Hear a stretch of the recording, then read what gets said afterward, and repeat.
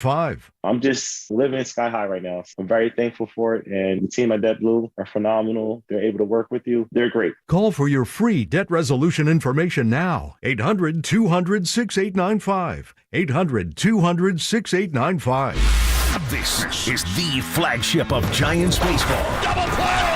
KNBR and KNBR FM San Francisco, the sports leader.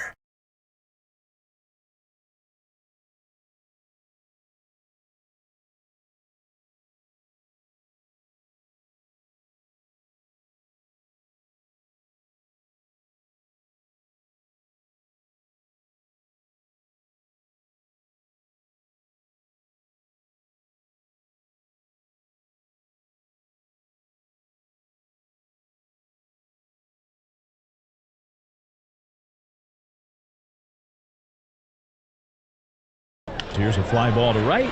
Not deep. Yastrzemski comes in. He catches it. Shamania now, he's rolling. He's retired 12 in a row. He's had a couple of really quick innings consecutively. There's a drive into center field. Back a little bit. Matos, now he's waiting and makes the grab. Inning over. 13 in a row retired by Sean Manaea. There's a high drive. Deep right center. Forget about this one. And hello! San Francisco Bay. And that ties the game rather emphatically. What a shot by Blake Sabol. Freeman is struck out and lined out to right, and he lines a base hit in the very first pitch right up the middle. And 2 runs will score, and now a wild throw from Matos in center, and both of the other runners will advance an extra base. Crawford swing, and he hits a pop fly, shallow right center field. They get 3 different Guardians going after it, and the right fielder, Brennan, splits between the center fielder Straw and the second baseman Freeman to make the catch to end the game. The Giants' 4-game winning streak has ended. The final score, 3-1, the Guardians over the Giants. And that should do it. That should do it for the Giants. 4-game winning streak and a blown opportunity to make up some ground in the wild card race. Yeah, the blanking Giants lose last night to the Cleveland Guardians 3-1. What's up, everybody? Happy Wednesday morning. It is Marcus, the Waterboy Boucher, back with Overnight Dave on the ones and twos, taking a look at the MLB wild card picture and really the final stretch of the season for the San Francisco Giants. Because I know we're in the midst of the NFL season. We've been talking a lot of 49er football. We've been talking a lot about Aaron Rodgers, who, oh, by the way, has since got the news that is confirmed that his Achilles is torn and that he will be out for the season. Some news that broke yesterday after the leadoff spot, so we'll touch on that a little bit and some of the paths for the New York Jets and some of the quarterback options they could have and who's available on the waivers. And we can even do a little waiver wire Wednesday talk for all my fantasy football heads out there. But we got to start the show today with the San Francisco Giants losing last night to the Cleveland Guardians in a game where they out-hit the Guardians, had more hits, 6-4. Blake Sabol, as you heard in the open package, sent one deep into the night. And Sean Manaea really had a pretty good outing. But the Giants played bad defense. And it came back to bite them in the ass. And that's why they lost yesterday. And to be completely honest with you, that's why they've lost a lot of games this year, is because of their defense. Last night in that 6th inning, Lamont Wade Jr. kicks the ball at first base.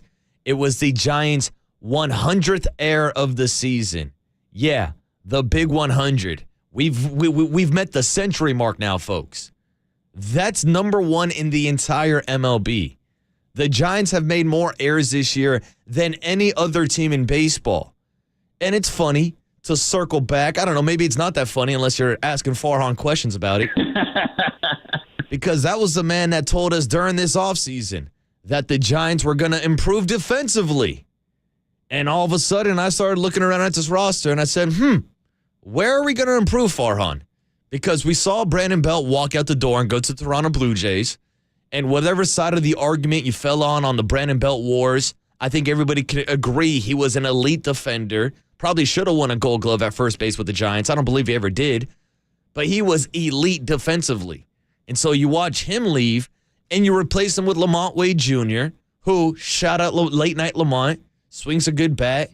But he's kind of one of those tweeners who Never really filled in as an outfielder out in left field, and is decent at first base, but he's not a Gold Glove caliber first baseman. And last night we saw that air cost him in the 6th inning.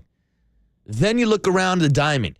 You look at Brandon Crawford, who slowly is starting to age out. And if you really want to get serious and talk about it, we might be talking about watching Brandon Crawford's last 17, 18 games as the San Francisco Giants down this stretch. This could be the last September baseball we get with Brandon Crawford. And we've all seen the struggles that he's dealt with this year, not only at the plate, but in the field. Thairo Estrada's been solid. He was your second baseman last year. But then I looked over at J.D. Davis, who I think performed better than expectations defensively this year and started off really hot, has gone into a slump in the second half of the season, just like most of the other bats. But that's also a guy who I did not think was an improvement defensively over Evan Longoria. Then you look at your opening day lineup, and there's Blake Sabol in left field, another one of these tweeners, a guy that is not really a left fielder, is not really a catcher, and no disrespect, he's a guy that went deep last night for the San Francisco Giants and has been a good rookie piece to mix and match throughout the entire season. But again, when you got Blake Sabol out in left field, when you got Jock Peterson diving and sliding and sticking his tongue out in left field, that's why you've made the most errors in baseball this year. So again, I asked the question to Farhan Zaidi, where did you improve defensively? That's all you talked about this offseason. Getting better on defense and also hitting home runs. Remember when he said the Giants were going to be one of the top home run hitting teams in the league? Yeah, about that. No, I don't see any scenario of that. They're 19th in the MLB. They're not even a top 15 team. I mean, we're talking about the top 12 teams to make the playoffs. Giants are on the outside looking in on the wild card race right now. They're going to go another season this year without a guy hitting 30 home runs. And again, you look at the middle of the lineup, and it's not the most intimidating lineup. That's no disrespect to Wilmer Flores or a Thairo Estrada or a Jock Peterson. But you look around the National League, you look at those lineups for the Dodgers, for the Braves. Hell, look at the Padres who just put a beating on you last weekend down in San Diego. Those are what playoff lineups are supposed to look like. Obviously, the Padres are not competing for a playoff team. But those are what lineups result in fans actually being excited and coming out and watching the games. Because that's probably been my biggest takeaway the last 2 nights watching the Giants. Watching a team that is a game and a half out of the wild card race with less than 20 games to go in the season. And the ballpark's empty. It's just crickets. And I'm like, where's the excitement? We're in a pennant race right now. Shout out to John Miller in the wild card division. Well, you're trying to make a race for that last wild card spot. And yesterday was a golden opportunity for the San Francisco Giants to go out and make up some ground. I mean, you would talk about the Phillies who are in first place in the wild card. I like how we got to clarify what place you are in the wild card now because there's so many damn teams making it. But the Phillies lost yesterday. The Cubs lost. The Diamondbacks lost. The Marlins lost. Only team who got a win yesterday was the Reds in extra innings. But as we've been talking about for the last 5-6 minutes, the Giants lost yesterday, and it all circles back to defense. Hell, it can circle back to the first inning for Sean Manaea, if you want to be honest, who I thought had a great start yesterday, making his first start since May. Kind of interesting how the Giants are now flipping the script when they were the team that was throwing out multiple bullpen games a week. Now, all of a sudden, it's the last month of the season, and they're like, oh, yeah, let's let Keaton Wynn start. Let's let Sean Manaea start. It's kind of like me at the end of the semester in like college, high school, my entire academic career, where it's like, all right, I'm trying to make grades. I'm trying to get that 2.0 so I can go play some ball. And I'm out here trying to like make up like homework assignments and do some extra credit and all that stuff like that. It's like, I understand. My teacher's like, it's a little too late, Marcus. Well, is that the case we're looking at now with the San Francisco Giants? Is it a little too late? Because now we're trying to make these adjustments, and now you're trying to make this wild card push. And if you're playing bad defense, if you're not hitting home runs, and oh, by the way, you're top 5 or 6, I believe, in strikeouts this year, yeah, it's not a very encouraging lineup. And it's not encouraging when you're playing bad defense. It was a big reason why the Giants finished 81-81 last year, because of their poor defense. And so whether it's Lamont Wade Jr. committing an error in that 6th inning last night that led to an RBI knock that put the Guardians up, or going back to the 1st inning when Sean Manaea was kind of laboring through. I think he threw 33 pitches. And how many ground ball double play opportunities did he get? 1, 2, 3. I feel like I'm LeBron James counting out titles. No, that's how many ground balls Sean Manaea was able to get in the 1st inning yesterday. But because of the analytics, the Giants weren't able to turn any of. You might be thinking, Marcus, what are you talking about? The analytics? Well, because Naylor was up at the plate. He's a lefty, and he's going to pull the ball. Instead of playing at your usual double play depth, Thairo Estrada was basically standing out in right field, even though you're not allowed to put your heels on the grass anymore. But he was shifted over towards first base. So when the ball was hit to the left side to Brandon Crawford, something I'm sure that wasn't in that analytics spray chart for a Josh Naylor last night, guess what? Thairo Estrada cannot get to second base on time. So there's another out left on the board. Fast forward to later on that same inning. Brandon Crawford and Thairo Estrada both trying to get a ball up the middle, not covering second base. Now, this is all defensive alignment. This is all pre-pitch stuff and all stuff that's being decided now by the analytics.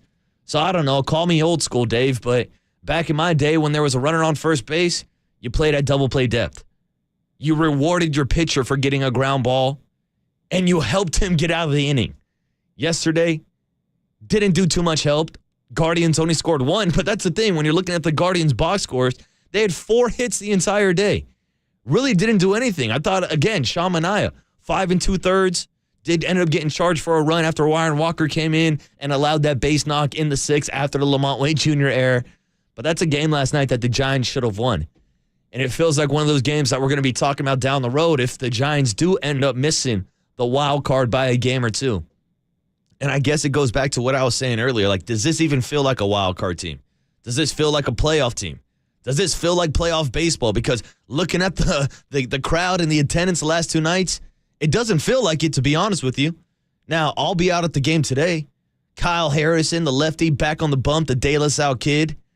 I believe it's actually the last weekday day game for the San Francisco Giants this year. So, Dave, you know I like drinking at noon on a Thursday, but I always go out to the ballpark on a Wednesday for a midday game, especially with Kyle Harrison on the bump. So maybe the Giants get back on track. It's not like they were going to go out and win all these games anyways. But you can't afford to drop games in September. That's why when they started off losing, 4, 5, 6 games in a row, it put them in a hole. But somehow, some way, they're still in the wild card race. So we'll discuss that on the other side. Whether or not you do think the Giants are a playoff team this year. 808 KNBR is the number if you want to check in on the Golden State Lumbers and Building Materials text line. Give us your take. Do you have playoff fever, which my guy Murph was talking about a month ago? It doesn't feel like it, but here we are with less than 20 games to go, and the Giants have a golden opportunity to go out and make the playoffs. So we'll continue talking Giants later on and get you ready for that Kyle Harrison start today. But we can also take a look around the world of the NFL. Of course, now on Wednesday, we start making the transition to looking ahead to the 49ers Week 2 matchup against the LA Rams. They'll be down at Levi South, a.k.a. SoFi Stadium, this Sunday, 1 o'clock game. And they're taking on a Rams team that I think a lot of people maybe over-exaggerated the demise of. And when I say some people, I'm talking about myself. I didn't think they would be good at all this year. And here they were, Week 1, taking down the Seattle Seahawks up in Seattle. So we'll break down the matchups, who you need to pick up off this Rams squad, as it is a waiver wire Wednesday as well. So we'll talk a little fantasy football later on today and give you an update on what's going on with the 49ers. Off day yesterday down at Levi Stadium. Kyle Shanahan is scheduled to speak today, and I wonder if he's going to answer any questions about the 49ers going out and working out a couple quarterbacks yesterday. One that popped up on my Twitter feed was Ian Book, the kid out of El Dorado. Of course, played with the New Orleans Saints. I believe it was with the Eagles for a little bit too. But he's a kid that I used to grow up going to Pop Warner games because he played with my cousin up in Sacramento. So that would be a cool storyline. But I saw a lot of people connecting the dots thinking, oh, if they're working out Ian Book, does this mean they're looking to trade Sam Darnold to the New York Jets? It's a possibility. We'll float it out there. We'll play some sound from the Jets play-by-play man, Bob Wischusen, talking about that possibility. And if the 49ers would trade Sam Darnold, I don't see it's happening, but hey, if you do, again, hit us up on the text line this morning. We'll get your text on air, and we'll get you ready for the 49ers Week 2 matchup against the Rams, and we'll take a look at the Aaron Rodgers fallout and what it means for the Packers. A lot of NFL storylines to get into, but on the other side, I do want to continue the discussion on whether or not the Giants are a playoff team this year and how you're feeling with 17, 18 games left in the season. It's the final stretch for the Giants. Let's see if they get the win today with Kyle Harrison on the mound. It's Marcus Boucher on the leadoff spot on KNBR 104.5 FM at 680 AM, the sports leader. Get that man a beer.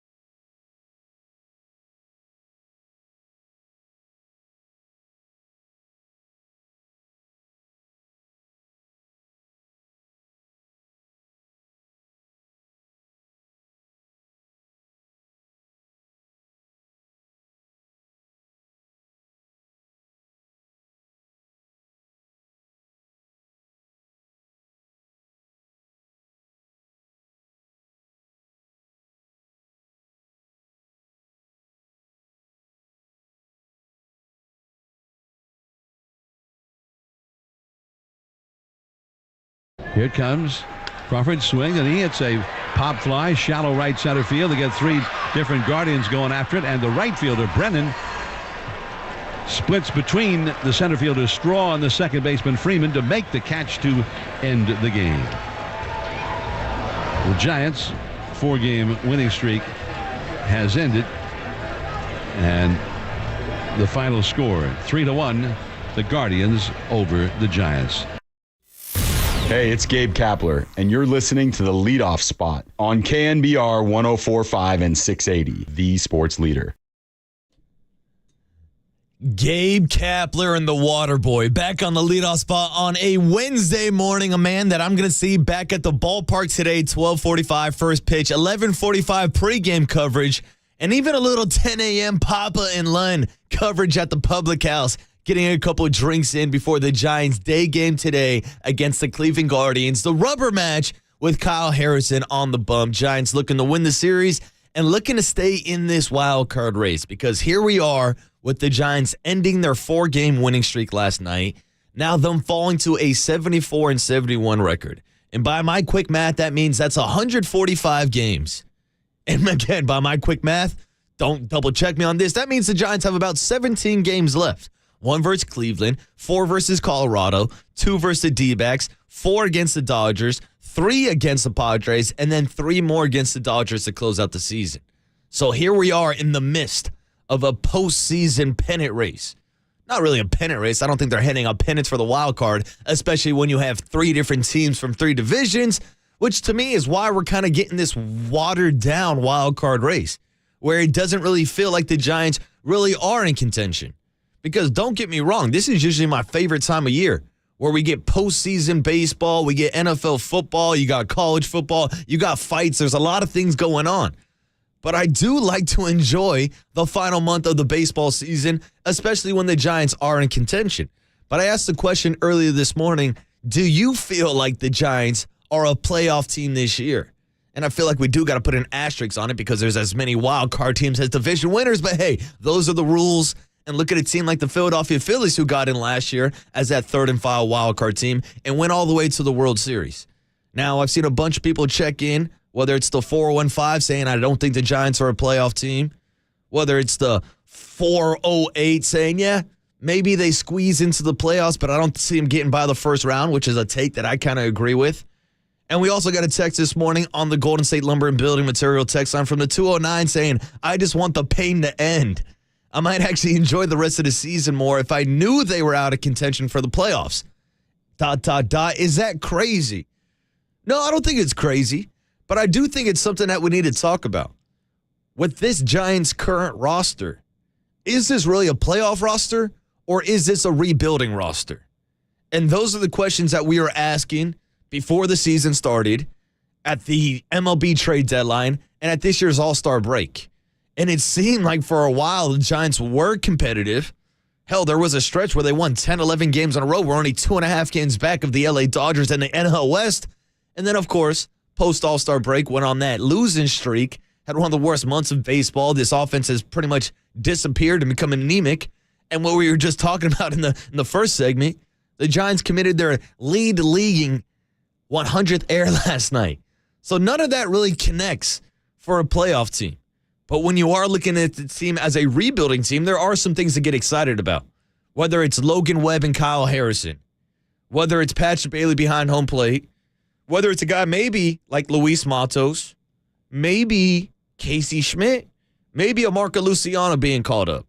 Now, if you're asking me, I think there's 4 guys that have kind of solidified their roles going forward. 2 of them I just named, Logan Webb and Kyle Harrison in the rotation, Patrick Bailey behind home plate, and Camilo Duvall closing out ball games.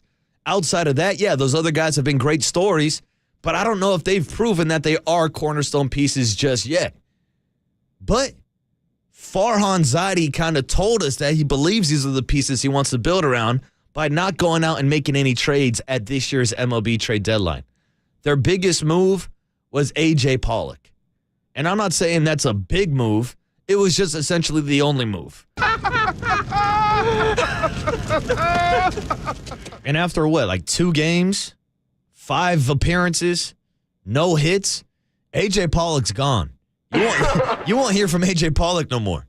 Now he's swimming with the fishes. I just said that because Pollock's a fish named Dave. You know my jokes. But regardless, that to me was the message being sent to the team that no, we're not going all in.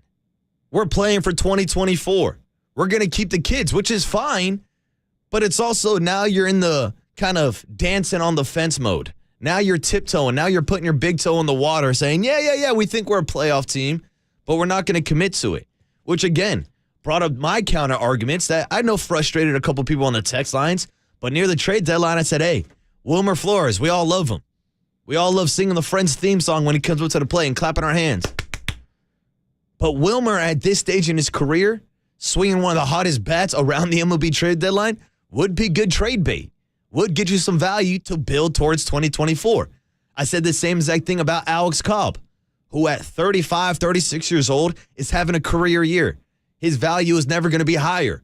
He was an all-star this year. And that's why I floated at the idea of maybe trading him for prospects or something that you could build forward towards 2024. Now, a lot of people would say, well, that would have been waving the white flag on the 2023 season. Well, to me, you're kind of waving the white flag if you're not going out and adding a pitcher to your rotation when you only had 2 pitchers in your rotation the entire year. And now all of a sudden we're in the last month of the season. It's like, all right, yeah, Sean Manaea, you get a start. Keaton Winn, you get a start. Like Sean Manaea's had a really good second half of the season. Probably should have earned a start before, since, the last time he was actually starting a game was last May. But hey, that's the Giants' strategy. That's what they've gone with. They flirted a lot this year with the bullpen game strategy and the openers. And now they're going back and forth. But again, to me, if you were serious about competing at the MLB trade deadline, you would have got out and got a pitcher. You would have got out and got a bat for the middle of your lineup. The Giants did not do either of that. But here we are still with 17 games left in the season, and they're a game and a half out of the wild card. So maybe you do still have playoff fever. Maybe the Giants are starting to feel playoff fever. We've heard 1,000 stories over the last week, whether it's Tyro Estrada giving an inspirational speech to the translator, whether it's Mitch Haniger, who apparently gave a speech this weekend, or how about this story, that Farhan Zaidi spoke to the team earlier this week and gave them an inspirational speech. Now, I wish I could be a fly on the wall to hear Farhan give his speech and really, chuckle his way through it. But what we do have is Gabe Kapler talking about it on Saturday. Now, this is a story from the weekend that we have not had a chance to hit yet because we've been focused so much on football, but I wanted to get into it today. Here's Gabe Kapler talking about the Farhan Zaidi pregame speech during the Colorado Rockies weekend series this past week. Yeah, no, it was very well timed, I thought. Farhan came down and just kind of wanted to demonstrate how much belief he had in our team.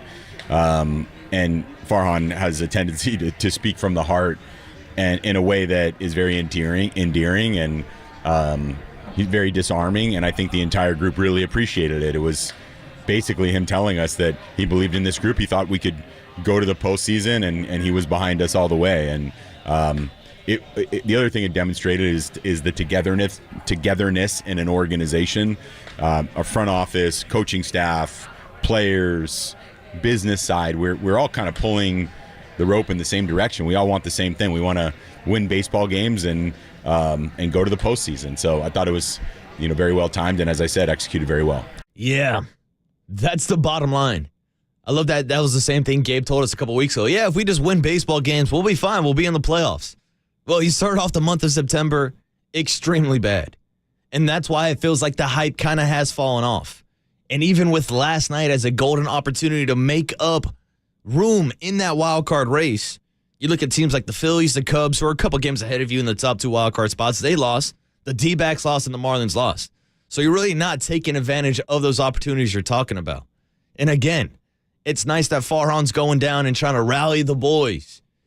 But to me, if you wanted to rally, if you wanted to spark this locker room, you would have got out and made a move at the MLB trade deadline, whether it was as a buyer or a seller. But it feels like the Giants are kind of reluctant to say that R word, rebuilders, which I don't think they want to put out there to the universe, because this is a market where you really shouldn't take too long to rebuild.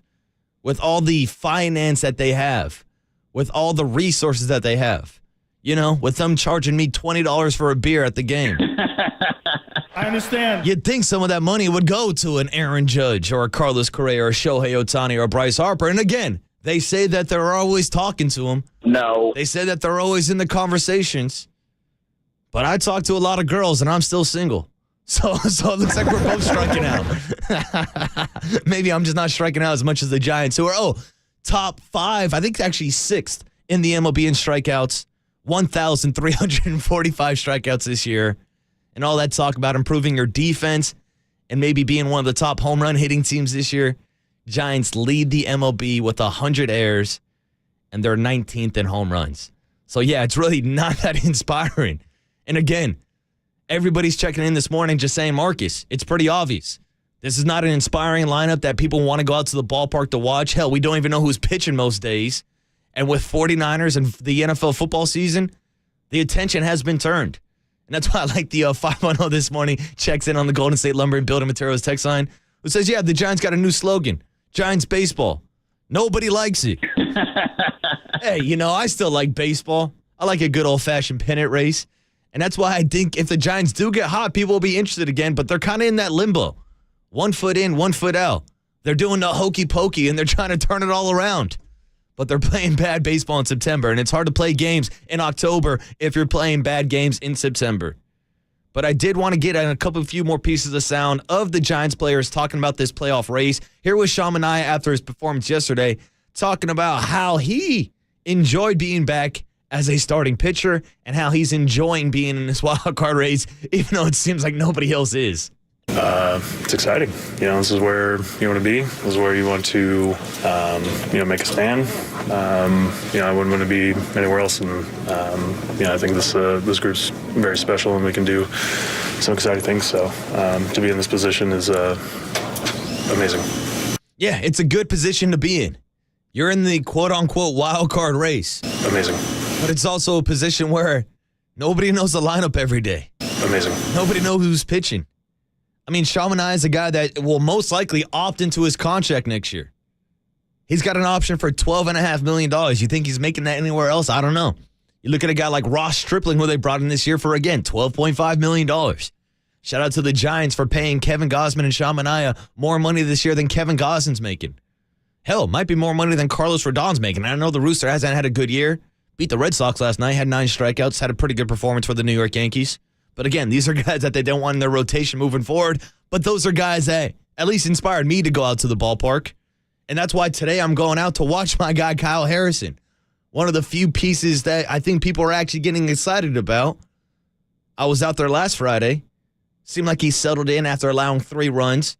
Interesting decision for Gabe Kapler to throw him out there for the 5th inning to face one batter to let up a home run just to be taken out right after.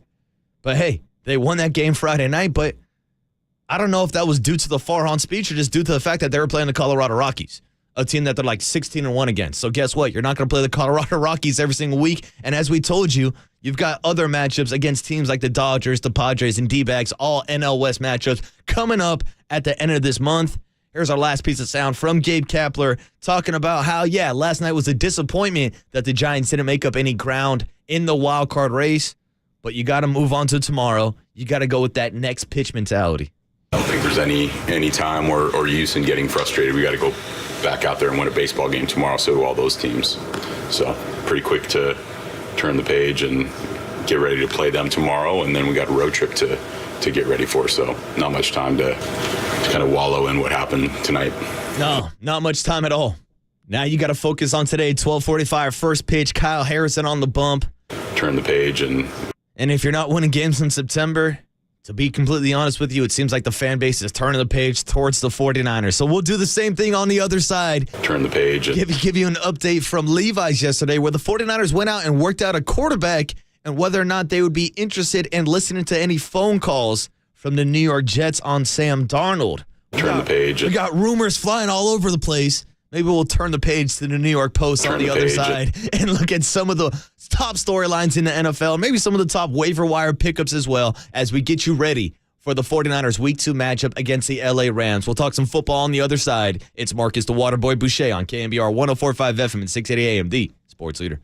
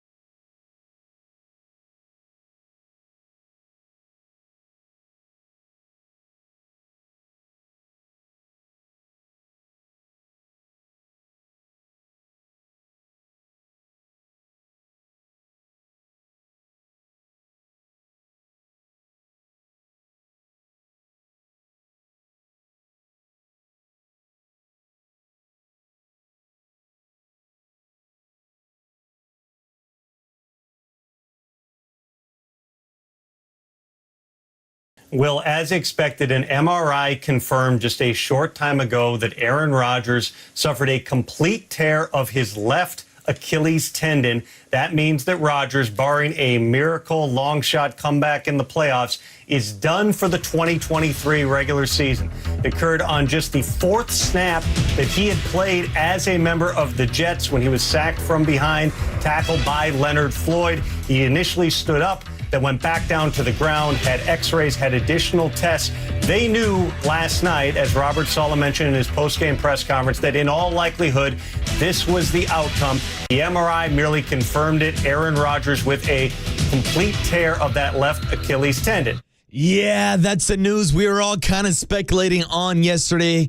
What's up, everybody? Welcome back to the Leadoff Spot. It is Marcus Boucher. A lot of Giants talk this morning, but now it's time to switch gears and go from talking about Kyle Harrison, the Northern California kid, to another one named Aaron Rodgers. And obviously, you know this by now. It's not breaking news or anything. It's actually news that was confirmed yesterday around 8 a.m. by Tom Pelissero, by Ian Rappaport, by Adam Schefter, all the big reporters around the league, that Aaron Rodgers has torn his Achilles and will miss the remainder of the 2023 season. After only playing 4 plays with the New York Jets, after running onto the field at MetLife carrying the American flag, and now we're talking about whether or not the turf at MetLife had a play into it. We broke it down yesterday in the injuries that happened to the 49ers. Nick Bosa tearing his ACL, Jimmy Garoppolo, the high ankle sprain. I believe Solomon Thomas got hurt that game too. It's something that they've been complaining about for years and something that the NFL has been complaining about for years and years and years.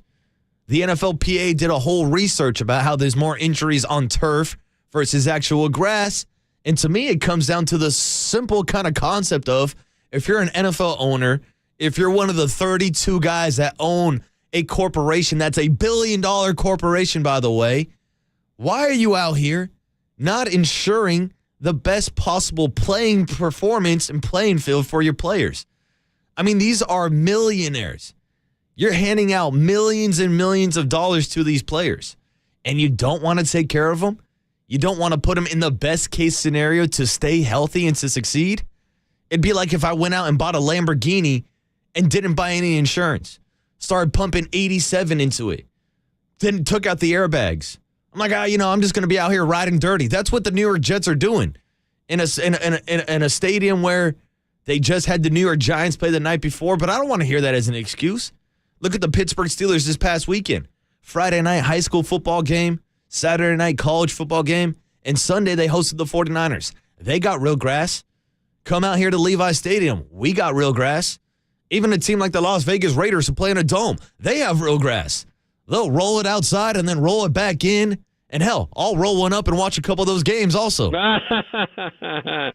So that's the thing we got to discuss moving forward. I'm sure it's going to be a big talking point about what the NFL is going to do with the turf. We mentioned yesterday David Bakhtiari was a guy that was pretty outspoken about, of course, his former quarterback, Aaron Rodgers. And he made a good point about the World Cup coming to America and how a lot of the fields that have turf are going to swap it out for grass for the soccer players, but they won't do it for the home players on the field. But hey, that's why you're going to have to suffer the consequences now. And maybe that was a reason why Aaron Rodgers ended up with that torn Achilles. But whatever the reason is, his season's over. And now maybe we're talking about his career being over. As unfortunate as it is to say. And I know a lot of 49er fans really couldn't give a blank about Aaron Rodgers because he used to play for the Packers, and he'll drop a San Fran on you, even though everybody from Northern California knows you're not supposed to call San Francisco San Fran, but there's Aaron Rodgers trolling as usual. Not going to San Fran. And I know he's pretty controversial off the field with his inner circle and ayahuasca trips and all that, but on the field, I've always been a fan of Aaron Rodgers, especially after he went out and won a Super Bowl ring for my guy Charles Woodson. So I've always had him on a level of respect just because of that, but also because he is one of the best quarterbacks of this generation, hands down. And that's why, to me, it's tough to see him go out like this if that was the last time we see Aaron Rodgers on the field. Now, I know his buddy Pat McAfee yesterday said, no, there's a chance he comes back next year, but he'll be 40 years old coming off an Achilles injury. And as good as Aaron Rodgers is in the pocket, he's not one of these stuck-in-the-mud quarterbacks. He's a guy that likes to use his legs, likes to scramble, extend plays, and make it happen. So who knows what that mobility will look like coming back. Who knows if he can stand up in the pocket. Who knows what the future looks like for Aaron Rodgers right now, and who knows what the future looks like for the New York Jets. After somehow, some way winning that game on Monday Night Football, Zach Wilson really looked like Zach Wilson. Shout out to Peyton Manning just roasting him on the Manning cast the entire night, which has led to questions on what the Jets are going to do moving forward. We saw last year how they shuffled through Zach Wilson, how they shuffled through Mike White and Joe Flacco. You want to talk about a QB carousel of just misery. Shout out Garrett Wilson for still winning Rookie of the Year somehow, some way. And shout out to that catch that he made on Monday night, too, in the corner of the end zone, tipping the ball to himself. But now there's already speculation of the New York Jets going out and adding a veteran quarterback. Whether it's someone like Carson Wentz, who's still available as a free agent. I saw there was a story yesterday that Colin Kaepernick reached out to the Jets saying that he's available. I saw Robert Griffin III was talking about on SportsCenter how he's available. I don't know, Dave, should I reach out to the Jets and tell them I'm available also? I mean, that seems like the list we're going down, but there's also another name that was popping up on people's list yesterday, Sam Darnold. Of course, a man that beat out Trey Lance for the QB2 job here in San Francisco, and a man that was just traded away from the Jets to the Carolina Panthers like a year ago. So I don't know if that's really in serious consideration, but it's some consideration that went across the mind of Bob Wischusen, who's the play-by-play guy for the New York Jets. Radio voice, does a lot of great work, college basketball, all over the place for ESPN as well. And yesterday we teased this sound, but we didn't have time to get to it, so I wanted to play it for you this morning. And here's Bob Wischusen discussing the actual possibility of the Jets calling up John Lynch and the 49ers to see if Sam Darnold is available. If it were me, and maybe just I have a soft spot for the guy, but I think one of the most intriguing and fun things that they could potentially do is call San Francisco and see what they would want for Sam Darnold, who was here with the Jets. And I think there was a lot of back and forth in the room about whether or not they should move on from Sam and draft Zach Wilson or keep Sam and, trade the pick that Zach Wilson became and load Sam up with weapons in the past. Who knows? I mean, to me, all options should be on the table, because if you bring Aaron Rodgers here, you're telling the whole world that you think you are that player away from maybe winning a championship. All options on the table. Now, does that mean that the 49ers would answer the call? I'm not sure. Maybe they would ghost them like the Washington Commanders did a couple years ago back in 2017 when the 49ers tried to trade that number 2 overall pick for Kirk Cousins. Because if you're the 49ers, in my opinion, you're not trading Sam Darnold, especially what you went through this offseason with the whole Trey Lance fiasco, disaster, drama, whatever the hell you want to call it. Trey Lance is gone. And we all know with the 49ers, QB has been a very volatile position. We've seen the injuries. We saw Brock Purdy. We saw Jimmy Garoppolo. We saw Trey Lance. Hell, we saw Josh Johnson go down with an injury, which is why I was a big fan of keeping Trey as the third quarterback. But obviously, Trey didn't want to be here, and now Trey's out in Dallas. And who knows? Maybe the New York Jets will call up Dallas to see if Trey Lance is available, and maybe they'll end up with the 2nd and 3rd overall pick from the same draft class with Zach Wilson and Trey Lance. What a circus that would be. But again, circling back to the 49ers, they need the insurance. They don't want to be out here riding dirty with no insurance like MetLife Stadium and their turf with Aaron Rodgers. This was the plan for the 49ers, to have Sam Darnold as your backup quarterback in case something happens, what we saw to A-Rod on Monday night. And we all know it can happen to anybody. All it takes is one play, and that's why you need that depth, especially at the quarterback position. And it's a big reason why the 49ers were also working out another quarterback yesterday. Ian Book, the kid out of Notre Dame and the kid out of El Dorado. I told you guys this morning I used to go out to his Pop Warner games when my cousin was playing with him growing up. He used to come out to my 4th of July barbecue. So I've always been a fan of Ian Book, and I've always hoped the best for him. But I think this is another practice squad signing. But I know there was a lot of people trying to read in between the tea leaves if this meant anything for the 49ers and whether or not they were interested in trading Sam Darnold to the New York Jets. Again, this is a bunch of speculation, but now I've seen people from WFAN, the radio station out in New York, saying, hey, this might be a possibility. Who knows? Who knows? To me, it's all rumors. It's all nonsense. I don't see it being an actual legitimate move for the 49ers.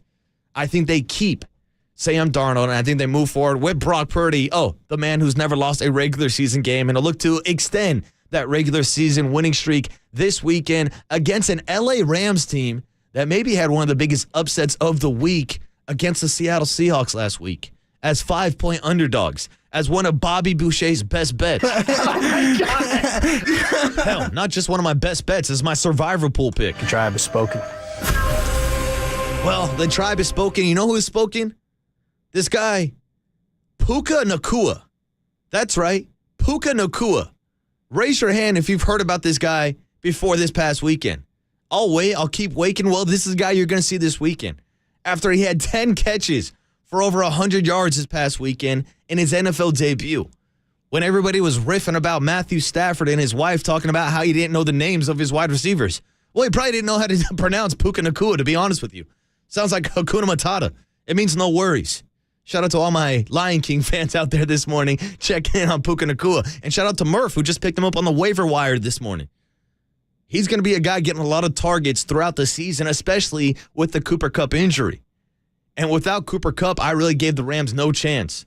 Not just last week against the Seahawks, but also just in general, to actually be a competitor in the NFC West. But hey, maybe this weekend they'll show that old Sean McVay fighting spirit.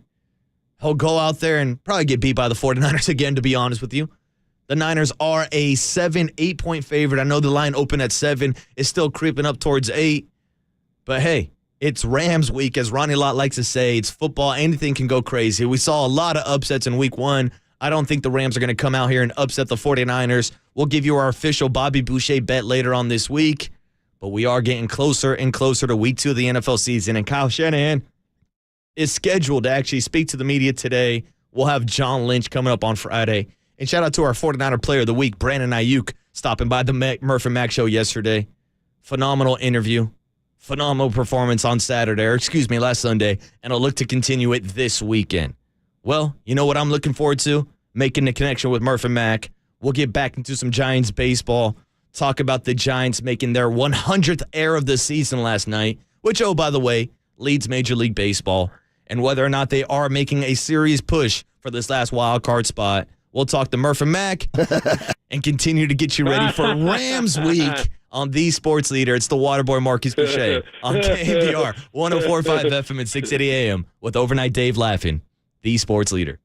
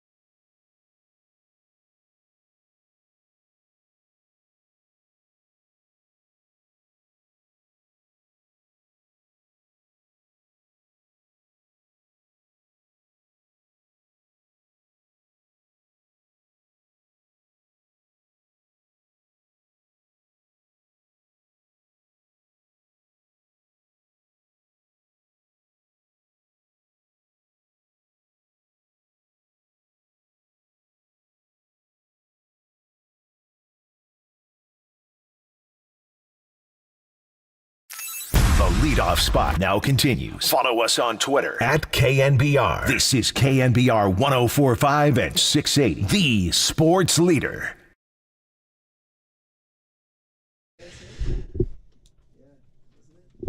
All right, back on the leadoff spot on a Wednesday morning. The Wednesday of the last Giants day game this morning. Yeah, we're going silent library style this morning, Murph. Saltine Welcome back. cracker. All right, I like it. All right. Let's go, we're going in raw. We're going NPR. And we're going into the yeah. Giants' last day game today, 12:45 today. Kyle Harrison on the bump. I'll be out there drinking at noon. And yes, Murph, I guess the news of the day that I just saw at the top of the guest list is Triple E is back. Woohoo! Well, he promoted it himself on the guest list right here. Yeah, congrats. Return of Welcome Triple back, E. kid. Yeah, welcome back. Somebody has to love him. You know what I mean? He might as well be himself. I know his mom listens to the show. Shout out to Janine. Well, she's a doll. She's a doll. She's great. She I knows like her more she than knows Triple her E. son is a lovable lunk of mishaps and whatever. Yeah. Right? I don't know. But anyway, how about those Giants, buddy? How about those Giants, Murph? Last night, Yeah. air number 100. Let's turn 2. They're leading the league in something, Murph. No, let's the turn bad 2. news is airs. Wait, we can't turn 2 because we're not in position to turn 2. Because my analytics told me that Josh Naylor only pulls the ball to the right side, Well, but then he hit a ball to the left side to Crawford. They know more about baseball than we do, so we should probably shut up. What is this double play depth thing? You know, I will say not needed. The first inning one was Crawford was what was he doing? Crawford crossed over. Were you watching the first inning? So that was the second one. So the first one was Tyro playing out in right field, and then the second one, they got mixed up and crossed over the middle. Why was Crawford crossing over the bag to that side of the field? Analytics. I don't know, Murph. I don't got the answers for you. Only crossover I want to see is Steph Curry crossing somebody up in a couple of months. Or a Marcus Murph and Matt crossover. That's it. How about Yeah, that? those are good too. Face off, Or whatever you Papa need. Throwing a Lund G-pop. crossover? Yeah. By the way, you notice how when G-pop does a crossover, I encourage everybody to come back to us at 10 if you have to go, but definitely come back because Papa will get his grill right up on the camera. Yeah. Up I in mean, your dude, face if the pulling camera's here, he's getting grill. He's coming at you maybe an inch from that camera. I'm right here, Polyback.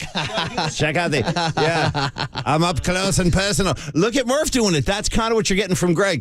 Dave, you know what I'm talking about. He gets right up there. I gotta say, Come, Dave. one of my favorite drops that our guy Dangerous Danny Dunn plays is Papa doing a play-by-play call of Fletcher Cox getting a sack, and of course he says Fletcher Cox is in his face. That's Greg Papa in your face every morning. He's a prankster too, on top of everything else. Oh, he'll get his riffs in. He does. It's the caboose. No, he pistol does down. get his riffs. Yes. Right in your face, Polyback. Ah, boys, you guys getting into Rams mindset yet or no? It's Rams week. Mark. It's Rams week. I saw you're getting to the Rams mindset, picking up Puka Nakua in our fantasy league. Well, I got to do something. Yeah, you got to make some moves. I'm sitting by the side of the road after getting smoked by frickin' Triple E. The return of Triple E. Don't even say that on air, Murph. I got to do something. We're losing credibility left and right. Well, the waiver wire is my friend. So, I got my guy Nakua. So, I'm looking for him to – I'll take a Nakua garbage time touchdown and like 8 grabs and a 9 or 14-point win. How's that? No, that's fine. That's absolutely I like fine. that too. That's by the way, the spread's down. It went from 7 to 8, now 7.5. Ooh, down to 7.5. Yeah, money going Stafford's way.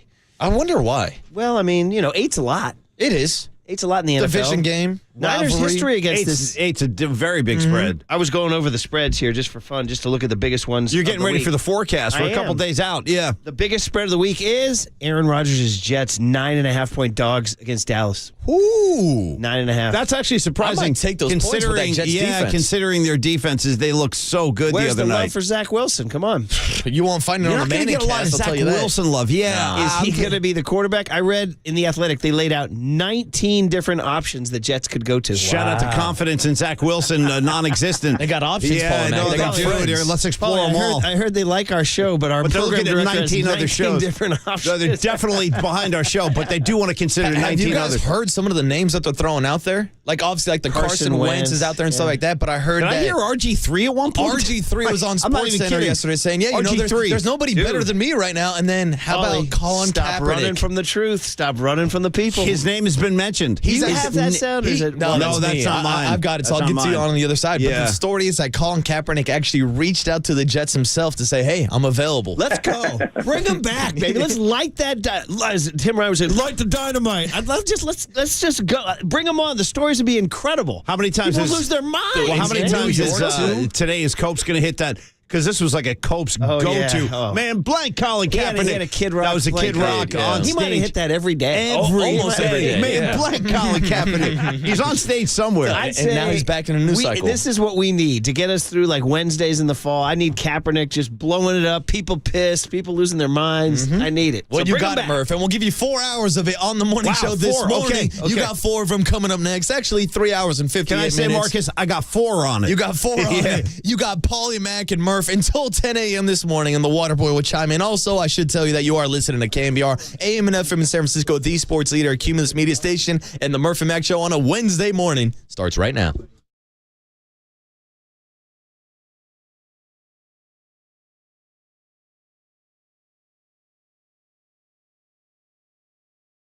Good morning and welcome to the KNBR Morning Show with Brian Murphy and Paul McCaffrey on KNBR 104.5 FM and 680 AM, the sports leader. Yeah, we'll give you 3 hours and 57 minutes of radio gold here. Not 4 hours, 3:57 here as we get all settled here.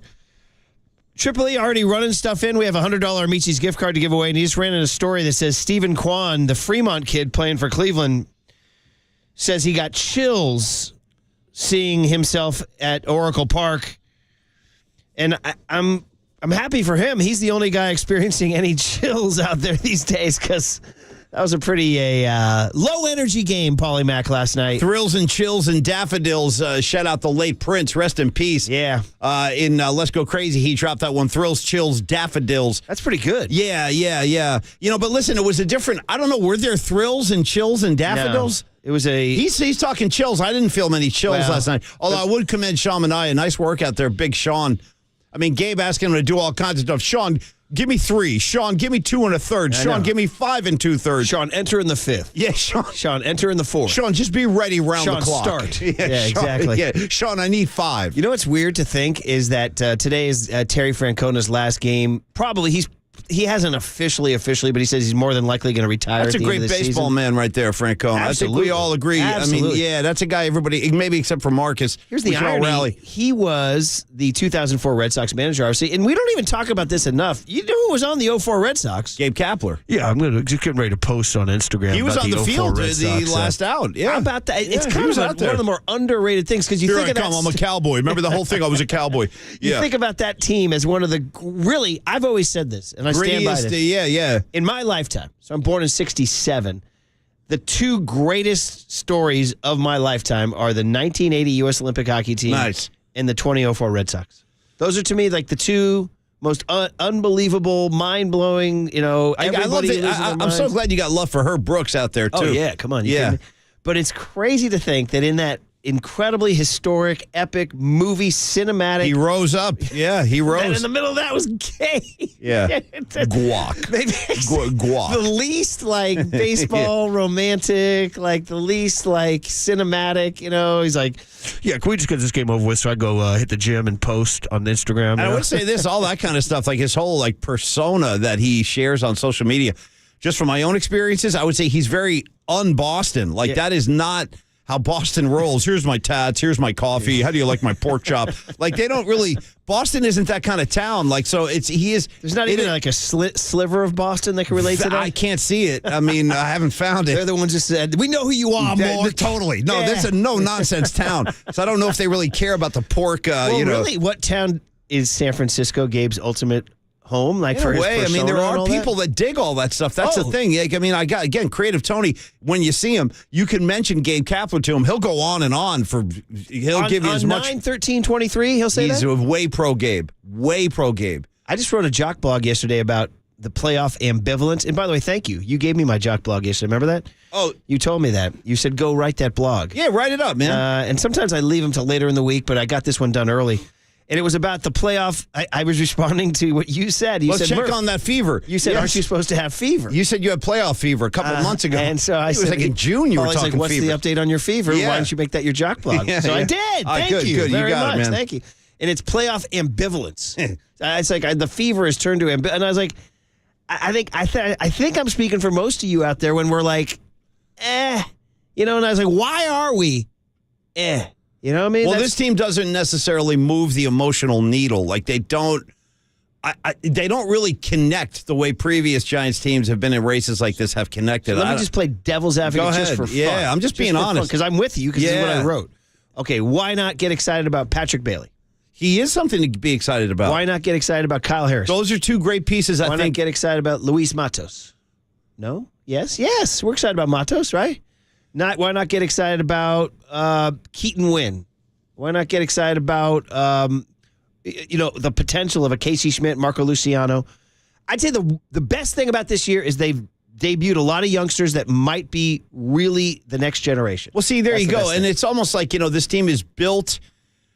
I mean, you could say, yes, they are competing, and yes, they might be a playoff team, but if the maximum output from this group is to just squeak in the back door at the very end of the season, like, there's got to be more than that. I think Giant fans want more than that. I think what Gabe and Farhan would say is, we developed and we won and we contended. What more do you want? That's what they would say. They would say, we developed and we contended. I think to be reasonable and answer that question, I think Giant fans would like a star presence in a lineup. I do. I think they'd like to see a guy that can hit 30 home runs. Yeah. I think they'd like to see a guy that is like, who's box office? Like, who's the guy on the team that they're lining up to pay for to go see right now? Like, I don't know. They have that one player. Yes, Bailey's great. Yes, Harrison's a great piece. I'll be out there. We're all rooting for Harrison. The thing is I think they need like a superstar presence, and they haven't had that in a while. Yeah, I would say that, in general, the biggest thing to me is that's just shocking is how the marketplace is treating them. I mean, they're 17th in attendance. And by the way, do you know they're last in the NL West? Do you know Arizona and Colorado are outdrawing them? I did not know that. Yeah. Colorado? Yeah, Colorado. Colorado's outdrawing. And I think that's a blemish. You don't want that. Somebody said it's because Colorado sells tickets for like $1 to every game. I'm like, well, maybe the Giants start doing that and get more people at the yard buying those $9 beers. Maybe we should have known this year was cursed when I got the $9 beers and they turned grief on me. Yeah, you got grief. Not a thank you. They gave me grief. Me, so anyway, well, we start thinking about the 49ers and the Rams. Niners 7.5-point favorites. I was reading all the reviews and getting ready, and I think going into this week, I think the story is going to be about, going forward, I think everybody feels great about everything except for the offensive tackle situation. The McKivitz situation is going to be a thing. That's going to be a thing. It is. And really, the depth. I mean, when Trent Williams got hit in the gut and lost his breath in that play and he left, I was like, oh, my God, the season's done. I really was. Like, they are so precariously thin. That's the one problem. They have no depth at tackle. So, anyway, that's one angle. And, of course, Brock Purdy going down to L.A. and all the fans that are going to go down to L.A. That's going to be a big angle, too. And, of course, the Niners weapons. And are the Rams for real after dumping We'll find out. a bucket of ice water on Pete Carroll up in Seattle? A big bucket of ice water, I know. 30-13. Cost me my rep on the streets with the forecast. You see, that's the difference between you and me. 1-1, I'll take. You no, get my rep takes hits. Yeah, it takes hits. Well, you demand perfection. I do, like Herb Brooks. Once again. Yeah, exactly. So anyway, we'll start getting into that Niner-Ram mindset. It's Rams week down at SoFi. Which we determined has natural grass or not. I forget. I believe it does, doesn't it? I keep losing track of which one. It's our home away from home opener. I think it does. No, Vegas has grass indoors, but I think SoFi doesn't. I don't know. We're going to have to check. I'm not sure. I thought it did. How can I not remember I thought it did have grass, but anyway, I could easily be wrong. We'll figure it out, man. Anyway, we got all that going. So Niners-Rams hype and playoff ambivalence and Kyle Harrison in a day game today. There it is. I'm going to pop down there. I believe it's the last weekday day game of the year. It is. In fact, after today, they go on a 10-game roadie, which could be the could be a swan song. Yeah, could be the death knell. But anyway, they go down off to Denver for 4, Arizona for 2, and then LA for 4 before coming home for a week to close it out against the Padres and Los Doyers. So that's your mindset, guys. All right, let's get you going. Tripoli's back. He promoted it. His return. You'll see him in the little rectangle. Oh yeah. On the Murph and Max show. You do know you can see us on the YouTube. He's coming. Tripoli's getting ready. And on Twitch. Combing his hair. He's got a long way to go to match OG, Original Greg's Joe Montana jersey. That was a good look, I got to say. Yeah. So we'll see what... he won me over right there. He won me over. Well, Tripoli's coming with a John's on Bleecker pizza t-shirt. It's a good 1-2 punch. I mean, Tripoli not taking that line down. All right. We'll get into all that next on KNBR 104.5 and 680, the Sports Leader. San Mateo, shout out to you for supporting KNBR, San Mateo's sports leader. Here's what's trending now. Trending now On KNBR.com. Brandon Ayuk stopped by the Murph and Mac Morning Show yesterday as the 49ers Player of the Week to talk about his 2-touchdown performance against Patrick Peterson and the Pittsburgh Steelers. To hear that podcast and more, check out what's trending now on the all-new KNBR app.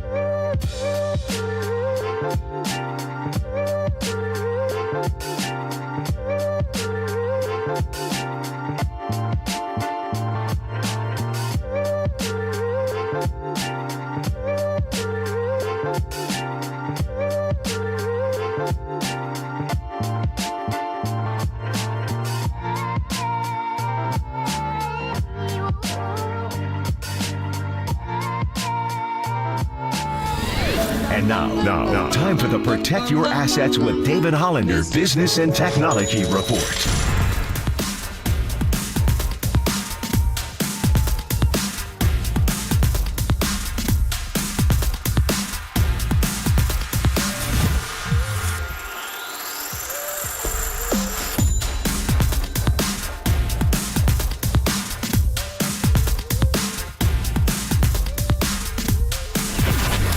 This has been the Protect Your Assets with David Hollander Business and Technology Report. Do you want to pay less taxes this year? Learn more. Listen to David's show every Saturday morning on KNBR or call 1-866-PROTECT. Follow the leader on Twitter at KNBR. For once again, we are the sports leader. KNBR 104.5 and 680.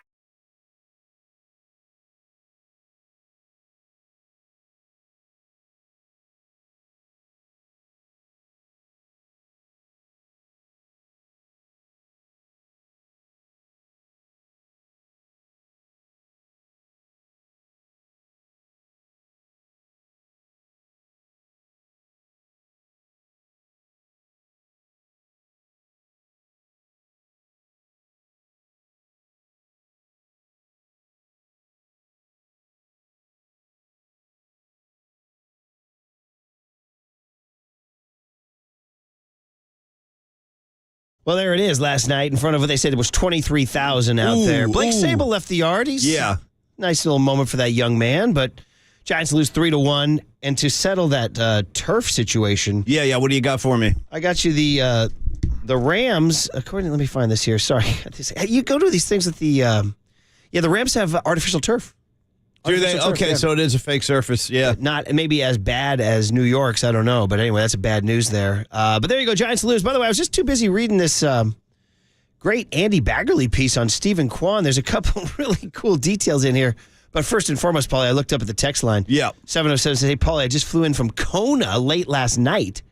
Shout out the guy flying in from Kona. He says, I really could use a fresh pot. I got you covered. I'm glad you came to the right place. Fresh pot!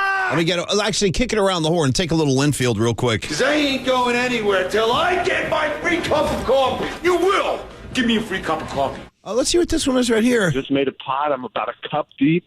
See if you can ID that That's voice. 100 pence. That's very good. Just made a pot. I'm about a cup deep. There have been a couple of additions this year, so we got some Giants-centric ones with Pence and, of course, Mike Krukow. You got to have good coffee. He's not kidding, too. Good rasp in that voice. You got to have good coffee. And then finally, I'll give Murph a little Iggy Pop. I drink the coffee at IHOP.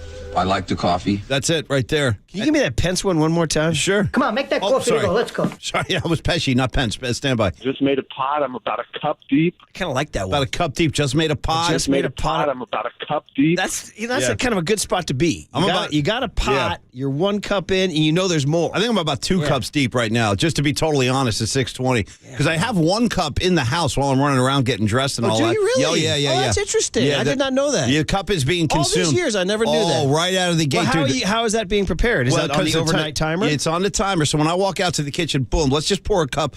Are you going into your thermos, or are you going into I go coffee cup first. I go coffee cup first. Aren't you running around? Yeah, you're sipping. It's juggling out of the cup, spilling on your wrist. You're sipping, you're running, you're showering, you're sipping. There's a rotation. Do you bring it into the shower? Well, it's in the bathroom. It's on the countertop. But then it gets cool when you're in the shower. No. There's my cup. It stays hot plenty. So when I get back out, I'm dripping, I'm drying. Marcus, I'm sipping. I'm sipping while I'm drying. Are you sipping it pre-brush teeth or post-brush teeth? That's a great question. I like to brush first. I mean, I've never been able to figure out when the right time is because you're going mint coffee or coffee mint. I mean, it's going to be there's an obstacle there no matter how you slice it. So I think I just brush and then drink, and you just got to deal with the consequences. Now, for the incredibly compelling content that is my coffee habits. Let's go. Oddly enough, I do not hit my first sip until I'm all settled. Yeah. Down there, ready to start my show prep. Eggs shelled. All right, in the office, down, in the chair, laptop up, and then boom, the first ceremonial sip. So that's it. So I got to earn it. I got to get through my shower, my shave, my toothbrush.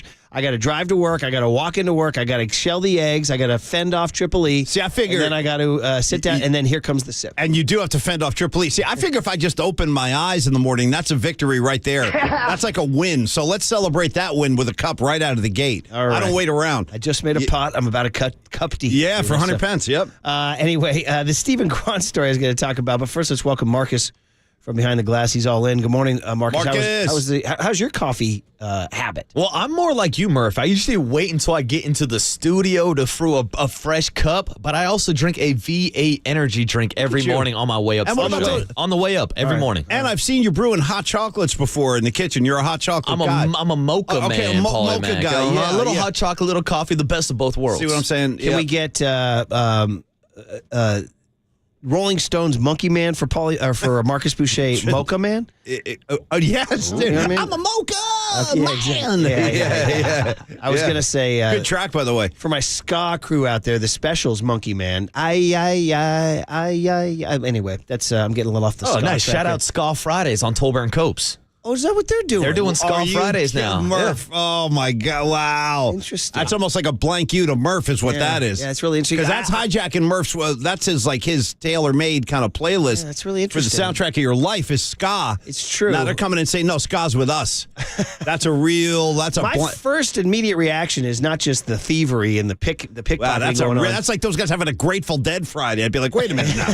Who's the... But I would say this even as a ska fan and a ska head, and even if you go all the way back to your Desmond Deckers and the Israelites and all that stuff, it is a thinner pool than reggae.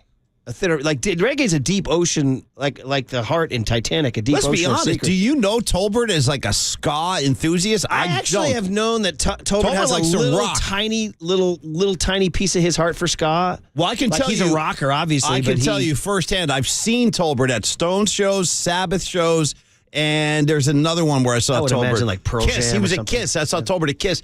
So I know and Copes, is he and I would think Copes getting his is ska going? strictly like a 2000 ska guy, like Real Big Fish and all that new stuff. I don't what know. I mean?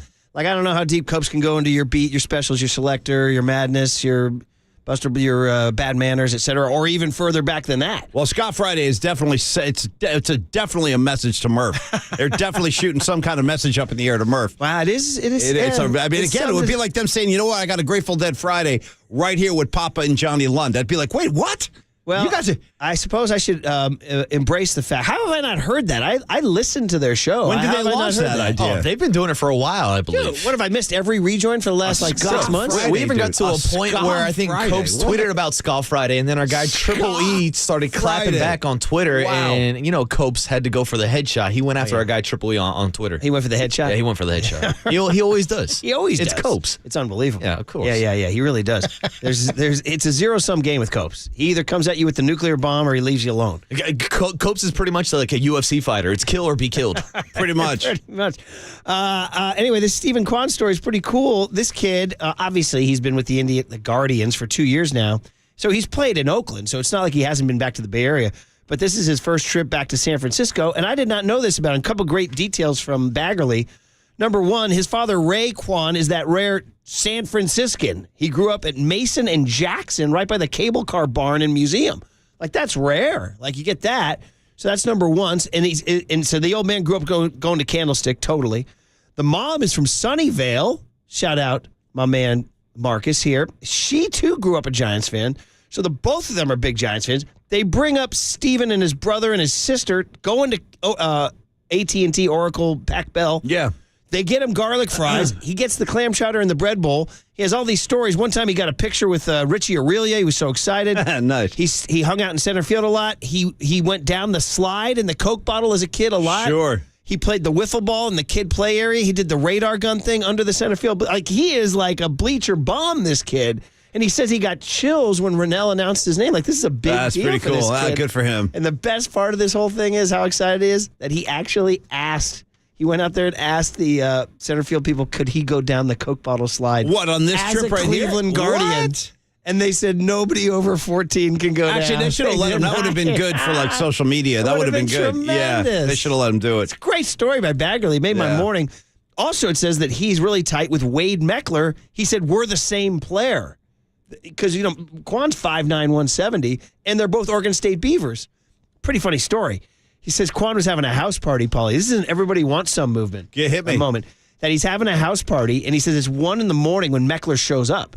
You figure he's coming in with a case of, Meisterbrow on his shoulder. You know what I mean? Is that case of beers like bigger than he is? No, dude. He came into the house. No, he says 1:30, maybe 2 a.m. Wade showed up with what's called a TAP ball cradled between his elbow and his ribs. It's a training aid to help your posture and body position. He said, so they're hanging out playing music and drinking, and he went over to the corner with the TAP ball and was working on his swing. See, that's what it takes, kids. This is the everybody While wants they're drinking beers in the corner, you got to work on that swing. I'm like, dude, what are you doing? And he said, bro, I got to get 100 of these reps to really get this feel. Wade Meckler at the house party. Wade Meckler, I'll tell you what, he could earn a spot on Pat Riley's team because that's what Riley all about. Riley's all about getting your reps in, your work in. He don't care if it's a holiday, off season, get your reps in. How great is that story? Wait, how everybody wants them. That's that pretty story, good. Yeah, right? it is, totally. All right. Let's get the guest list on a Wednesday morning after I tell you that we are proudly sponsored by the O'Donnell Financial Group because planning is a process for loans, insurance, investments, and retirement. Call Greg O'Donnell at 866-496-2300. All right, so I have in my hands, Marcus, the guest list, and it says the return of Triple E on it. Yeah, it's in big red letters. Yeah, it is in big red letters. Very triumphant. Oh, I couldn't tell he was back from the cackle in the background. Yeah, no. Any mistakes yet? Not yet, but it's still early. And Only half an hour and in. before you start, Marcus, Murph, you were talking about having to get here, your whole schedule, the coffee and all that, and then you threw in the mix, you go, and then I got to fend off Triple E. I did say that. Did you have to fend him off today? Yes. Like, was he, see? He was waiting the first for time you. I've seen him in a while. Yeah, he was ready to Sounds pounce. like a puppy when you come home. The puppy jumps all over you. He was going to pounce on Murph. Yeah. And sometimes the puppy pees on the rug, too. That's funny. I only get Triple E pre-show occasionally, very occasionally. I don't get him very often. He'll pop down sometimes. Well, he's strutting because he smoked me in fantasy football, so he's definitely like seeking me out. Yeah, but a lot of ball ahead of us, though. A lot of ball ahead. That's what I said. I said, yeah. Him. You better enjoy your riff. riff. I said, show me you've never won anything in fantasy without telling me you've never won anything in fantasy. All right. So what do we got, buddy? All right, boys. Well, it's not a Tuesday, but it is a smooth day. We're going to have Dwayne Kuiper on 7:35. We had Mike Krukow on yesterday, back-to-back days, so we're going to switch it up a little bit. Dwayne Kuiper, 7:35 to kick off your power hour. In addition to just always great hanging out with Kuiper, it'll be good to talk to him about that middle infield mishap yesterday. What was going on? Why you couldn't turn two?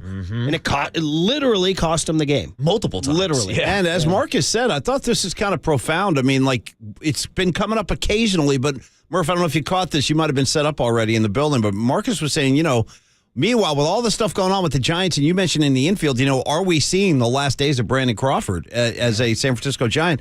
It's just something to think about as we get down the stretch. And there's going to be no ceremony or anything. It's kind of good that you brought that up because I think Giant fans need to put that in perspective. If this is the final kind of run of games for Brandon Crawford, let's enjoy this guy. Let's celebrate him. That's a great Giant. Do I need to take you to 2019, last day of the season, Bochy's final day, the emotional final day, when the subplot was Bumgarner had not re-signed, and he was going to hit the free agent market, and was this his last day? And Bochy sends him up for a pinch hit, and we give him an amazing I was part of this. I was at the game. We give him a lengthy standing O, and in the epic moment, he steps out of the ball. I'm getting chills right now. And And Brad Manson has a great picture of him. He just turns his torso to the crowd, and he's holding the helmet high. And it's a great picture from Brad, and it's like iconic, and that was his goodbye. Man. And are we going to get that Sunday, October 1st against the Dodgers? Great question. We could. Well, we're getting up to that stretch now, so enjoy him. Enjoy BC while he's out there. Yeah, hopefully we get a few more. A couple of those moments throughout this last month. Who knows what's going to happen in the offseason? Well, we'll talk to Dwayne Kuiper about the defense and about Brandon Crawford today at 7:35. Get into our big hit and our cooler of content as we always do during the Power Hour. Then we'll check in with Matt Barrows, 8:50 this morning, talking a little 49er football, getting you ready for Rams week. Yeah. Then we'll hop back into Andrew Baggerly, who you were just talking about with that great article on Stephen Kwan. We'll talk some Giants baseball, and then we'll cap it off, sandwiching the football and baseball talk with Omar Ruiz from NFL Network, getting you ready for Rams week. Yes, and by the way, tomorrow, Vikings-Eagles. You got a Thursday game. That's a pretty good Philly? game. In Philly, yeah. Eagles are a big favorite. They're 7-point favorites. Well, hold on. Did you say Tom Tolbert's going to be at that game? Yeah. Is he going to miss Ska Friday? Does that mean he's going to be absent for Ska Friday? Yes, he will. Oh, man, very good. Also, there was one other thing I wanted to say about these this list here. Bags. It's the mailbag. Did you guys, I know you're not an athletic guy, Paulie, but, dude, Andy Baggerly's mailbag, woo! So he does a mailbag where he's like, Giants fans, fire away. He had to do a two-parter.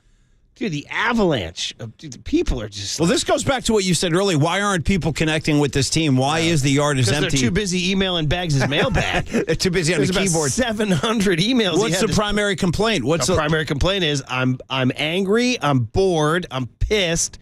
Where's my squad? Boy. I want to love my squad. I can't love my squad. Where is this squad going? I'm angry, I'm bored, I'm angry pissed. and bored. Damn, I'm angry and bored. Shut up, punk rock. Remember the famous scene in Saturday Night Live when Burt Reynolds visits the home to meet the probably politically incorrect skit to meet the teenage fan? Yeah, chewing gum and all that. He goes, "Do you always visit your hands?" And Kurt Reynolds is chewing the gum. He goes, "No, only when I'm in town. I'm, bored and horny." So he says, and Bill Murray says, "I should be so bored and horny." He's so excited. No.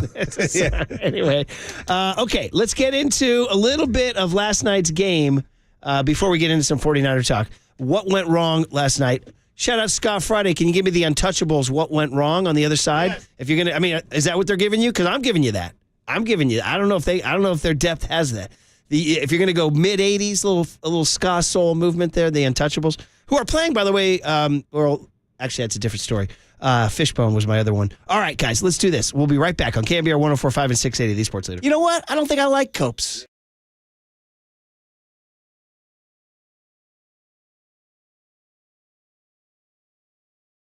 Be caller 10 to 415-896-KNBR for a chance to win a pair of tickets to see your Giants take on the San Diego Padres on Tuesday, September 26th. First pitch, 6:45. Presented by Toyota, the MVP of MPG. With class-leading MPG and more hybrids than any other brand. Toyota, let's go places.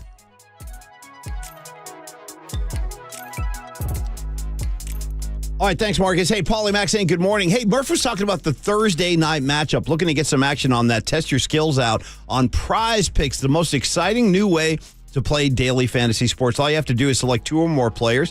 Then you predict their stats in a variety of categories. And then you place your entry. It's about as easy as that. So if you have the skills, you can easily turn $10 into $250 with just a few taps. Again, we're talking about easy gameplay, quick withdrawals, and then an enormous selection of players and stat options. All these reasons are what make Prize Picks the #1 daily fantasy sports app. So when you're ready to test your skills, try it out tomorrow night.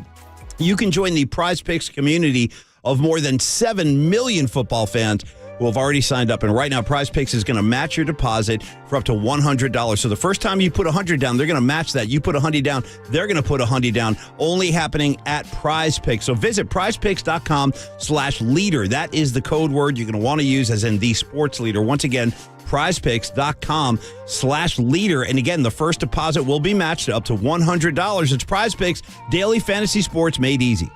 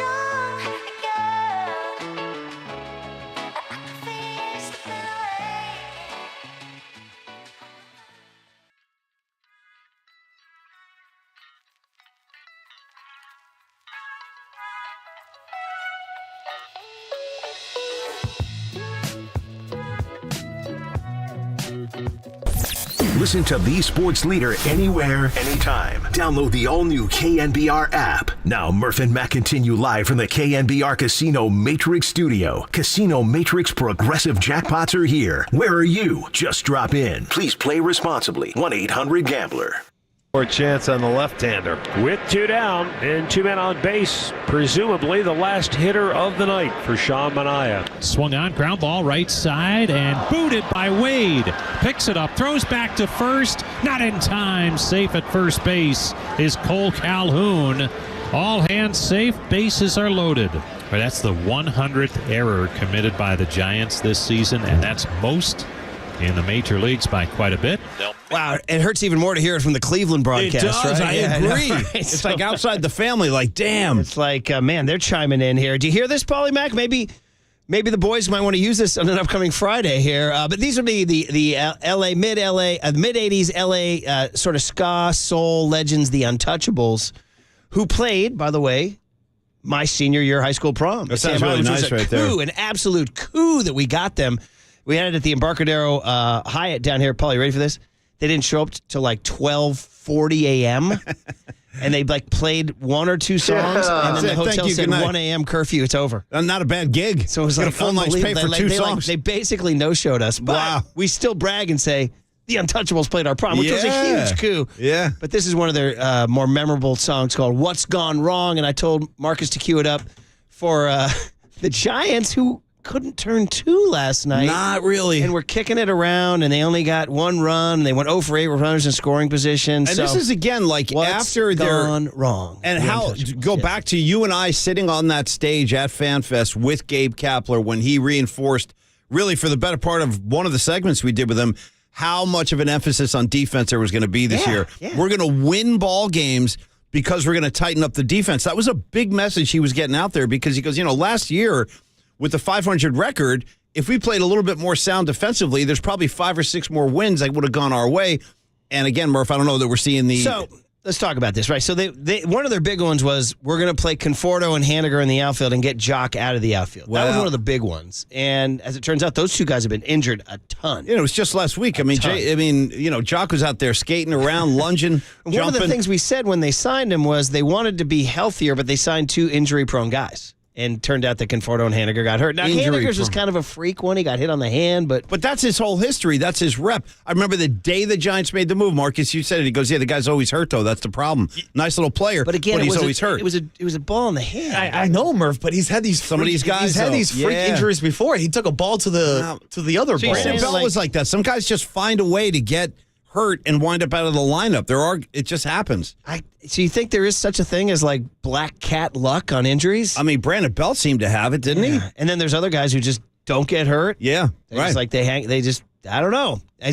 Or is it like people that work at your show who maybe find a way to miss the show a lot? You know what I mean? Yeah, without naming names. I understand. But, you know what I mean? Whether it's COVID or a snowboarding or a car or something like that. Or Chicago, New York, Malibu. There's a lot of destinations. Anyway. Yeah. So they would say, so Farhan was sitting across from us. He goes, no, we tried. We got Conforto and Haniger in. Now, those guys aren't Gold Glovers, but they're better than Jock. Didn't really work out. Now you go around the infield. You pointed out, Waterboy, Brandon Belt leads. Wade has been pretty good, Pretty good. Serviceable, but I think we would all agree that it was a downgrade from Brandon Belt's defense, correct? Now, I haven't looked at Brandon Crawford's advanced metrics, but I don't think he's having a good defensive year. I don't. At least to my eye. He seems to have been making more errors. He made a big error Monday night that they won the game, but it was a big one on a ground ball right through the wickets. Yeah. So that's been a little bit of a downturn. Third base, J.D. Davis, Casey Schmidt, although here's funny, the metrics are not kind to Casey Schmidt. They love his arm, but they don't love his range. I feel good about Casey Schmidt over there. And that to me confused the hell out of me when we were talking about the other day because I know at second base especially, he showed great range defensively. Casey Schmidt. So I don't know why his metrics are down. Listen. Then again, I don't understand analytics. Neither do I. It baffles me too. And I say this sometimes I say this to my kid when he throws the metrics at me. I'm like, yeah, but I'm watching the game. You know what I mean? I'm like, I'm watching the game. I see what's on the field, man. I'm like, I watched the game, like, you have to wait until tomorrow when the computer reboots to tell you how the guy played. I'm like, well, I also watched the game to tell me how he played. And also, by the way, those are the same computers that's telling Tyro Estrada to hang out in right field instead of playing at double play depth. When you can't get out of an inning, yeah. Now, here's a really good explanation, by the way, with a 5-1-0, because if anybody missed it last night, I know the Giants are not like, there's not like millions of eyeballs on the Giants right now. But at a key moment in the first inning of their game yesterday, the Guardians had the bases loaded, and Sean Manaea got what you would call the classic double play ball to get out of the jam. He did his job. He made the pitch that forced the hitter to hit a routine ground ball to second base. Time to turn 2. He's done his job. Must start walking towards the dugout. Yeah. Except Brandon Crawford, for some reason, crossed over the second base bag into the right side of the infield to field it. And it was like, what are you doing, dude? And 510 says he thinks, looks to me like Craw thought there were 2 outs, which is the only explanation. That actually makes sense, though, as to why he would have done that. This is the line from 510, though. He says, then when Tyro whispered something in his ear, it almost felt like a Mitch McConnell moment. Oh, dude, what, is he grabbing the podium, just freezing up a little? Yeah. That was it's hell tough. of a text. Yeah, who's going to come and get him? Gabe and Kai going to walk him off like they grab his arms? Hell of a text there. Come on, Brendan, let's go. If you missed it, the Giants did lose last night, and if you want to get into like the particulars of it, the reason why it hurt, I know, right? McConnell thing, that's going to stay with me. I know, right? That's tough. The Phillies lost. Yeah. The Phillies are way ahead of them. The Cubs lost, but Arizona lost and Miami lost. So it was a big chance to pick up a game. You didn't pick up a game. In fact, Cincinnati gained a game on you and surged ahead of you. I'm still trying to recover from what you said at the beginning of the show where you were talking about, you mentioned the Diamondbacks right there. How about this little nugget Murph dropped on our heads?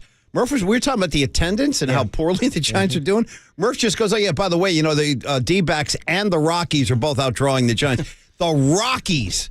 I think they're selling tickets cheap, but again, I mean, still though, you're getting people in to buy your beer, right?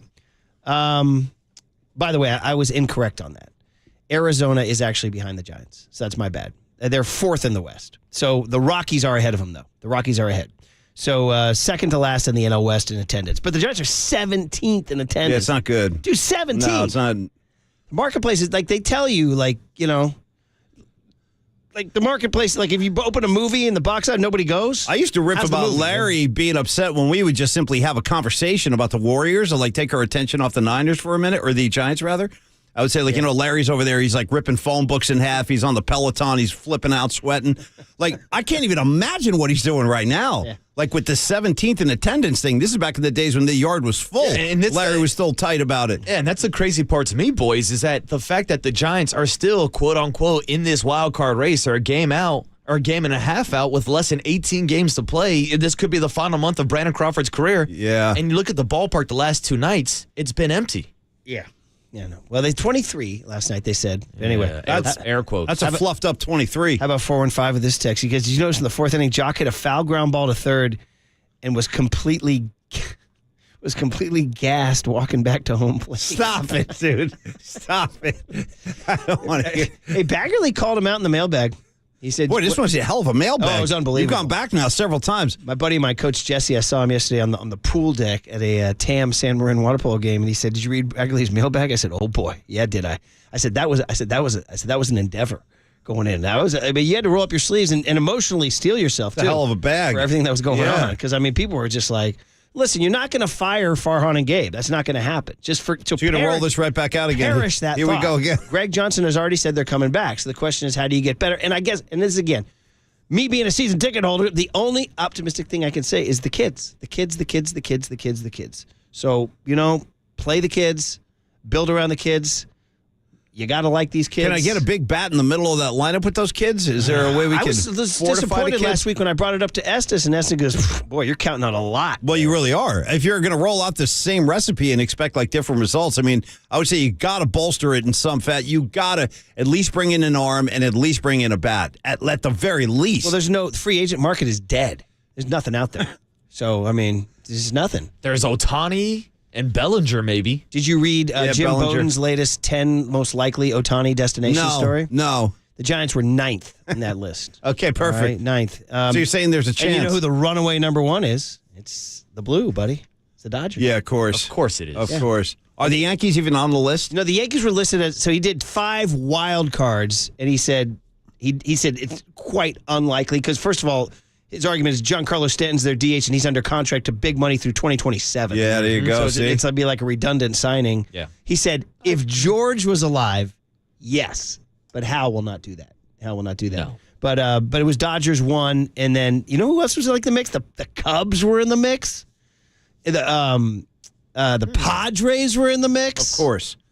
I mean, the Padres might do it, although I don't know what the Padres. He said they would have to trade Soto to clear up some space and all that.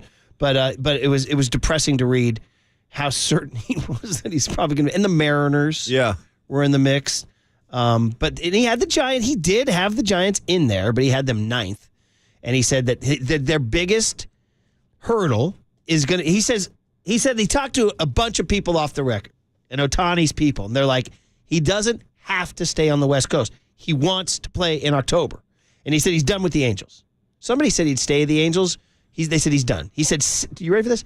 6 years, never once above 500. Never once. And that's while he's playing with Mike Trout. Oh, by the way, the same Mike Trout that they're talking about trading away this offseason. Too, I think. So if you're trading away Mike Trout, there's no chance in hell Shohei's staying in Anaheim. How about the Giants go get Mike Trout? Fine. How's that for an idea? Dude, that's a great idea. Fine. Get cracking Let's on start that. the movement right here, boys. I would trade Bryce Eldridge and Reggie Crawford for Mike Trout. Kidding me? I'd give up the world for Mike Trout. So would I. Yeah, absolutely. So he said he does not have to stay on the West Coast, although it's a lean, but his number one thing is October. Yep. He wants to play in October. And how many times have I said this to you, Paulie? That baseball needs him in October so badly. They really do. Because they could run those ads during NFL, like, hey, man, Shohei's on, be like, damn, I'm going over to check that out. So, you know who his number 2 team is on the list?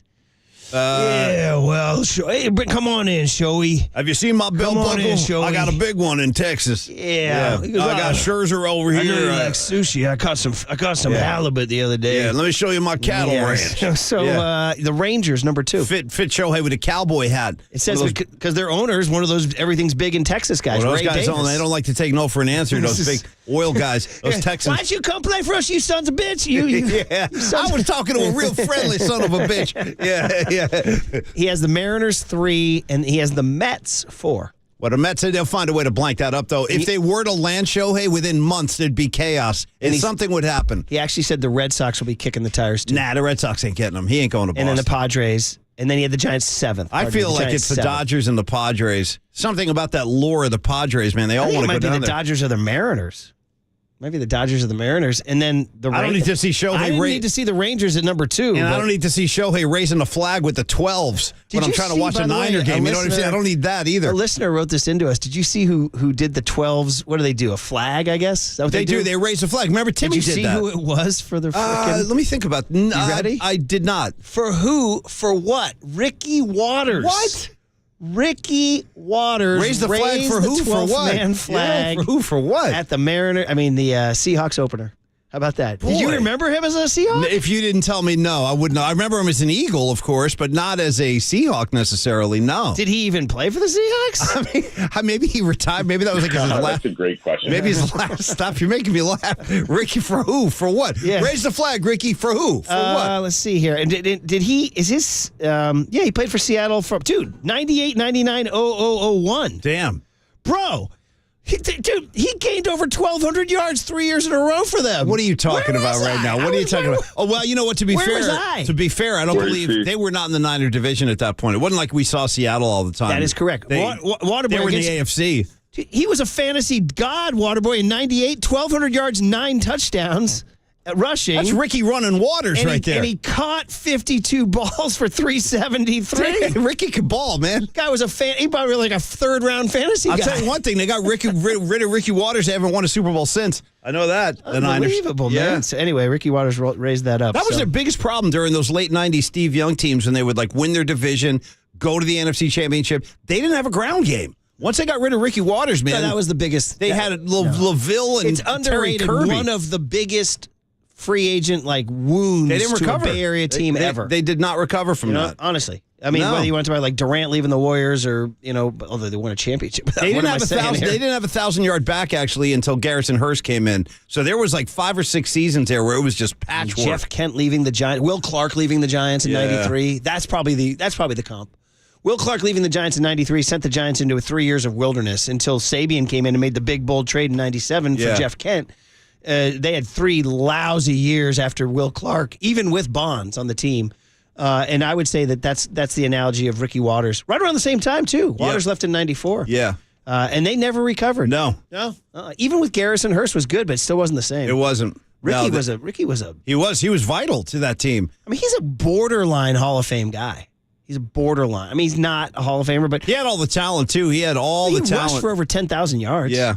And he caught 467 balls in his career. I mean, but he's here in the Bay Area, right? I mean, we had him on. Remember, Ricky he lives here in the city. Yeah. I mean, Paul, we should get him on again. Let's get Ricky on. Say, Ricky, what are you doing raising the flag? He was only a Niner for 3 years. Yeah. Well, he won a ring, though, with us. That's the thing. He did. Yeah. He did. In that year, he caught 88 balls. He was a 66 beast balls in 94. He was a beast. 66 balls for 719 yards and 5 touchdowns out of the backfield. Ran for 877 and 6. Yeah. So, again, another fantasy guy to get. Yeah. Hey, remember, we're giving away a $100 Michi's gift card later in the show. But there you go. And listen to this. John Brebbia is going to join Papa and Lund today at 10:30. You know, it's funny. Sometimes the cooler content, we don't get to stuff. And Brebbia was really funny with Cone on Sunday Night Baseball when nobody was watching. Although I was, oddly enough. I don't know why, but I was over there watching. Cone was in the bullpen in the 4th inning, which, you know. Well, he should stay away from the bullpen. Fill in your joke you here. Go you know Google what I mean? David Cone in the bullpen. Enjoy. Yeah. But Brebbia was pretty funny. That's how they used to roll. He took Coney's like, take me through this bullpen here. And he goes, well, these two guys here, they're identical twins. And it was the Rodgers twins were just sitting in these chairs. Brebbia is pointing to him. He goes, a lot of people don't see it, but I do. Yeah, nice. Not bad. Pretty funny Not riff. bad. It is. And he had a little thing. He had a pretty funny one. He's like, all right, because then Cone went to the Rockies pen. Well, Murph, you know, Cone does like to riff, but he's more of a visual comedian. Yeah. He relies on props. Yeah. Anyway, Brebbia joins Papa and Lund today at 10:30. And, of course, we are proudly sponsored by the O'Donnell Financial Group because planning is a process for loans, insurance, investments, and retirement. Call Greg O'Donnell at 866-496-2300. Let's start the Rams preview next on KNBR 104.5 and 680, the Sports Leader. Come on, Giants. Hang in there.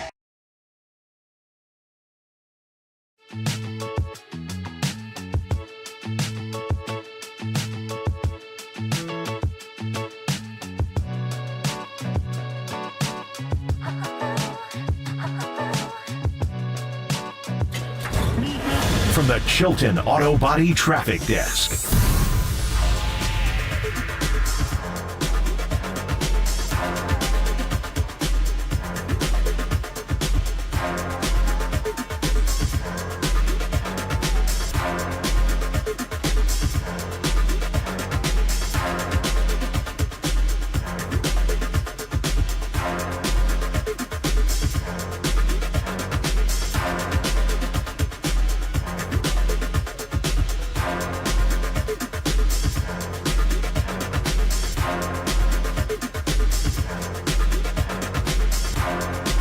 All right, 49ers fans, let's talk about this event going down 2 weeks from today. Broadway San Francisco is presenting Unscripted. The 49ers Unscripted. That's right. That's 49ers legends Steve Young, you love him. Ronnie Lott, you love him. Brent Jones, you love him. Harris Barton, Dwight Hicks, you love him, you love him. Live on stage, you get to go hang out.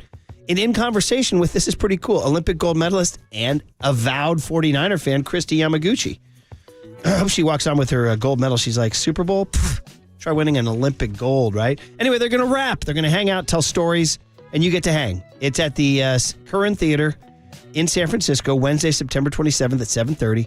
It's one night only, obviously very unique, authentic conversation. A lot of Bay Area icons about their extraordinary lives on and off the football field. And a portion of all sales go to Champion Charities, founded by Harris and Ronnie, to help fight brain cancer and brain disease. That's a good cause. So meanwhile, again, Steve Young, Ronnie Lott, Brent Jones, Harris Barton, Dwight Hicks, Unscripted, one night, one stage with Christy Yamaguchi moderating Wednesday, September 27th at 7:30 at the Curran Theater. Tickets are on sale right now at BroadwaySF.com. That's BroadwaySF.com.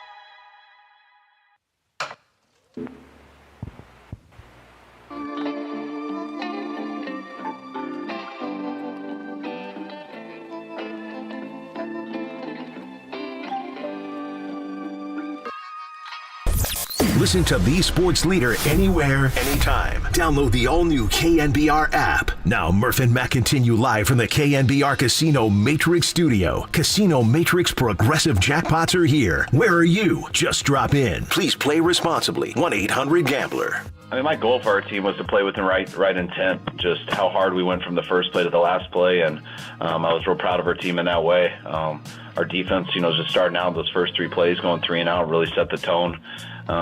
They had the right intent. They flew around. By no means did we play a perfect game. We got to clean a lot of stuff up. There's a lot of things that we can do better, but our mindset was right, and that's to me where it starts. Was the most important thing, regardless of what happened. And our D came out and they flew to the ball. They've been who they have been, and that was really cool to see that happen with Steve for his first time. There he is, Kyle Shanahan talking Steve Wilkes' debut as the Niner D coordinator. And, of course, you're listening to KNBR and KNBR FM San Francisco, the sports leader, a Cumulus media station. Hey, before I forget. What do you got, buddy? Want to remind everybody, did anybody here see the VMAs last night? No, I didn't even know they were on the VMAs. I didn't even know they still did that. I know. Waterboy, as our young generation guy, did you check in? Well, I'll peel back the curtain a little bit this morning because Murph walked into the studio and asked me and Paulie Mack at the same time if we watched the VMAs. I was like, and we had the same exact reaction. It's like, they're still doing those? Yeah. Are they still making music videos? I mean, back in the day, yeah, I'd be watching the VMAs, but I haven't seen the VMAs in like 150 years. Who's like hosting? They do make videos now. They do. Who's the host of the VMAs? I don't even know who hosted. All I know is it started popping up on my Twitter timeline, so I started paying attention. And I'm just shouting out because, we do love our Generation X. No, we're Generation. We do love our millennials. Yeah. I want to reach out to my millennial people. Like these guys. And apparently huge to-do last night. NSYNC reunited on stage. Oh, see? People lost their minds. So that's why Timberlake was hugging Rodgers in New York. He was getting ready. I'm surprised he showed up with those guys. And by the way, it's always the sadness of those fringe guys who kind of let themselves go a little bit, Because Timberlake's still ready to go. There's always going to be that. You're brushing up against something very intriguing now. Yeah. Like, is the fallen angels from any given boy band. Because there's always going to be like a couple of rehab guys. Some guy there'll always be some scandalous stuff, and it's always those background dudes. Well, I mean, so they presented Taylor Swift an award, and she tied or broke the VMA record held by, who was that? 1987, Paulie. Do you remember the one-man VMA wrecking machine in 1987? Let me think about this. A guy you've never used in any of your parodies, even though he's from our generation. Give me a genre. Pop. Steve Winwood? No, dude. You got to think think. Paulie, dare I say he dropped a sledgehammer? Oh wow! No, I never would have guessed that. I never would have guessed Gabriel. That's how that was hot big. He was for 1 year. Shout out So. Yeah, the record. He won 9 video award, and Taylor Swift tied that. I could never have come up with that, and I do like that track. I didn't. Yeah, a little bit, not just pieces. You've never used it in any of your parodies. Not a lot. I do like Digging in the Dirt. Remember that one? Digging in the boo. I think it's on the same record. Little Peter Gabriel. Once I heard Sledgehammer, because the video for Sledgehammer was very creative. It was like his head. Yeah, with like claymation and stuff, right? Things coming in and out of his ears. Yes, and stuff. Worms and flowers. Yeah. By the way, Tripoli reports his very first concert at the Oakland Coliseum, NSYNC. That makes sense. That makes a lot of sense. My nephew, Connor, he was 7, and his huge birthday present was a Lance Bass puppet, like on strings. Shout out Lance Bass. Well, I mean, he's out there. He's doing his thing. Shout out Kevin Bass, too, while we're at it. Any relation? You use him in the Immaculate Grid for the Astros and the Giants. Okay, Kevin Bass. Yeah. How about this? I saw one of the guys from NSYNC. I apologize. I don't know who it was. Well, was it Kevin Bass? Lance Bass? It might have been, but one of the guys was out playing with the Savannah Bananas this past weekend. Really? I swear, and he came out singing the song. Yeah, it was NSYNC or Backstreet Boys, one of the two. I don't know. Do you remember the Mooch commercial for NFL United Way where he was at the senior citizens home? Maybe. He was playing Trivial Pursuit, and the answer was NSYNC. Vaguely. And remember, they go, this boy band achieved number 1. He goes, NSYNC! And then they all look at him, remember? And then he looks around, he goes, bye.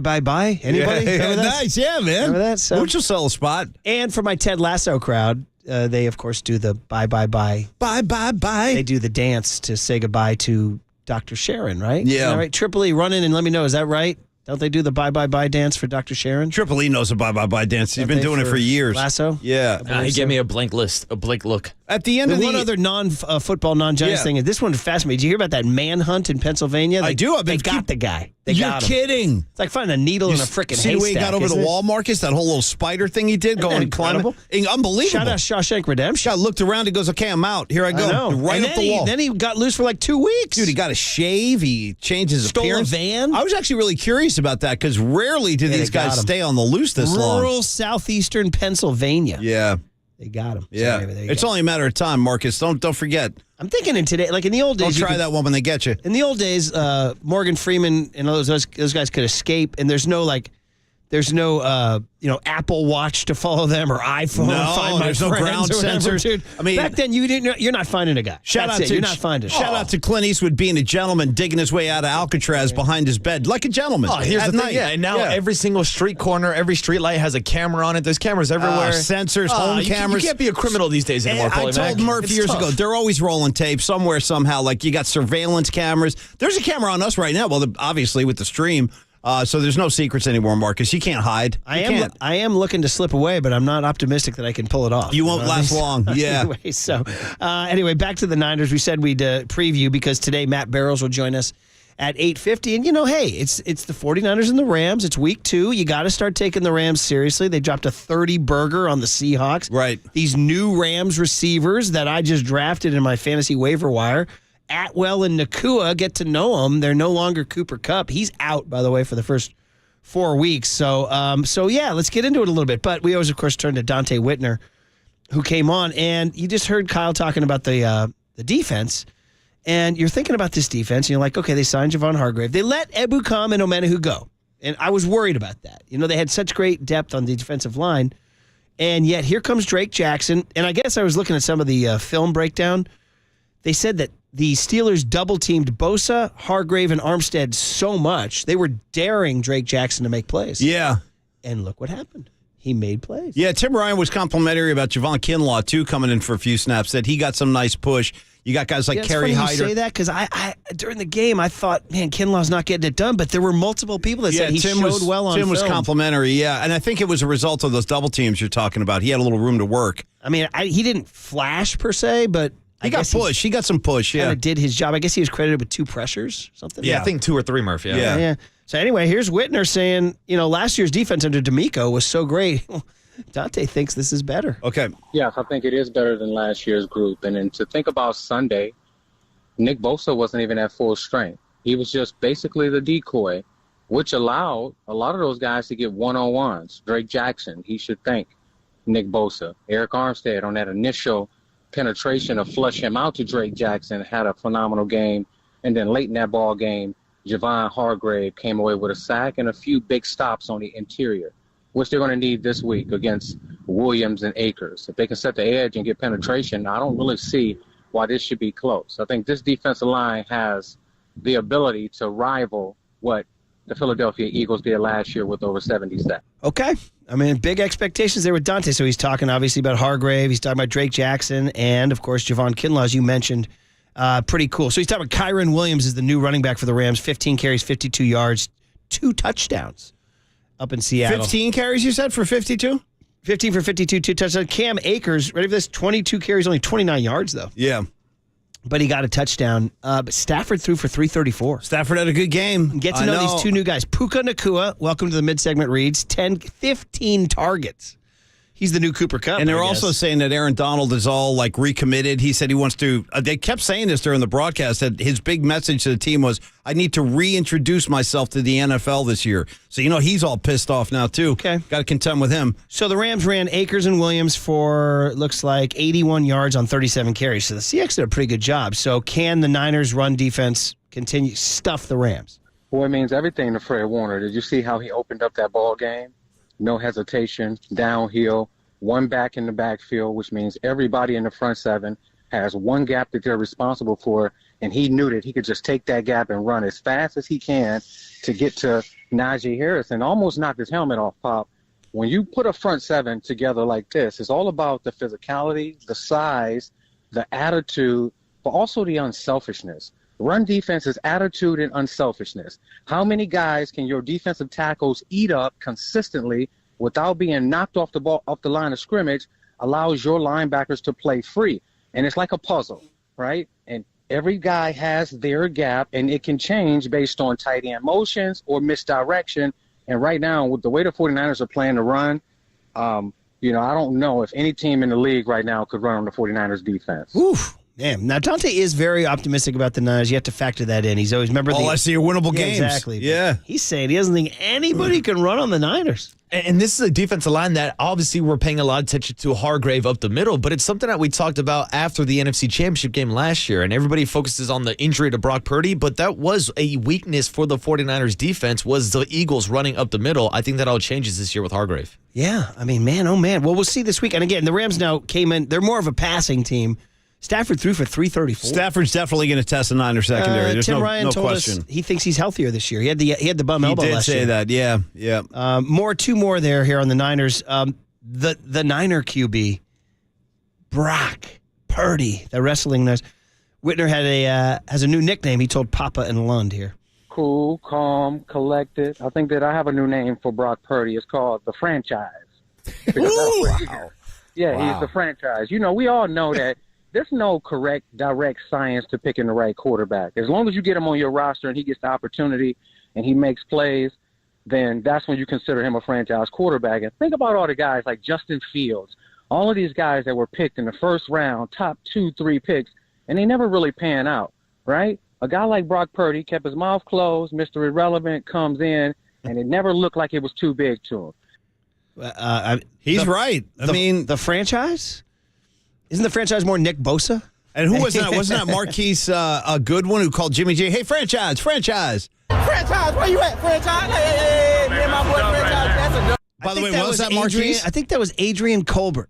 Colbert? Okay. Marquise Goodwin was the one who said he'd throw that ball. Yeah, there you go. I knew he was in the mix, too. But anyway, we've already had a franchise. I don't know if and we do boys, that twice? I've got the full Adrian Colbert sound. I feel like we should play it. We just got the dub, you know. Hey, 49ers, man, we on the come up, baby. Hey, they think they sleeping on us right now, but we coming up. Hey, franchise, where you at, franchise? Hey, me and my boy, franchise, that's a dub. You can see Jimmy. I can almost see the sheepish smile of Jimmy Garoppolo, who's going into Buffalo this Sunday, by the way, as a big underdog to play a pissed-off Bills team. Can you get a pass rush on the 8.5-point dogs? Can you get a pass rush? That's a scheduled loss, isn't it? Yeah, I think so. In Buffalo, cross country Yeah. against Josh Allen. After that blown game on Monday. Well, yeah. But hey, Jimmy G wins games, so hey, who knows? No, he's not going to go 17-0, baby. He's going to go 10-7. Get you guys in the playoffs. Yeah, but if Jimmy D probably 7-10 more likely. Oh man, if he does roll in there though and steal one, Marcus, I don't know. I mean, you're going to have to regroup. You're going to shock. You'll have to go regroup. What's the spread in that game, by the way? Jimmy G tattoo on my face. 8.5. That's a big spread. You might want to tattoo Jimmy's face on your face, just to kind of like Well, a listener asked when you'd get him like a Jimmy G face on your neck. I'd do it just to make me better looking. Jimmy G on your neck. Not a bad idea. Here's Brandon Ayuk was on with us. He was our player of the week. His take on Brock Purdy's return from injury and week 1 win on the road. Okay. Yeah, that's crazy. But no, Purdy, he's done a great job since the moment he came in there and started his first start. Even when he started, when he ended up taking over in the Miami game, I believe. He had a great job. So, yeah, I think trust. Trust is a big thing. We talk about it in our offense all the time. Quarterback can trust. Quarterback can trust that we're going to be in a spot where we're supposed to be. And we can complete passes even when we're not. Even in looks, when we have terrible looks, we can still continue to complete the ball, move the sticks, keep the offense flowing. And I think trust is the main thing with that. But Purdy, I'm enjoying playing with him. He gives us confidence every single week. He gives us a bunch of confidence. So much confidence going into every game. That not only are we going to win the game, but you have a chance to have a great game as well. So I'm loving playing with him. I mean, he's going to lose a game eventually. He's 6-0 as a starter. I saw Jalen Hurts, by the way, has won 17 of his 18 regular season starts. Yeah, he's a problem over there. Jalen Hurts is officially a problem. Funny, I saw him fumble again in New England, and I thought about his fumble in the Super Bowl, and I was like, maybe he's a fumbler. Wait, refresh my memory. With some fumble in the Super Bowl. Give me the scenario. Was the play that ended the game. I mean, what was it again? Yeah, he was in the backfield by himself, and he kind of knocked it off his thigh, and the Chiefs scooped it up and scored. He was playing good football, though, in that second half. Fumble recovery for a touchdown. It wound up being, it was a 38-35 game. That was the end. By the way, 650. I don't know if this is true. Says when the escaped convict was captured, he was wearing an Eagle sweatshirt. Well, that would make sense. Is that incredible? And the Backstreet Boys Army has come in, Waterboy, to say it was Brian from Backstreet Boys who was playing with Savannah Bananas. Yeah, I responded on the Golden State Lumber and Building Materials text line. I said, close enough. Okay. Yeah, Boy it's pretty band, close. Backstreet, It's pretty close. whatever. Yeah. And since we're talking about the VMAs for a second, did you see that the Guardian or whatever, one of those English tabloids says that Travis Kelce did crack the code and that Taylor Swift is hanging out with him now after his open plea? And I was like, she'd never go with that. So that's not really her thing. He's hot commodity right now, though. He's a hot host. He hosted SNL. He made me laugh. Well, I'm skeptical, but I was laughing. He had funny stuff with that doll drinking tea, bro. Yeah. That skit was demented, and it made me laugh. So maybe I'll tell you what, comedy can win over a lot of favors out there. Okay. Yeah. Okay. Look at all the comedians that land all these supermodels and stuff. It wouldn't who? shock me. Give me a comedian who's been with us. Oh, man. I mean, it's the magicians. Well, Richard Pryor set the tone in the 70s. He dated him. He had him all over the world, Richard Pryor. Seinfeld was never a big... Eddie Murphy, he was a... Murphy? Yeah, he said he got around a little bit there. Yeah. I don't know. I'm thinking magicians. David Blaine, Yeah, those Angel guys, Chris. they get a lot of ladies, too. Anyway, there's your little diner, just early peek ahead. Okay. We'll be talking to Matt Barrows at 8:50. More about the Niners and the Rams. Hey, Draymond Green spoke. Hey, today is the first day Warriors single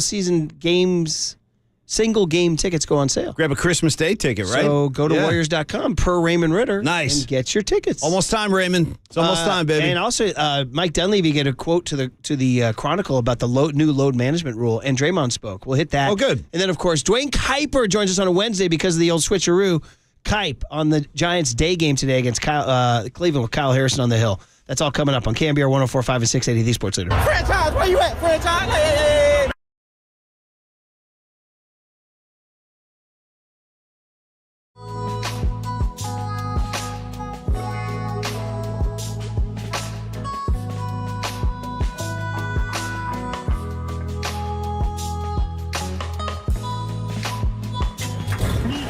From the Chilton Auto Body Traffic Desk.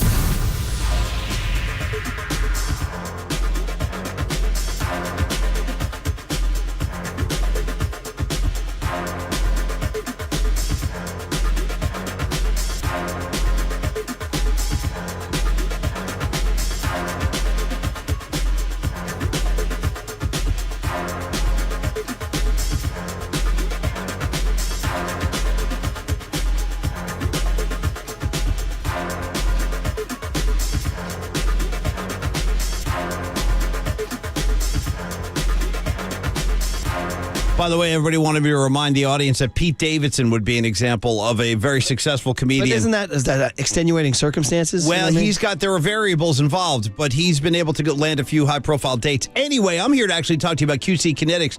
There are treatments available. I don't know if they can help you in the Pete Davidson category, but they can help you with aching pains all over your body, regardless if we're talking knee pain, a variety of joint pains, elbows, ankles, shoulders, neck, back, on and on we go. So you say, okay, we're getting older now. You don't want to depend on prescription medications.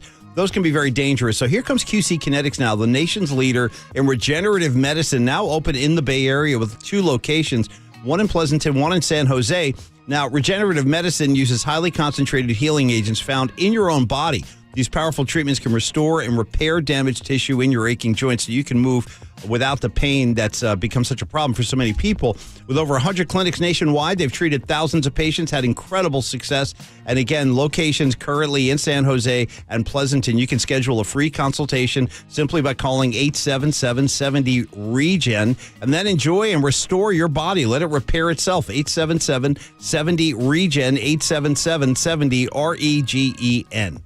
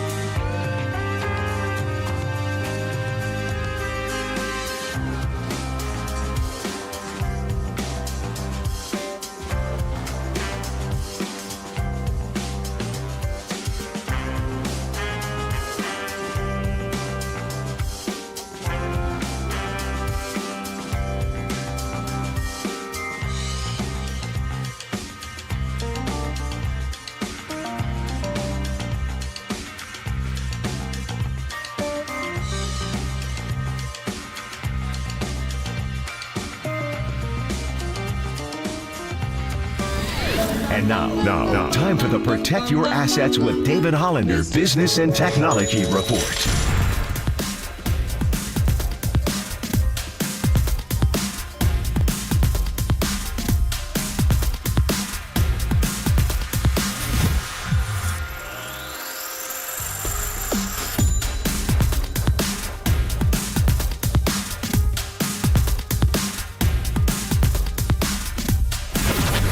This has been the Protect Your Assets with David Hollander Business and Technology Report. Concerned inflation will ruin your dream retirement? Learn more. Listen to David's show every Saturday morning on KNBR or call 1-866-PROTECT. Menlo Park, shout out to you for supporting KNBR, Menlo Park's sports leader. Listen to the sports leader anywhere, anytime. Download the all-new KNBR app. Now, Murph and Matt continue live from the KNBR Casino Matrix Studio. Casino Matrix Progressive Jackpots are here. Where are you? Just drop in. Please play responsibly. 1-800-GAMBLER. All right, Waterboy. Somebody wrote in and said, look at Waterboy still pretending that he doesn't like NSYNC or the Backstreet Boys. See, this sounds like a generational argument for you millennials. Yeah, I mean, that's the thing. That's why I never like classifying myself as a millennial in general, because I think there's a big difference between like even me and Copes. Like Copes' generation, my sister was huge on NSYNC, Backstreet Boys, all that stuff. By the time I was like in middle school, I was like, blank these guys. I'm not a boy band guy. And you come in with the Steve Miller, you come in with the Aerosmith, like the Petty, like you've got your hands in like some classic rock. I'm all over the place, Yeah, Paulie but Mac. I like that. That's good. It keeps things keeps it nice and lively. People are telling me Drew Barrymore hosted the VMAs last night. I did not know that. Well, somebody else on the text line said they thought that Nicki Minaj was supposed to host the VMAs, but then turned out she didn't. I don't know what happened, but shout out Nicki Minaj. What are we going to do? Queue up Anaconda maybe as a rejoin. Anyway, it was on last night as opposed to watching the Giants lose 3-1 to the Guardians. Or pardon me. Yeah, 3-1 was the score, right? 4-1? 3-1? What did I have? 3-1. Yeah, I wrote 4-1. 3-1. Don't make it worse than it was. For some reason, I wrote 3-1's bad enough. Giants are 74-71, game and a half out. They go out today. Kyle Harrison, 12:45. Hey, that's something to look forward to. It is, and we're excited to see Kyle. And I want to say, Shamanaya did a nice job out there. He did some good work. He really did. He didn't really get much in return, but he did a good job. We'll hit in the big hit. What the subject of the Jock blog was playoff ambivalence. Paulie said, what happened to your playoff fever? I Legitimate said, it's faded into playoff. When I wrote it, they were 45-36. It was the halfway point, and I said, they're on a 90-win pace, and they haven't won 90 since 2012. How about that? They haven't won 90 since 2012. How about that? And now they're back to an 83-win pace that's just boring the bejesus out of everybody, and nobody's going to the park. And somebody wrote in, they don't really have an identity as a team. So stuff we'll talk about in the big hit. But I told you guys today, Warriors single-game tickets go on sale at Warriors.com. Raymond wanted me to pass that along. I'll be out there. It's been my last payment on our season tickets. Kids aren't eating this week, because I had to put my last payment down on the season tickets. But it's getting going, and they have Media Day coming up pretty soon. And Draymond Green cropped up. I don't know why he went on ESPN, but he did. It's almost Draymond Green time of season. He's just getting warmed up, yeah. It's September 13th. Yep. I think they start, October, there's like 24th or something is the opener. Let me look that up for sure. Late October is when it all gets going. But Draymond talked about, this is going to be the year of CP3. Chris Paul. Still got to wrap my head around that, man. So I was getting off the ferry, taking the 11-year-old All-Stars to that day game. We were getting out in the center field bleachers, and I was walking off the ferry, and my phone blew up. Chris Paul's a Warrior. I'll never forget it. I shouted it to the kids. They're coming off. They're like, really? And then they were running around at Seagulls and stuff. Marcus and I were hanging out, and it was Greg Papa who came up and showed us on his phone. Take a look at this, Paulie Mac. I said, what is this, some kind of prank? It's a done deal. I'm not a jokester, Paulie Mac. No, he's not. Anyway, so I got the news from GP, Greg Papa. Yeah, they open October 24th against the Phoenix Suns at home. And here's Draymond Green. Where was he? So you heard it from Papa. Mm-hmm. I read it on my phone walking off the ferry in center field at Oracle Park. Yeah. Draymond Green's first reaction. Yeah. 1 to 10. What did you feel about that guy? 11. I hated it. 11. But I think that's also a sign of respect. And I'll be honest, I wasn't the most thrilled initially. Like, man, we're thinking about bringing Chris Paul in. I didn't say no. I definitely didn't say no because, I know who Chris Paul is. I know what Chris Paul brings. But it was just like, whoa. All right. Cool. All right. And then it takes a little adjusting like, wow, this is real. He says he hated it. No, it was an 11 of hate. He didn't like it. That's a lot of hate. But since then, He's broken bread with the man. He's pretty much their primary nemesis for the past 10 years, Chris Paul. Now they're buddies, yes. We've gotten together as a team. We've kicked it together, and the vibe feel great. Did you have to talk to him on the phone, or did you have to talk to him in person? Initially, we all kind of gave it a little time and space. Like, you touch base, like, yo, man, happy, and then give it a little time and space, let it set in. I'm a student of the game of basketball.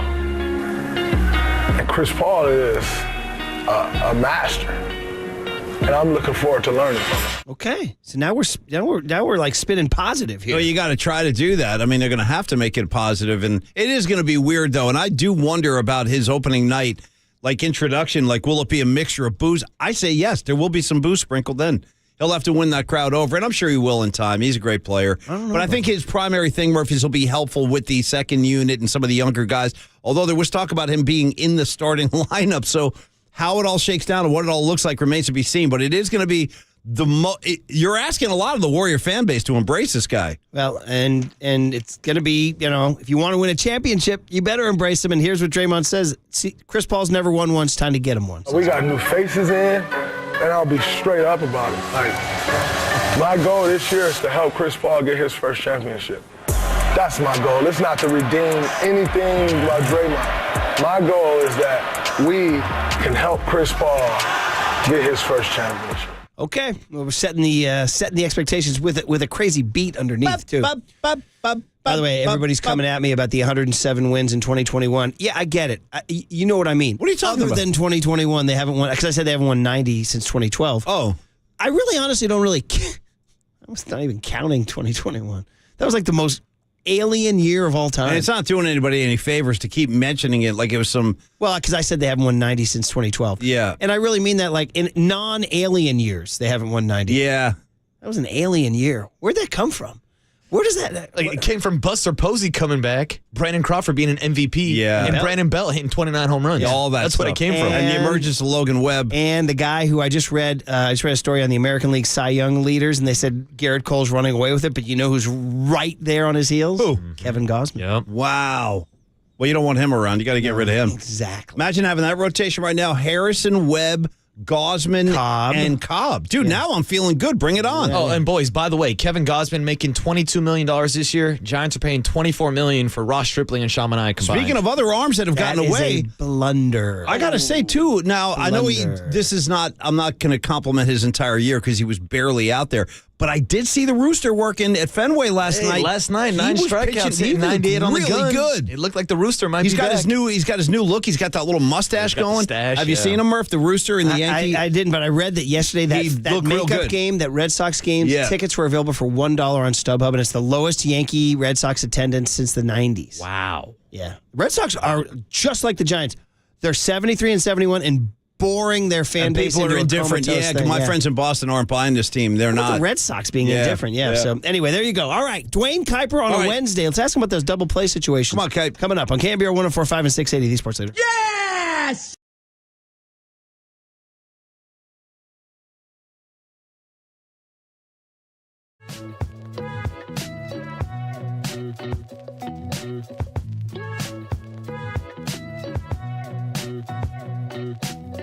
Amici's East Coast Pizzeria, and we've talked about home delivery for, weekend football and all that good stuff. But how about a bigger event? How about a catering menu at Amici's.com? That's right. Sometimes you want to have a little bigger event, and the catering menu takes care of you. So here's the deal. You can order your famous thin crust pizzas, the best in town. The pasta is super underrated. The crunchy salads and their famous flame-roasted chicken wings in larger sizes, so your group can help themselves. Buffet style, this is all the catering menu at Amici's.com. So maybe you're doing something at your workplace to get everybody back to the office, or maybe it's a youth sports gathering. Why don't you just have Amici's cater it, okay? They customize for the perfect sizes for your perfect group. Ideal situation there, the catering menu at Amici's.com. So what you do is you go to Amici's.com, you drop down the catering menu, and when you want to enjoy a fully customized and catered event, 2 words, baby, Amici's delivers.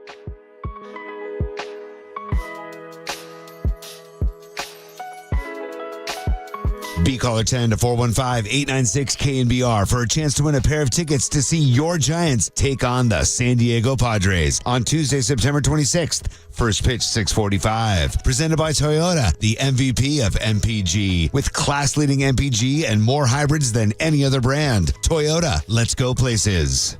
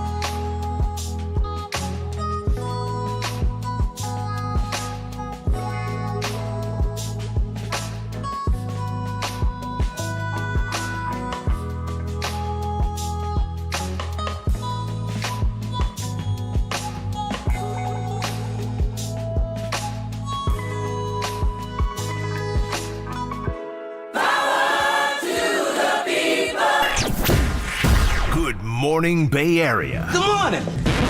Good morning. Brace yourselves for KNBR's Power Surge. The sports leader welcomes you to Murph and Max Power Hour. Giants fans, there's no question we've got the best in the booth. That's why we all mimic his call. Time for Murph and Mac to catch up with Kuiper. Sponsored by your Northern California Honda dealers. Visit NorCalHondaDealers.com. On KNBR 104.5 FM and 680 AM, the sports leader. Hey, want to remind everybody, Steve Young joins Copes and DK Dieter Kurtenbach today at 5 o'clock. Tommy's on that great East Coast road trip. He'll be back next week. And the Giants had a 4-game win streak going, and it ended last night. They lost 3-1. They made a couple of interesting moves in the infield that I want to talk to Kuiper about strategy-wise. But first and foremost, just good to welcome Dwayne back to the airwaves on a Wednesday morning. Day game, Kyle Harrison on the Hill. Good morning, Dwayne. How are you? Hey, Kuiper. I'm good. I'm on the roof of the Via. I'm checking out the morning. I guess you don't call them clouds in Northern California. The morning fog or the morning sky coverage. Do we go marine layer? Does that work or no? Yeah. We can do that. Something that we didn't have in Wisconsin. No.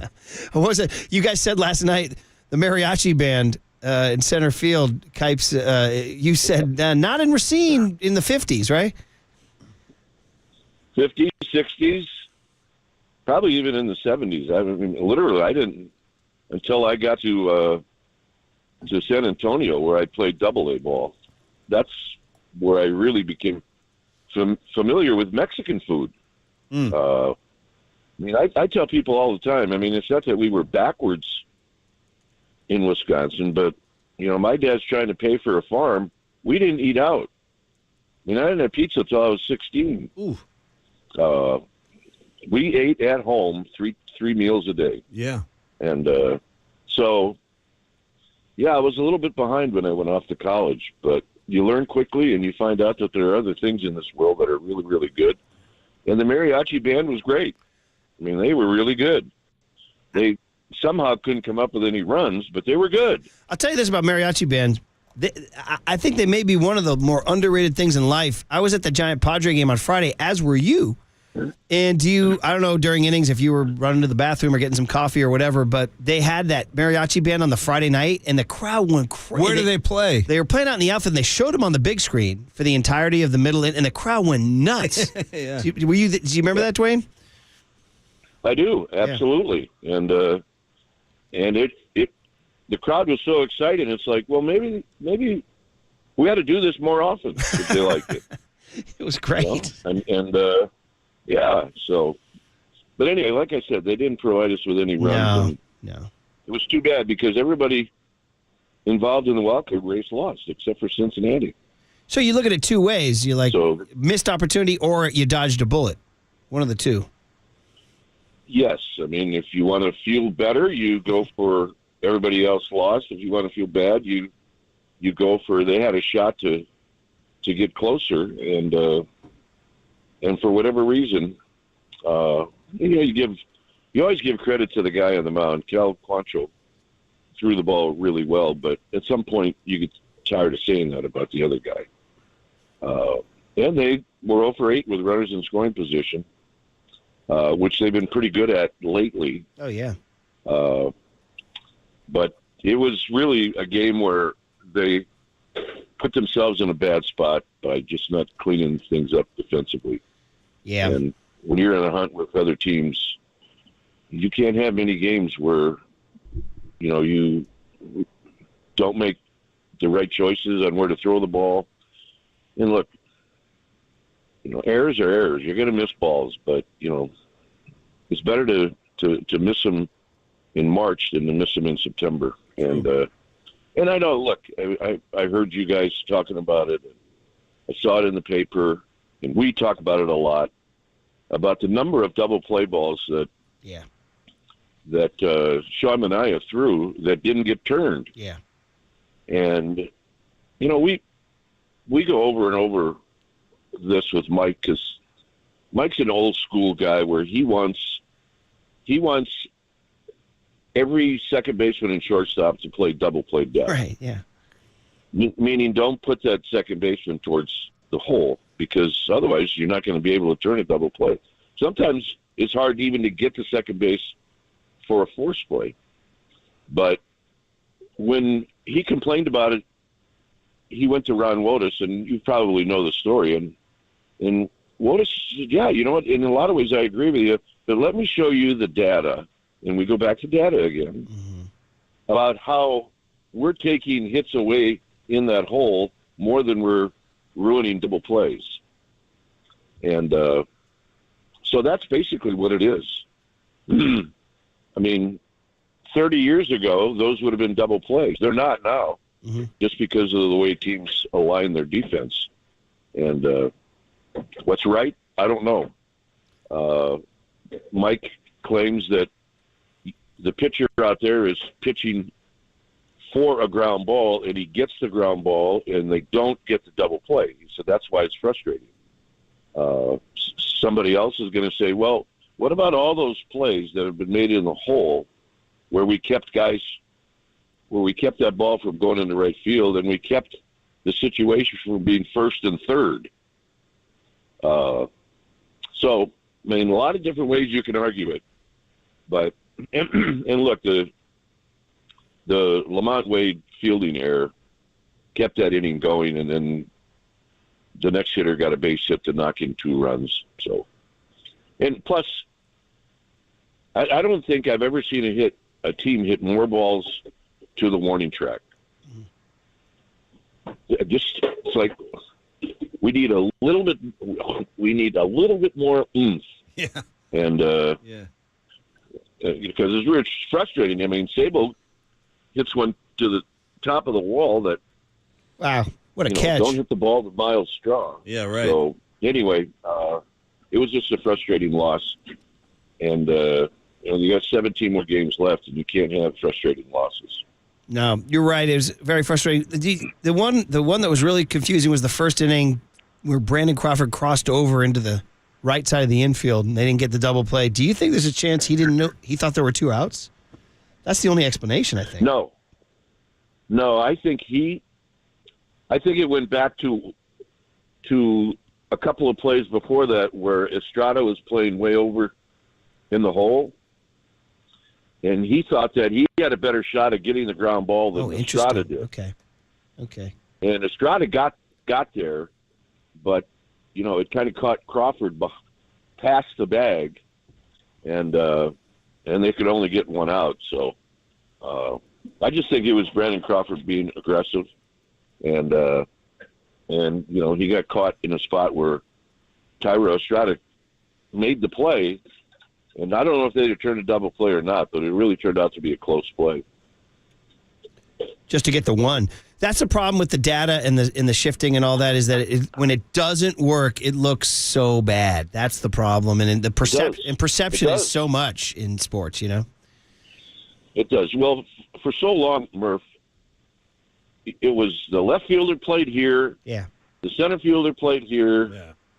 And you could tell where they played because the grass would be a little burnt out or dug out, because that's where every outfielder played on every team. But, in the same way on the infield. Guys like Gaylord Perry, they would turn around and move you around a little bit. But for the most part, you played double play depth. That's it, when there was people on base. And that's all changed just because there's more ways of figuring out what teams are doing and where does this guy hit the ball. Giants did not think that Crawford was going to get 3 ground balls from the guys that hit him, and I think it was Naylor, the first baseman, that hit 2 of them there. They just figured he was going to be and they have data that said this guy pulls the ball. He's not going to hit. But Sean Manaea got him to hit 2 balls off the end of the bat to short, and it was just impossible to turn a double play. But the data probably showed that wasn't going to happen, and it did. Yeah, that's what he said. And then when it doesn't, old school fans who've used to seeing the game a certain way for so long get very frustrated. You're like, you should have turned 2. I'm sitting next to one. You're talking to a couple of them right here. That's true. So, yeah. Mike throws his hands in the air, but he's an old pitcher, and double plays were important to him. That's like his, Sean, when that ball left that bat, you're like, that's 2, baby. Oh, no. And now I can understand where Mike's coming from for sure. The 100 errors. But, look, when there's also a possibility that Naylor drives a ball between first and second, and he thinks it's a hit, and he turns around and he sees Thairo Estrada just, glide to his left and make the play. So, and the data worked, and then you celebrate that. But boy, you sure can get ticked off if it goes the other way. Talking to Dwayne Kuiper on a Wednesday morning. They're getting a day game today. Last home game for a while, 12:45, Kyle Harrison. This kid's pitched well in his 2 home starts. It's funny, his home road splits already in 4 starts are sort of dramatic. He's been better in San Francisco, so let's go out and see him do that. Then they go on the road for 4 in Denver, 2 in Arizona, 4 in L.A., which will be obviously very telling. Kuip, the 100 error thing is definitely going to be a talking point because 100 is like one of those numbers, And it's the most in the majors. And they were supposed to get better defensively. That was something they really talked about a lot. Like, we did the Fan Fest and everything, and they said we're going to get better in the outfield with Conforto and Haniger. Unfortunately, those guys have been hurt a lot. In the infield, I guess they they felt pretty good about Crawford, and they felt good about Lamont Wade. And I don't know. You tell me, why do they have 100 errors leading baseball after trying to fix it? Yeah, I don't know. I can't answer that, Mark. Yeah, it's a hard one. I can't. It's a hard one. I get to the ballpark sometimes at 3:30, and and they're all out there doing their drills. Right. Yeah, they're working on it. Working on it. Yeah. I mean, the whole point is one of the reasons that you make 100 errors. It can't be that you're not working. Right. And and this team does. It works out of a lot. It's just it's hard to explain. Yeah. But I'm sure next spring, we're going to hear the same thing. We're going to get better. But Henniger's pretty good in the outfield, and so is Conforto, and missing those guys. And look, Crawford missed a significant amount of time, and you need him. Tyrell is pretty steady. He's I've been impressed with him. Every once in a while he'll clank one, but he's really, really pretty steady. So overall, you know what? You just got to clean it up. Hey, positive news, Sean Manaea. This guy's had an interesting up and down year all around, and they gave him an old school start yesterday, and he did well. He really did. He did well. Yeah. He really did. And look, if you're gonna do well, it's great to do well at the start of the season. Yeah. And it's even better to do well at the end of the season, because what you do in September is what people usually, if they don't look at numbers, if they just look at what you're doing with your eyes, that's what people will remember is how you do in September. And this is great for Sean Manaea. Now what you want is to have 2 or 3 more good starts and then get him back. But he was really good last night, and he's got a real sneaky, good high fastball, and he got a lot of ground balls in the game last night as well. So, and this will be the last time we see Terry Francona as a manager. Yeah, I wanted to bring that up to you. I wanted to bring that up to you because obviously, I compare him to Bochy in like that good vibe kind of thing. And everybody likes Francona, very likable guy. And he see his quotes about Candlestick today? I didn't. I heard people talking about it yesterday. He said, here, let me give it for you here. He said, too many memories of Candlestick. Everybody got dressed in the clubhouse down the right field line, so you would sit in that third base dugout, paper plates, hot dog wrappers. Then you weren't allowed to leave the dugout in the 5th inning. I'm trying to stand outside and swing for a second, and the umpire says, you can't do that. So you just sit there for 8 innings, and then, hey, get us a big hit, kid. I can't even bend over. No bathroom either. That wind. Oh. When it came in at night, your nose, your ears, your eyes, it was tough. Yeah. Yeah, he was a visitor. We had to do that every day. Every night, Kuip. Yep. And the only guys that really liked it were the pitchers. Yeah. They thought it was great because it was so tough to hit there. Your hands were cold and wind was blowing. But it was our park. We were in the big leagues, and that's the thing that mattered the most. Plus, we had San Francisco. We had the Giants written on our chest. It was our park, So, and in some ways, I do miss it. I miss listening to the other players complain about it, brag about it. Will Clark used to say he used to get have the greatest conversations with guys when they came down to first. And it all started out like, how in the heck can you play here? Yeah. And you know what? If you can, you use it to your advantage. Murph used to tell me that the Giants had always an advantage. Like when the Braves came into town, Hank Aaron never took any days off, ever during the season. But if he was going to take a day off, guess where it was going to be? Yeah. The stick. Candlestick. Yeah. So they always had a little bit of an advantage when visiting teams came into town because nobody liked to play there. And by the way, go ahead. No, I was just going to ask you another Tito one. Go ahead about Candlestick. Go ahead. No, I was going to talk about Tito. Think about the 3 franchises that he managed. Yeah. And all tough towns. Maybe this last spot, Cleveland, certainly not as tough as Boston and Philadelphia. And he really found a home. Plus, he won a world championship. 2 for the Red Sox. Something that they haven't. They weren't really good at doing those things. So he's going to go to the Hall of Fame. Isn't that interesting? And I'm going to go visit with him today. I gave him his first knee brace when he was a player. Oh. How'd that work He was out? complaining, and I said, "Well, I got a couple of them in the clubhouse. You want one?" And he said, "I would love one." So he always reminds me that. Yeah. You got me through the last couple of years. Oh, nice. He's a good guy. He really is a great guy. Great guy, baseball lifer. And the interesting connection is we don't talk about this. Gabe Kapler was on the 04 Red Sox, the legendary Red Sox On the team. field for the final out. And Francona and he then have that bond. Yep. That's right. And he's also second generation. You look at his dad's numbers; they were pretty good. The original Tito, right?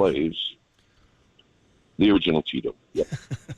Well, he said he talked about his theory about being a manager. He said it's easy to pat guys on the back when they're hitting home runs. You're doing your real work when guys are 0 for 25. You need to put your arm around them. That's what managing is. Yeah.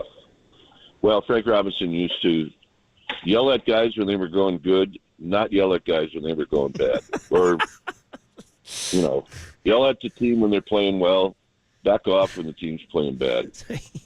So, and then he used to pull in the best player, and he'd say, "Look, I'm going to have a team meeting, and I'm going to air you out.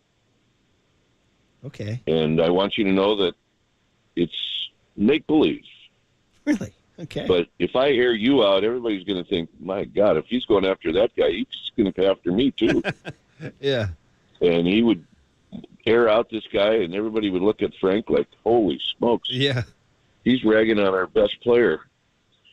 And I don't ever know if those things worked, but those are things now that you couldn't do. It wouldn't work. No. Yeah, everything's changed. You know what's interesting? When you mentioned Frank, and I think we're talking about the great and legendary Frank Robinson out of Oakland, California, long gone, but a Hall of Famer, an icon. That time at the end when he was in Washington and he got emotional about that catcher who had that rough inning, remember? And I wonder if you had like a Freudian analysis, because Frank broke down crying, talking about the kid, how bad he felt for him. And he's such a tough guy and such a hard man. I wonder if he was just, I don't know, did you ever... it's one of those things that confused me because he was so mean and so tough, and yet he was so sensitive and wept about this guy's struggles behind the plate openly. Well, I mean, everybody said that Frank had really softened up those last years that he managed. And he looked at things a lot differently than he did when. I mean, he had so much fire in his belly all the time that that's exactly what he expected out of each and every one of his players. And there were guys that couldn't do that. And then those are the guys that Frank had a problem with. But over the years, he softened. And when we would go into Washington in that old ballpark, Mike and I always would go in and sit down and chat with him. And you could tell right away that you didn't want to say that he's not the same guy, because that makes it sound like it's bad. Oh, yeah. But he wasn't the same guy that we had when he managed us. He was just a softer guy. And we enjoyed it. I mean, the banter was the same, but you could tell the look in his eyes and the way he had the feeling for his players was a lot different. Yeah, it was in 06 in Washington. Matt LaCroix just had a disastrous inning. He couldn't throw the ball, and he had to pull him in the middle of the inning. Wow. And he was emotional about it. Robinson was.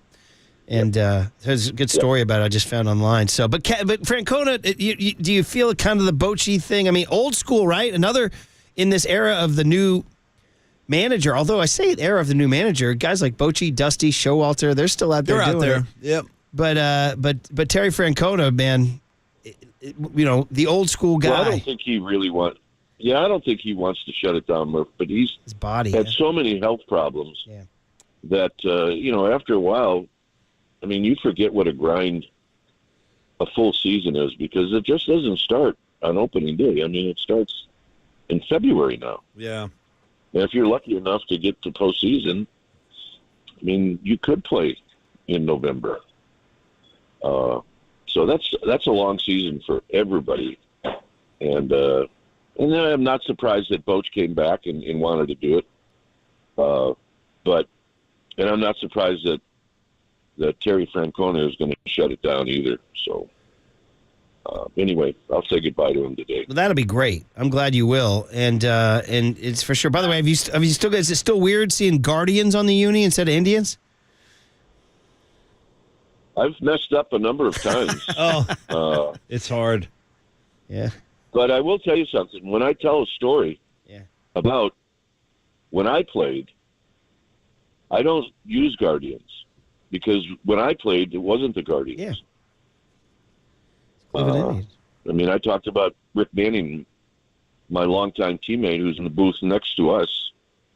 He's the Indians color analyst. And we showed him the other day. It was like, well, there's Rick Manning. We were teammates with the Indians. And we were. We were not teammates with the Guardians. That's right.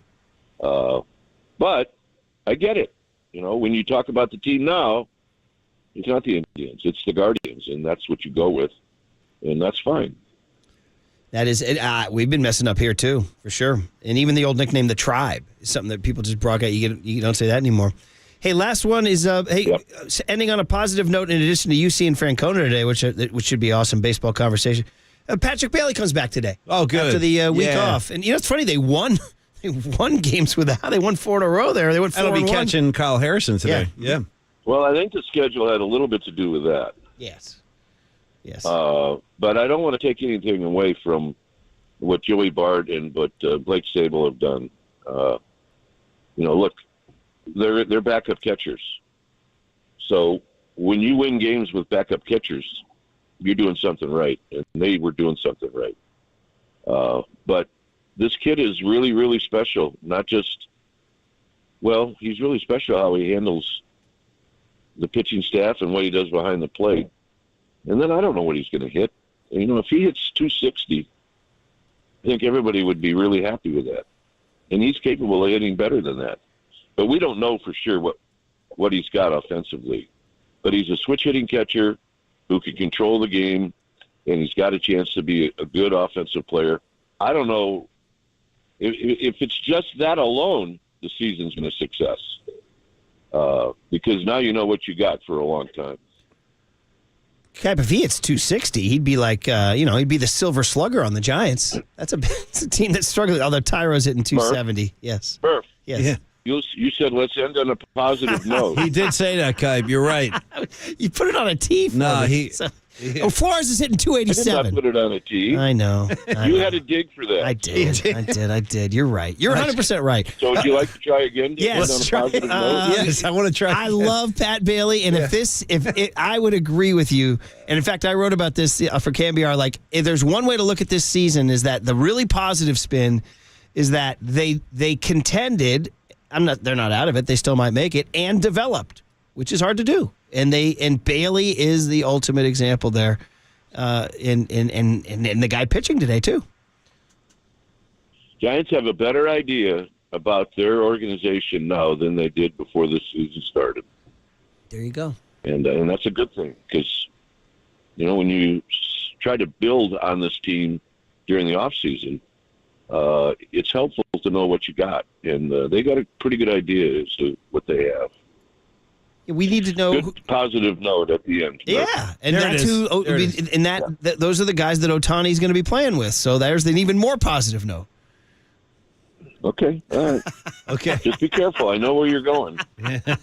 Hey, I'm looking forward to you in Francona. That's what I'm looking forward to. That's making my day because I need old school baseball talk and you guys go see Terry. Enjoy. You might be surprised as to what we talked about. Oh. Okay. All right. We had a good time together. Oh, you already visited him? No, when we were young. Oh, okay. Well, we won't get into that. We have FCC regulations. Use your imagination, yeah. Exactly. So, all right. There you go. We'll go see him today, and we'll look forward to Harrison and Bailey for sure today. Yeah, for sure. And then you are going on the trip, right? Denver, Arizona, L.A.? No, I'm not going to Denver. I don't do Denver. Right.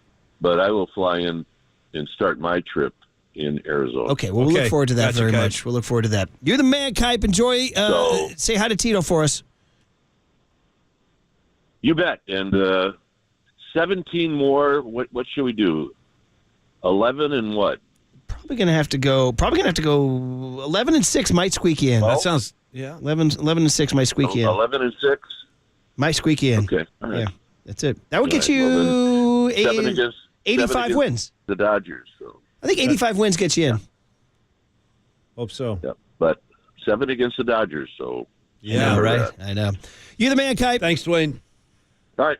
There he is. Dwayne Kuiper from the rooftop of the Hotel Via. I wanted to ask Murph a follow-up, too, on a concept Kuiper was kicking around about Frank softening up. Murph, have you softened up in your these 2020s years? Great question. Yeah. First, I'll tell you, you're listening to KNBR and KNBR FM San Francisco, the sports leader. What would 2011 Murph say to, Henry Rollins says that all the time. I think I've gotten saltier. Henry goes, if the 1984 Henry Rollins met the 2023 Henry Rollins, the 1984 guy would kick my ass. Is that kind of where you're at? Would 2011 Murph throw 2023 Murph a beatdown? First of all, you'd say, why are you so gray? Yeah, that's what happened. Yeah, that's the first question. I don't know. How about you? I think the old guy would probably. Let me ponder that. I'm not sure. But I'm sure there'd be some objections. The big hit is not going to please Dwayne Kuiper. We just ended it on a positive note with Kuiper, but the big hit is more of a... He goes, let's try this again. We're going to try this again until we get out positive. He's the best. He's the best. You want to talk about... You want to roll tape on something? Roll tape on Francona and Kuiper hanging out today. Oh, man. You want to talk about that? You know what I mean? That's what you want to hear. You don't want to hear that. I mean, there aren't many, like you said, there's a handful of these dudes, but they're a precious commodity now. Well, your Bochy's, your Franconas. When I was flying back from Philadelphia, and I was watching the K-Rod broadcast on the back of the airline seat in front of me, and K-Rod, I watched that thing, and Alex Rodriguez kept saying, there is more than a place. There is a demand for these guys with oceans of baseball knowledge to be in the game. That's my guy A-Rod dropping science. Yeah. He does. He said these people who have been around the game for 50 to 60 years need to be in the game, telling the game. You know how much baseball they've seen, digested, absorbed? They know the game inside and out, front and back. I'm just, Yeah. Anyway, I'm just saying, some of the guys who are in the game right now, you don't necessarily want to roll tape on their conversations. You know what I mean? No, not really. If you want to, there you go. Well, see. There you go. Anyway, the big hit, playoff ambivalence. That was funny. Why are you not storming the gates to check out the Giants' playoff chase? Legitimate question. 808 KNBR is the phone number. 415-808-5627 is the Golden State Lumber and Building Materials text line. The big hit next on the Sports Leader. Kite with Murph and Mac has been sponsored by your Northern California Honda dealers at NorCalHondaDealers.com.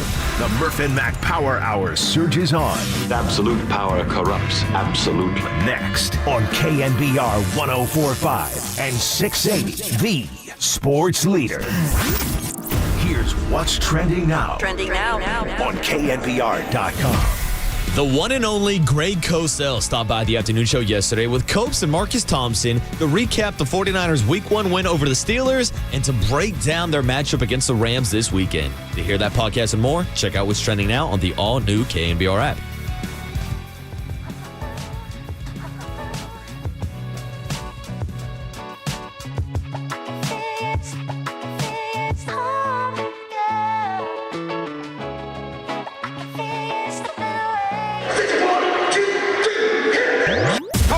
This is Murph and Mac's Big Hit. I'll take a hit. Hit me. Hit me. A hit is a hit, you pathetic schlepper. Fly ball into left field. Nice hit. Sponsored by Benjamin Moore Paints. Experience the Benjamin Moore retail difference at their independently owned authorized retailers today or at BenjaminMoore.com. On KNBR 104.5 FM and 680 AM, the Sports Leader. Ground ball hit softly toward the middle. Over to his right is Estrada to Crawford for one. Crawford was not at the bag. Crawford also went over where Estrada was. And then Estrada could not make a normal throw to try to start the double play. He kind of lobbed the ball to Crawford, who was then trying to backpedal to get back to the bag. Crawford did not seem to realize that Estrada was there. So they do not get the double play. A run scores. They got the one out at second on Fry. Kwan comes in to score. It's 1-0 Cleveland. Swung on, ground ball right side, and booted by Wade. Picks it up, throws back to first. Not in time. Safe at first base is Cole Calhoun. All hands safe, bases are loaded. But that's the 100th error committed by the Giants this season, and that's most in the major leagues by quite a bit. Raymond is struck out and lined out to right, and he lines a base hit in the very first pitch right up the middle. And 2 runs will score, and then a wild throw from Matos in center, and both of the other runners will advance an extra base. Giants' 4-game winning streak has ended, and the final score, 3-1. The Guardians over the Giants. Well, there's your big hit. Sorry, no Niners today. Probably Thursday and Friday, Niners and Rams get you ready. But today on a day is a day of reflection to talk about the Giants after a 4-game win streak that got us kind of like, hey. This is what they do. They're up there. Hey, look at the Giants. They're winning a bunch of games. And then this has kind of been their pattern all year. They get hot, they get cool, they get hot. It's a seesaw, Murph, a swing. And they miss a chance to pick up a game. In the Arizona lost, and they missed a chance to pick up a game, so they remain a game and a half back in the wild card race. They're in it, but Paulie, you inspired this big hit because yesterday you said, hey, Murph, remember you talked about your playoff fever? I did. And I said, yes, I do. And he said, what happened to it? Where's your playoff fever now? Right. So I said, it's a damn good question. Yeah. And I said, I now have playoff ambivalence. Yeah. Ambivalence, meaning it's like kind of, I'm feeling both ways. You know what's interesting about that? I love my squad. I love my uniform. I love my baseball. But what I'm seeing out there just isn't really thrilling me, and it's not moving me. That's a problem, man. That's a problem because you're not the only one. I have a lot of friends of mine who are Giant fans as well, and when we talk, I hear a lot of that same kind of thing. There's like an apathy here. There's like I don't know. There's just for some reason the town is not embracing, or maybe that's not the right word. Maybe it's connecting. They're not connecting with this team. And as we said, they're 17th in Major League Baseball in attendance. That says it all. Now, I've heard Bagley says, well, it's the pandemic. There's no people working downtown to walk down the park. I'm going to be honest, with all due respect to Bags. Go ahead. I ain't buying it, guy. No. All right? I don't know if I'm buying that one either. I mean, that might account for the margins, like 100 or 2, maybe 200, something like that. But I'm talking about people desiring to want to go see your Giants play baseball. We want to come out. They're going to come out. Well, here's the thing. I'll throw this out here. I mean, there's still events going on in the city. There's outside lands. The Grateful Dead was at Oracle Park. There is plenty of people there. It's a great call. So people will come to San Francisco if it's worth seeing. Can't argue with that. What was the most recent concert at Chase Center that packed them in? Beyonce was just there. There you go. Was she? Yeah. Mm-hmm. Or your gal T Swizzle down at Levi's. You know what I mean? They found her. Swizzle. Yeah. By the way, was she physically on hand for the VMAs? And you ready for this? Did she win every award known to mankind? I wanted to make the VMAs the big hit today, but you guys shot me down. Yeah, not really. The NSYNC reunion. Olivia Rodrigo's a critically acclaimed performance. Is it?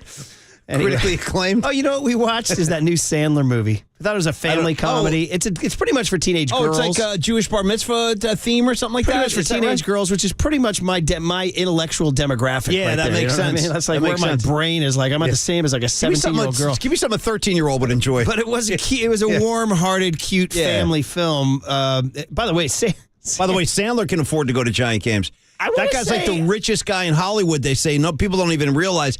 He's like a triple, 3 times over billionaire type guy, and he just keeps raking in bank every time he makes a movie. Even though the film is very sweet and warm-hearted and about like teen angst and like social scenes and how backstabbing and all the stuff that goes on. Lot going on. Surrounding bat mitzvahs. I want to say this about Sandler's performance. He's cast his whole family in it. The 2 daughters are his daughters. Nice. And his wife is the wife of the friend who falls out with his daughter and all that stuff. By the way, I think the wife in this new one is the same wife from Uncut correct. Gems. Idina Menzel, She's very good. John Travolta butchered her name when she sang in Frozen, right? Did she? I didn't know that. Am I right about that? She's good in Uncut Gems. She wasn't buying Sandler's S. I got to tell you, his performance in this movie, guy's just mailing it in. He's just sitting there and he's just barely, but yet, despite that, the movie's good. And my point is that the girls put on a production that tell him why he should hire Olivia Rodrigo for their bat mitzvah. Yeah, that's a big hire now. Yeah. And what happened was in the slideshow they did a presentation in the living room. Paul McCartney's face came up at one point, and the girl whispers to the other girl, she goes, "Remember, we put the old guy in there for your dad." Oh, jeez. Like that grandfather guy. Yeah, he was a Beatle. Yeah. Anyway, back to the people going to events like Taylor Swift. They're not going to Giants games, and so I wrote about. I said so. It starts with no star everyday players, right? That's a big part of it. You have to have box office. Yeah, you got to have an appeal. So they don't have that. No. I actually think the opener thing played a role too. I think people were like kind of excited to see Keaton Wynn start and Kyle Harrison start. I was excited to see Sean Manaea. I'm not even kidding when I say that. I was happy to see a starting pitcher go deep into a game. Considering these days that is considered deep going into the sixth. Yeah, I got to say, boys, probably my favorite home series of the years was just going to that Cincinnati Reds series where you were getting Kyle Harrison, you knew you were getting Alex Cobb, and you knew you were getting Logan Webb. You know what, Murph? Let's go. Let's stay on this for a second because all kidding and riffs aside, for years and years and years, I will speak for myself on this. You would open the Chronicle and you would say, okay, projected starters next 5 games. You could kind of map out the games you wanted to go to because you'd be like, you know what? If we wait till Thursday, we're going to see Lincecum. Why don't we go Thursday? And that, boom, now you're selling tickets right there. Marcus, to your point, you have no idea a lot of the times who's even going to be playing. So you don't know, like, should I even spend my money on this game or am I not going to see anybody that I really want to pay to see? You are 100% right, and Waterboy's 100% right. That Red Series was such an outlier. Whoa, Webb, Cobb, Harrison. I got something going here. Little momentum here. And that's the thing. We're just talking about the pitching standpoint. Like, what if your kid's favorite player is Jock Peterson? You take him to the game. You don't know if you're going to get him. There's a lefty on the mound, so we're not playing him today. Yeah, exactly. 408 says, in 408, I addressed this in the Jock blog. He said it's confusing. I like the players. I don't like the ownership, Farhan and Gabe. Jason Kidd, can you cue Jason Kidd? There's confusion. Because it was confusion. No, and I said in my Jock blog, there's something about Farhan and Gabe that is not connected with a majority of fans. Now, there are fans out there, because I hear from them. They're like, dude, Farhan's a genius. You don't know what you're talking about. Gabe does a great job every day with what Farhan's given him and all that. And in some fairness, I would put Farhan ahead of Gabe on the list, because Gabe can only work with the roster Farhan's given him. I agree. That's right. it. You have to defend Gabe in that capacity. And Gabe has done a couple of things where he's let guys go and, and tried to let pitchers go. And he let Cobb throw 131. Which maybe, in retrospect, was probably now the hips all messed up, I know. But anyway, but there's something about the way Farhan, and I don't think people dislike Farhan personally. He's a pleasant guy. I think they don't like the way he builds teams, And I would be honest, I think people expected more. Let's just be real about this. I think people thought we were talking about like high 80s, 90-plus wins. I mean, people thought that's what Farhan would be bringing to the equation. And there's also the point of part of the problem, too, is like those of us who've been around baseball a while, celebrating a mediocre team in a playoff hunt is still weird for us. Yeah, that is a thing. It's still weird for us. That's part of what's going on with me. That's a real thing. Like, we've been conditioned for decades that 74 and 71 is I mean, and now it's like, hey, you're in the hunt. You're in the hunt. I know. But so Rob Manfred, it's good and bad. And I know I can hear Kruko yelling, dude, it's good to have these markets in the hunt. You have Cincinnati in the hunt. You have Miami in the hunt. You have Arizona in the hunt. You have San Francisco in the hunt. That's good. And I get that. But as a fan, there's an internal radar where, this is not good. It's not right sometimes. Well, it's like the year the Seattle Seahawks made the playoffs with a losing record. It's like, what? Should they even really be out here? It's a legitimate question. Yeah. 831 says, I'm not storming the gates of the Giant playoff chase because I'm honestly tired of the manager. As much as I love the Giants, I don't truly believe in the iteration of this team. Yeah, the socks up high, says, too. identity. This team has no identity. The constant changing of the parts to create matchup advantages around the edges leaves you with a rotisserie team that nobody gives a blank When about. you say identity, I go back to about last night with Jim Belushi, and I'll just say blank and blank, blank and blank, blank and blank. I just watched that the other day, by the way. That's just from Murph. I just sent that out on the text thread to my buddies. Yeah, you can't say either one. Blank and blank, blank and blank. My buddy Harmsy was a big fan of that opening monologue. Who says, "Is she a pro?" Dan. The great line from Belushi. At this point, we don't know. And how about the absurdity of a kind of banged up looking Jim Belushi giving pretty boy Rob Lowe dating advice? What's that about? 538 says, I've been a massive Giants fan for 25 years, and I've felt major apathy the last 2 years. I think it's the lack of star power of the openers, the fact that the front office refuses to spend money, and there's no regulars in the lineup. All that stuff counts. 707 says, this will be the first year in 13 years that I haven't been to a game. That says a lot. He says, last year I went, he goes on to say, the thought of spending the money on tickets, parking, food, and beer, and the effort of going to San Francisco and back from the East Bay doesn't as fun as sounding as watching at home from my underwear. Here's 415. This is just a lash out now. Go ahead. He says, it starts with Kapler, wear a jersey. Well, for me now, that matters. I mean, that's obviously silly. No, but, it matters. You see him last night with the jacket and the socks. He had the socks going. Here it is, 707. Just a reminder that the majority of fans aren't that smart. Because if you love the players but not Farhan or Kapler, you don't make any sense. You don't understand what's happening. See? That is true. I mean, how can you love the players if you don't love the guy who puts them together? And I think when we say we love the players, that's the romantic part of us saying that we like a baseball player, we like that, but it's the old individually and collectively thing. Like individually you can like something, collectively you can. It was Mike Wilbon who said that about millennials. He goes, individually I like them, collectively I loathe them. It's a lot to take on. Yeah, I feel that way about USC. I understand. Like individually I love a Spider, a Ronnie Lott, a Tim Ryan, but collectively I loathe them. Right. 925 says, a serious question. Do you think Farhan has an influence on how Gabe manages or outright tells Gabe what to do in the game? That's a good question in the sense that no beat writer or radio broadcaster has ever found the smoking gun that Gabe is truly following a binder. But I think what you see happen answers the question. Yeah. I think the answer is yes. Yeah. That's my opinion. Seems to be. Marcus, you've been around baseball a lot. What's your opinion? Well, I agree, because I remember earlier this year, there was some sound that really caught my ear of Gabe Kapler talking about when they decided to pull a pitcher from the game. And he said, yeah, it was kind of a surprise to me that they pulled him here. And I was like, wait, aren't you the manager? Aren't you the one pressing the buttons? Yeah. So, of course, there's some spreadsheet, there's some analytics. I mean, look how strict they've been with Kyle Harrison. Look at the pitch count, whether it's 60 pitches, then they bumped it up to 90, and they threw him out there for one more inning last Friday just to let up a home run, then get pulled out. Like, it seems like he is managing by the books. But then again, a lot of managers are around baseball. 415 says, I think it's the hubris of the coach and the front office, all the pronouncements of how many coaches and their hitting approaches, et cetera, and then they're the worst in the league and errors all around. That's a legitimate... There's no one in the top 40 in RBIs. He goes, and Tinker to Evers to who? Again and again and again. It's pretty good. Pretty good text there. Yeah. There we go. Here's somebody taking a shot at Gabe in the...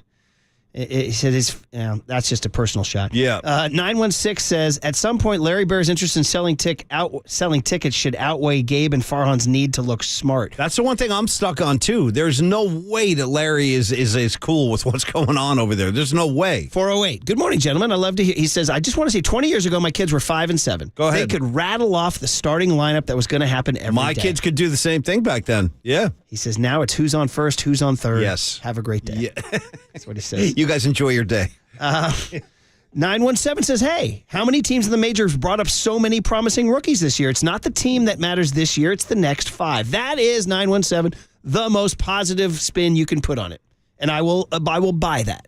That if indeed Farhan's entire goal has been to wait until he could develop his own farm, and it's going to take 7 years to do so, then this conversation goes out the window, and we all go down Market Street in 2027. Well, that's assuming that that's what's waiting at the end of the road there. Right, another parade. I don't know that there's evidence that they're good enough to achieve that. 925 says, there's no history to be made in this team. 10 years from now, I won't be able to look back and say I remember anything about the 2023 team. What was other than Bailey and Harrison, right? Was there any significant milestone or landmark achieved this year by any player? Honestly, in terms of wins, home runs, anything. Here's a guy, 831. Baseball is a dying sport. Well, 831, I got news for you. Attendance is up and TV ratings are up. Yeah. So you can't be dying if you're going up, right? This town wants to go. I'm telling you, this is a great baseball town. We all know that. We've seen what it can be like. When the Giants are in full swing and the city is in sync with what they're doing, baseball is as popular here as any sport you'll ever find. But again, it goes back to what you said at the beginning of the segment. There are different reasons. The Giants fan base is not connecting with this team. We've heard it time and time again. 209 says, I'm tired of watching baseball via analytics. As a player, I would hate playing for a team that would never let me play the whole game. It's got to be discouraging to know you're not trusted in a tough spot. Well, this is something Bruce Jenkins wrote about. There are guys. He says Farhan is doing it like the A's, and it's not good baseball. And occasionally, guys will kind of get a little frustrated. Like we know Alex Wood has been unhappy this year. He's made no secret of that. Mm-hmm. He doesn't like Stripling. Stripling's another one. Yeah, and it's got to be. I asked Marcus the same question. Him being a former pitcher, what would that be like for you to wake up, go to the yard, you don't know how they're even going to use you or if they're going to, you have no idea what your role is. Yeah. That can't be good. No. And as a pitcher, you're such a routine-based person. We know these guys have these ridiculous kind of pregame rituals, everything they go through. Yeah. If you don't know when you're coming into the game, when do you do all that stuff? 3 last ones, and then we'll get out of here. Right. 707 says they could get in and win a 3-game series with Webb, Cobb, and Harrison, and then they would probably lose the next series, but that would be a successful year rebuilding. Here we go. Okay, that's number 1. Number 2, Billy, our great friend in San Rafael, says, I'll remember Wilmer, XO Billy. That's a positive. Wilmer has had a hell of a year. And then somebody, 925, says, you want a milestone? How about 100 errors? How's that for a milestone? Dude, well, I asked the question. Hey, we did get to 100 splash hits this year, Lamont Wade Jr. Anyway, that's something, Paulie. That was our big hit. We had a bunch of sound lined up, but there's really no need to get to it. I mean, it's just really, this was about a group therapy session about last night's loss, kind of bringing into focus the fact that it's just never taken off. It's never getting there. And why do we not have playoff fever? Why do we have playoff ambivalence? And I think you all have answered it pretty well. Yeah, pretty accurately. And I don't know what the future is other than we'll end it on a positive note. Remember, I don't have a positive message. Would you take 2 negative messages instead? Right. Is if indeed the future is the farm and Bailey and Harrison and Matos and Luciano and Schmidt and all that stuff, then that's your hope. Okay. There's your hope. All right. All right, guys. That's the big hit today. We'll get back to the Niners Thursday and Friday. Don't worry. Cooler content. Some fun stuff coming your way. Tickling the ears next on The Sports Leader. Basically him telling us that he believed in this group. He thought we could go to the postseason, and he was behind us all the way. And You're listening to Murph and Max Power Hour. Now on 104.5 FM and 680. This is KNBR, the sports leader. Here's what's trending now. Trending now. On KNBR.com. Brandon Ayuk stopped by the Murph and Max show yesterday morning as the 49ers Player of the Week to talk about his 2-touchdown performance against the Pittsburgh Steelers. To hear that podcast and more, check out What's Trending Now on the all-new KNBR app.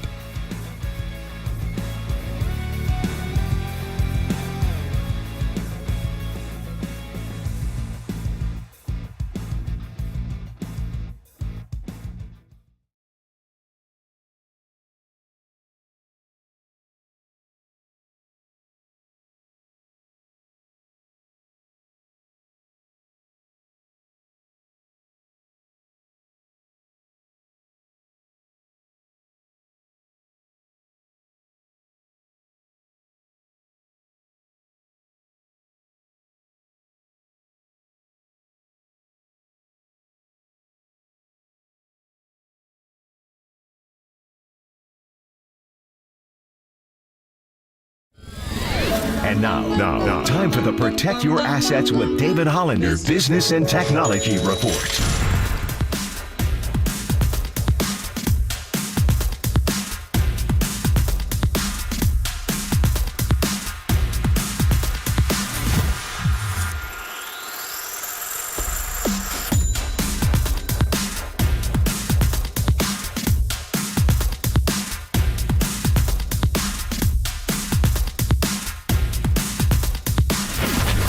This has been the Protect Your Assets with David Hollander Business and Technology Report. Do you want to pay less taxes this year? Learn more. Listen to David's show every Saturday morning on KNBR or call 1-866-PROTECT. Crank up Murph and Max Power Hour. All right, everyone, chill. This is the Cooler. You're not sending me to the cooler of content. Murph and Max Cooler of Content is sponsored by Mancini Sleep World. Sleep better, live better. Visit sleepworld.com. And by Marin Health. Marin Health Medical Center and Marin Health Medical Network world-class care. Closer than you think. On KNBR, the sports leader. Alameda. Shout out to you for supporting KNBR, Alameda's sports leader. All right, the Cooler of Content. We're going to try to brighten the mood after all negative stuff on the Giants. So Patrick Peterson, my God, was he a talking point or what? The cornerback for the Steelers, who famously said in his podcast last week that there's a tell with Brock Purdy and the Niners. He shouldn't have said that. Looking back now. But he breaks bread with Purdy after the game. This was picked up by NFL Network and their amazing microphones. Okay. Listen to this at the midfield greeting after the game when they all dap up, hug each other. Oh, yeah. Here's Pat Peterson approaching Brock Purdy. I know it wasn't nothing personal, man. Keep doing your thing, baby. Yes, sir, man. Keep doing your thing, baby. All right? Wish you nothing but the best, baby. There it is. Gentlemanly, see, that's good sportsmanship. If you can hear the very start, there's a little bit muddy noise, but he said, it was nothing personal, baby. I know it wasn't nothing personal, baby. Yeah. That's a great quote. When he drops the baby at the end, it wasn't nothing personal, baby. They keep doing your thing. Yeah. What a gentleman there, Paulie. No, it's good sportsmanship. It's good for kids to see that. And think about how cool of a moment that is for Brock Purdy, who grew up in Arizona, grew up a Cardinals fan, and watched Patrick Peterson. I'm sure that was one of his favorite players. Yeah. And here he was, lighting him up, throwing 2 touchdown passes to Brandon Ayuk this Sunday. It's funny, man. But the NFL fan base around the nation really glommed onto his part in his quote where he said, was that Patrick Peterson? As a total diss.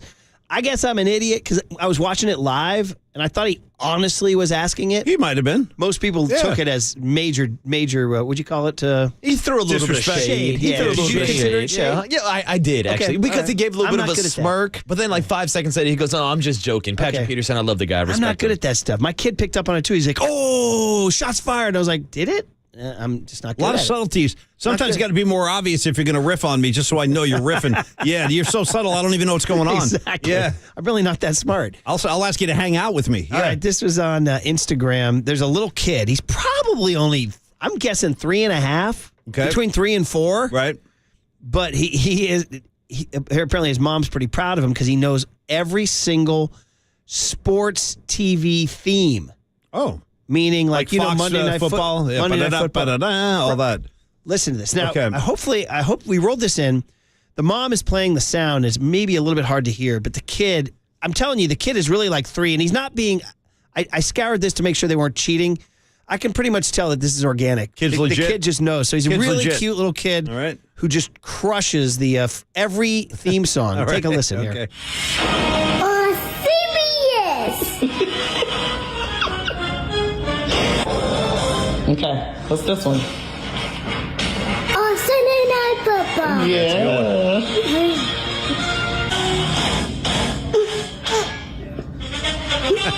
NFL Fox.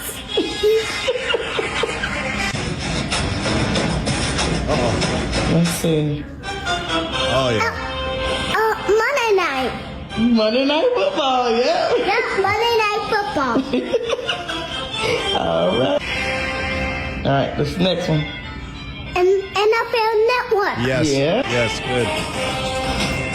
What's that? Prime Video. Which one? Prime Video. Prime Video? Yeah. Okay. Damn, he's getting to streaming now. Baseball. Hey, he ended with baseball, little 3-year-old kid. Yeah, who said baseball's dying, Murph? You got to say that last one. You got to say that last one for all us after we just crushed the Giants here for 20 minutes. Baseball. Yeah. Here goes. That was pretty good. Baseball. That's the future right there. Yeah, he's 3 years old. Yeah. He's 3 years old. Do you think you would get them all, Paulie? Great question. I'd probably miss a few, to be honest. Do you have a favorite in there? Which one is that? That's Fox, right? I guess that's the one I always go to. I've always been an old school Monday Night Football. Well, that's very generational for Paulie and me. It is. I mean, it was. That's 7 to 3 candlestick. It's hard to describe like the swell in your gut and the goosebumps you would get on a Monday night when Howard Cosell. And it was the only thing of its kind. There was no Thursday night football. There was no Sunday night football. You had your Sunday games, day games, and then you had a Monday night. That's it. That was it. Yeah, tremendous, man. Okay, Garrett Wilson, Jets receiver. Yeah. A little heartfelt story about Aaron Rodgers after the Achilles tendon tear. See if this affects you in a Rodgers way here. Yeah, so at halftime, I just went in to check on him in the training room and just made sure I gave him a hug, told him I love him, and it really hurt my heart. He told me, just, sorry, kid. Just like that, he said, sorry, kid, and said he loved me back, and that was it, but just truly heartbroken, for real. And my emotion at that moment was similar to how it is now. Just really felt for the man and for our whole team. We love Aaron, and everyone there loves him, and he brings a certain energy with him. And man, we were trying to imitate it. We were trying to imitate it when he went down and win for him, man, because he deserved to be out there, and that was that. All right, there it is. Will that now be like right up there with the "Say It Ain't So, Joe"? Sorry, kid. That's the iconic line now. It is tough. Sorry, kid. It's a tough moment. Sorry, kid. Yeah. A little emotional, a little tear in the eye. They're going to have to regrow. Who are the Jets playing this week? Nah. Jets are playing the Dallas Cowboys. Is that a they are national game? 9.5-point dogs. Wow. Right in that game. You know one of the other aspects So of this whole thing. 9.5-point dogs, and the Bills are 8.5-point favorites over Marcus's One guys. of the underrated parts of this story is that the Jets were slated for so many primetime games because of Rodgers. Oh, and they're now going to you get gotta flexed right out of now there. Now you got to watch Zach Wilson. Yeah, flex their asses right out. That's why they raised the price of ESPN Plus to $10.99 a month now. So you can see Rodgers. Because Rodgers is gone. Yeah. By the way, you know who it's the Sunday CBS game. You know who has it? Gentleman Jim. And you know who's coming on our show tomorrow, 6:15. Gentleman Jim. Gentleman Jim. It's that time of year. I've been thinking about Jim Nance. Thank God. Hello, guys. Hello, friends. Well, he'll know it's an unfortunate blow to the CBS schedule to lose Aaron Rodgers, for real. You get to hear Gentleman Jim tomorrow. I can't wait. Early, 6:15. Yeah, we're due. Guarantee he'll be on his way to an airport somewhere. He's flying to Dallas. Yeah, I'll be on my way to the Lone Star. So he'd probably go have lunch with Bruce Bochy if he wanted to. Well, hey, Jim. Yeah. Talk fishing. Bochy stopped playing golf. Okay, this happened on Sunday Night Baseball. I know it's a couple days old, but we haven't had a chance to get in there. I bet a lot of people missed it. John Brebbia with David Cohn in the bullpen. And since he's coming on with Papa and Lund today at 10:30, let's get a couple Brebbia riffs in here. Let's be cut Delta. Yeah. So Coney's in the pen. Brebbia's just crushing it out there.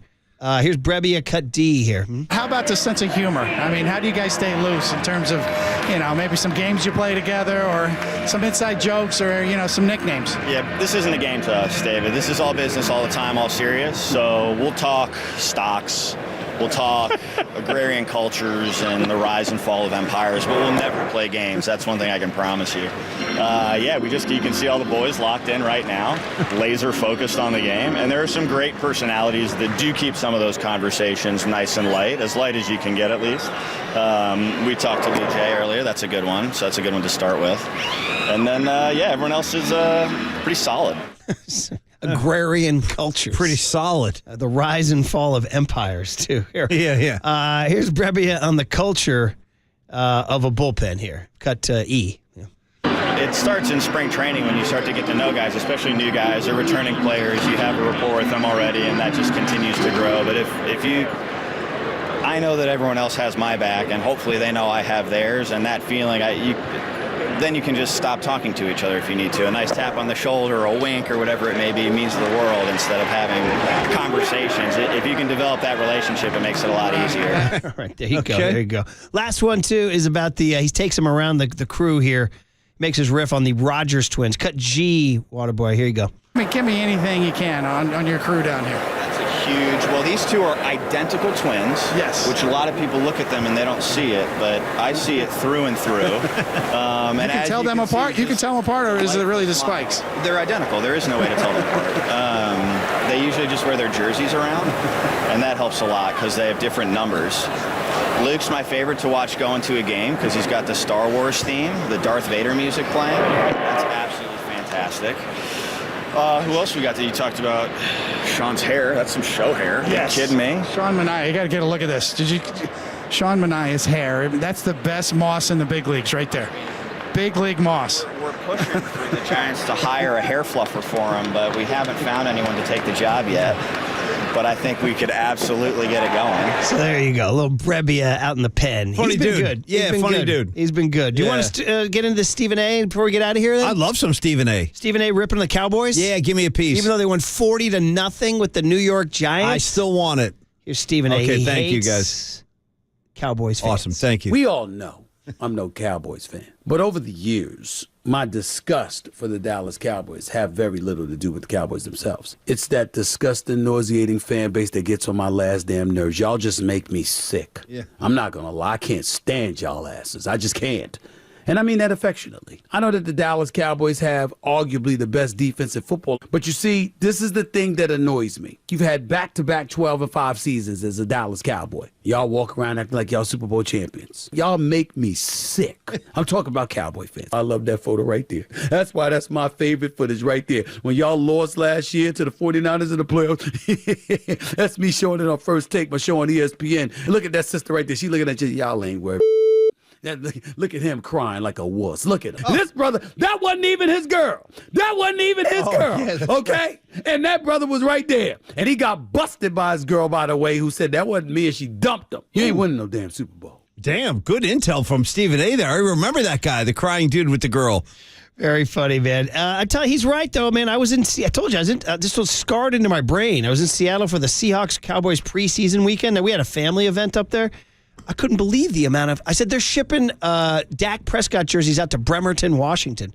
Because we took the ferry out to Bremerton, which is pretty far out there, and we got on the ferry to come back. I'm in line with like 40 Prescotts. I'm like, what? That's 40 too many. Yeah. So, I mean, you're ready now after week one overreaction. Those are the two teams now. The Cowboys Niners will be seeing them soon enough. When y'all lost last year to the 49ers in the playoffs. Hey, Cowboys-Eagles. That'll be the game, right? Yeah, that'd be a nice one. Twice. Yeah. Twice. Actually, we should probably start throwing Dallas in the conversation because you and I keep saying it's the Niners and Philly. Dallas will be in the mix. Niners had to play them twice the last 2 years in the playoffs. Yeah, they haven't handled both games were them. super close, right? Yeah. All right, man. Fun stuff. Well, there's your cooler content. All right, buddy. Okay, here's the deal. Big guest list coming our way. Matty Barrows at 8:50. Nice. Andy Baggerly at 9:15.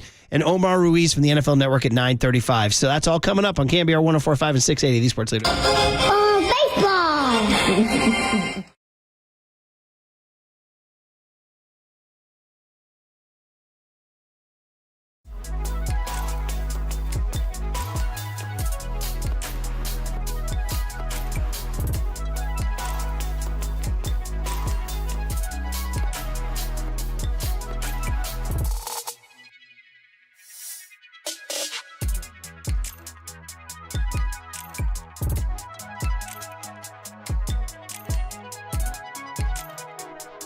All right, Marin Health in the North Bay, a world-class operation set amid world-class beauty. That's right, Marin Health, not just the closest medical care, but the best. With a cardiology team that delivers treatment twice as fast as the national average, a world-class maternity care center with doctors and midwives available 24/7, an accomplished orthopedic team to get you back on the trail, and a partnership with UCSF that expands our world-class capabilities. It's all right here to get you closer to being at your best.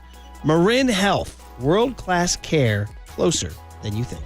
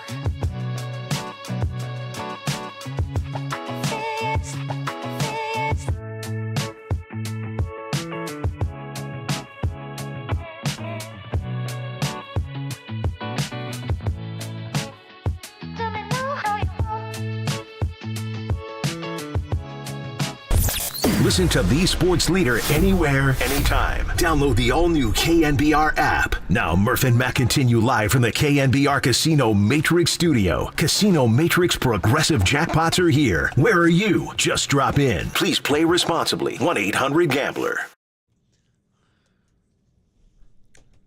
Gotta let this play.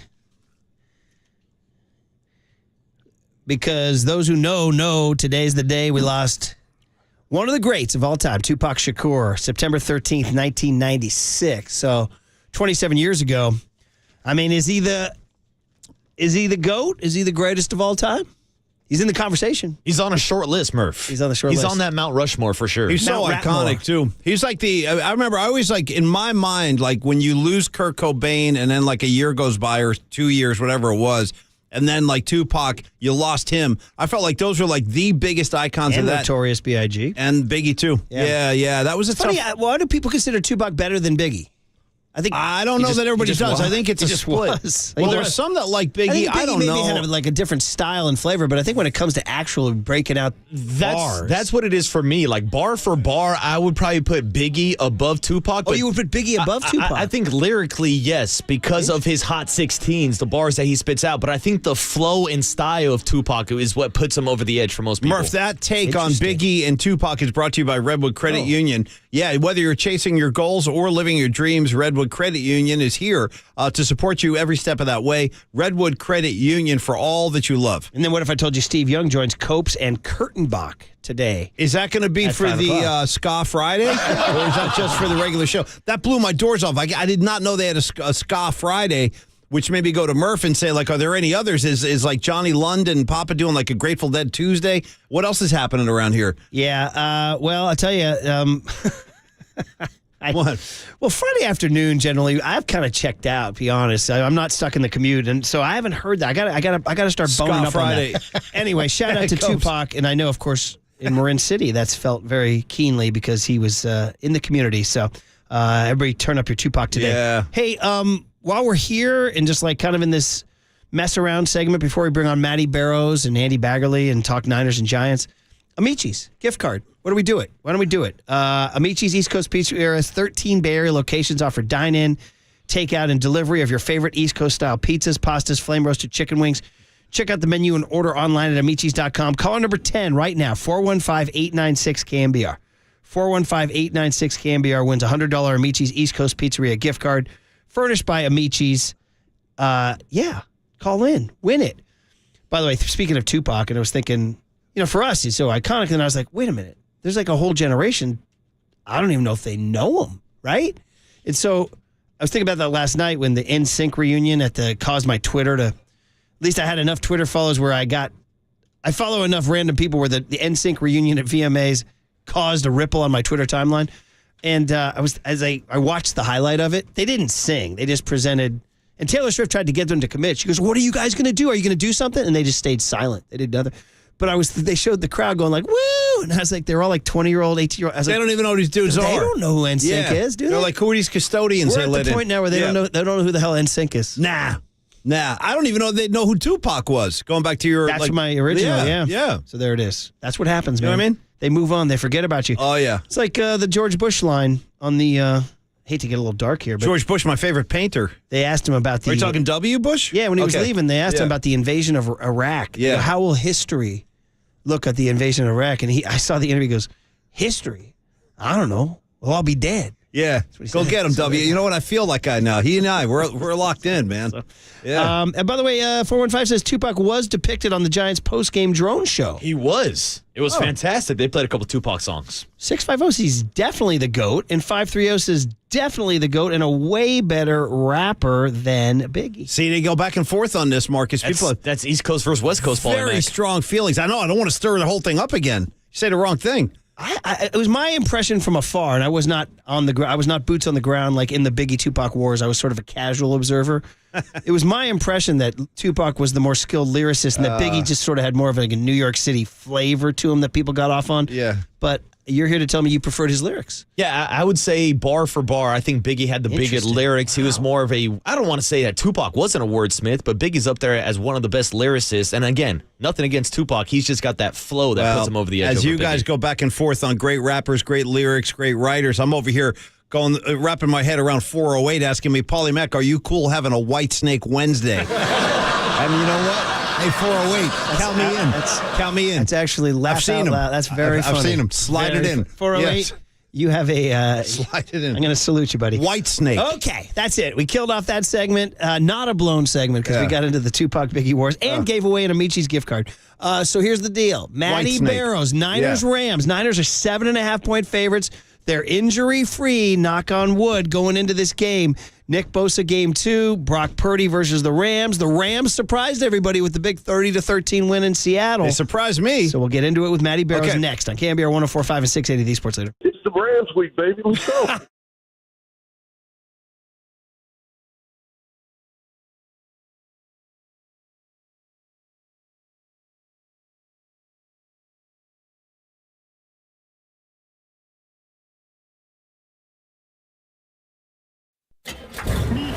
from the Chilton Auto Body Traffic Desk.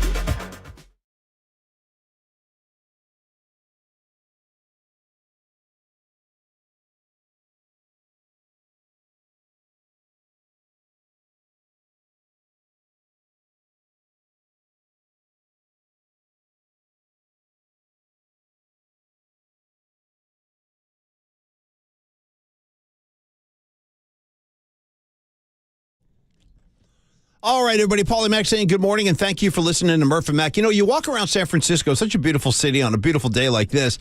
You see all these construction sites. You say, oh, good, the city is expanding. It's growing.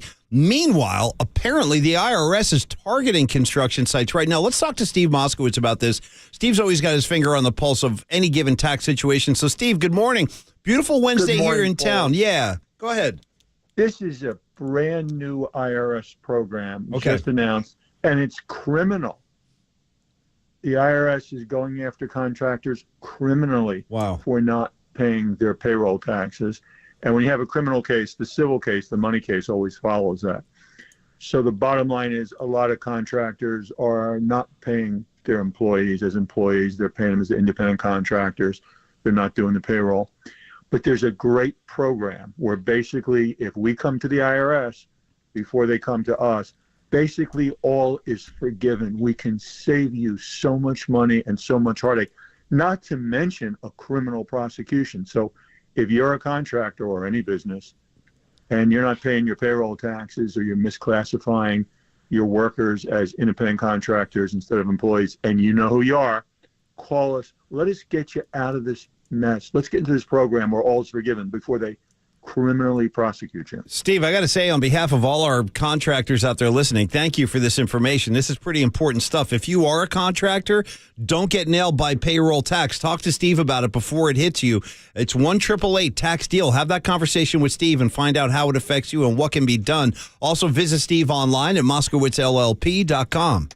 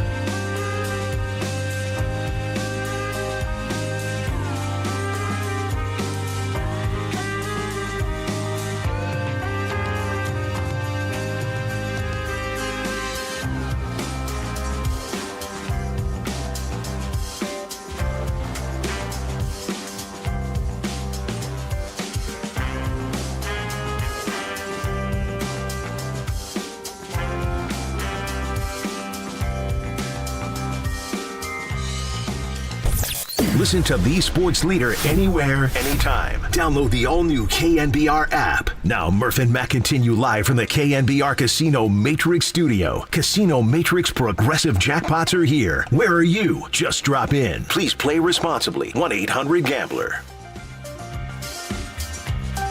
Stretch run coming left to McCaffrey. Stays place side, breaks a tackle, 45. Blocked from Ayuk down the sideline, 30. Cuts back inside 20. Still inbounds down the sideline. Diving for the end zone. Touchdown!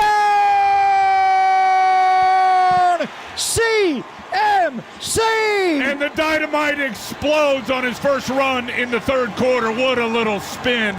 Well, there it is. A little action. And, Paulie, you didn't have to... Bro, you didn't have to wait long. I had no idea we were going to touch a nerve with the Whitesnake Wednesday idea. We've had lots of Whitesnake community members come forward, and I'm talking to them on the text line. Marcus has your back as well. Well done, Marcus. I maybe have the dumbest question in the history of Whitesnake. Sure, let's get into it. And I've seen them twice, by the way. American or English? Oh, they're Brits. Yeah. Yeah. There it is. David Coverdale. No question. Right, Shout out David Coverdale. Hey, you are listening to KNBR and KNBR FM San Francisco, the sports leader, a Cumulus media station. Final you think Tony Katane fell for the accent, huh? Well, she was falling for the whole thing, all the glamour and glitz. And also, never forget, good friend of the program, Rudy Sarzo, playing bass on this track right here in Whitesnake. Friend of the program, Rudy Sarzo. Definitely a friend of the program. All right, the 49ers are going down to L.A., and the man who will be on the scene for The Athletic is our pal, Matt Barrows of The Athletic. Good morning, Matty. How are you, man? Hey, Matty B. I'm doing great. How are you guys? We're good. How was Pittsburgh? Pittsburgh was good. They were expecting rain there for the game, and then it never came. One scene setter you guys will be interested in. You guys know how Steelers fans are. I mean, for years and years, they were the apex of traveling fans. They would show up en masse wherever they were. I had two Steelers writers come up to me and say that they were so impressed by how much red was in that stadium and how well the 49ers fans arrived, because that just doesn't happen in Pittsburgh. And especially this year, there was a lot of hype about the Steelers in the preseason. And so there was a lot of excitement about how the year would begin for them and for the 49ers fans to do their thing. In that particular city, I think, was impressive. You're right. During the game, a Pittsburgh morning radio guy, some schlub like us, he tweeted out, "It's embarrassing and shocking how many 49ers fans are here." So it was rattling the Steel City. And that leads us to this Sunday, Matt, where we had a great text from a listener who said, "Looking forward to the home opener this Sunday at SoFi." Yeah, the home away from home opener. Yeah. Yeah, nothing burns Kelly Stafford more than the fact that her husband has to go to silent count in his home stadium. And that's probably going to be the case on Sunday in SoFi. So let's talk a little bit about what happened with this Niners team. I mean, you guys, we was talking about like off-season. My God, ever since the loss to Philly, it was just Brock Purdy's elbow and Trey Lance and on. Nick Bosa's holdout, trading on, and then kaboom. They just go out and destroy the Steelers on the road. And really, arguably, Matty, the only team I think that maybe sent the bigger message was the Dallas Cowboys in New York, 40-0. But if you're Kyle and John flying back, aren't you you're beyond giddy that how it went? Yeah, and because everything that you thought you were seeing in training camp in the preseason came to fruition in Pittsburgh. I mean, the two guys who jumped out to me all summer were Christian McCaffrey and Brandon Ayuk. Nice. I mean, they were good from jump, consistent, barely missed a practice, and they were sensational against the Steelers. The defensive line looked really good, especially early in camp, and that came true in Pittsburgh as well. Purdy got better and better. The arm didn't look like it was problematic. He looked the same. And then the thing that was sort of a question mark was Jake Moody, and there was this big discrepancy between how he had looked in the practices in training camp versus how he had looked in the preseason games, which of course the fans and everybody can see, and he looked like his training camp self as well. So I agree. I think there was probably a huge sigh of relief that everything that we thought our eyes were seeing was actually happening. It actually came true. And Purdy continues to he's 6-0 now. I know Jalen Hurts has won 17 of his 18 regular season starts, 7 in a row. But one thing we were talking about was like the small sample size on him, and it still is a small sample size. He looked awfully comfortable out there, What did you notice, like having watched Jimmy for years and then watching Purdy? What did you notice about his performance? Yeah, I think that there is a Jimmy comparison there. But Purdy has gone from, rookie to peak Jimmy. Purdy's playing as well as Jimmy Garoppolo did when, he had finally gotten the offense under his belt. He had finally sort of gotten a hold of his interceptions issues. He just looked in control. And, there was a pair of second-year quarterbacks playing in that game. And one guy looked a lot like a second-year quarterback, and that's Kenny Pickett, first-round pick. And the other guy looked like a 10-year veteran. And, Purdy has kind of skipped all of that awkward phase that every quarterback, even Jimmy Garoppolo. Remember, Garoppolo came in at the end of 2017 and just lit the world on fire. Brought in all sorts of energy and excitement, 5 wins.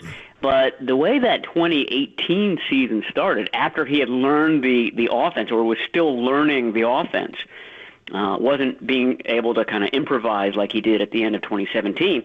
He didn't look all that good right up until that ACL in Kansas City, and it didn't really start to click until 2019.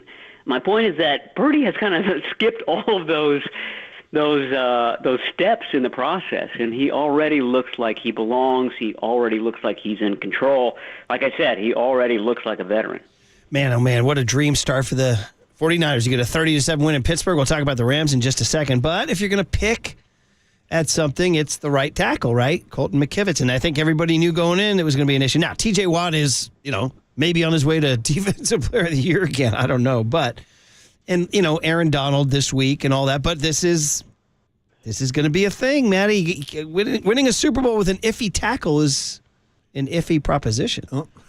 Yeah, and especially coming from that right side. The one hit that Watt had that caused that fumble, it reminded me a lot of the Hassan Reddick hit. Coming from the same direction, same sort of different play, different guy blocking, but the same scenario where it's a quick win for that edge rusher, and he's on the quarterback, sooner than you'd like, and he kind of slams into him there. So, yeah, it's a huge concern. I think that the 49ers feel like McKivitz is going to bounce back. I've been saying this all off season is that that Nick Bosa holdout, the big victim in that was Colton McKivitz because he didn't get to go against Nick Bosa all spring and summer, which would have been a wonderful tune-up for T.J. Watt. He didn't have that tune-up. I think he's going to do better. I think, everybody's talking about, okay, what do they do? Do they trade for somebody? Do they bring in a free agent?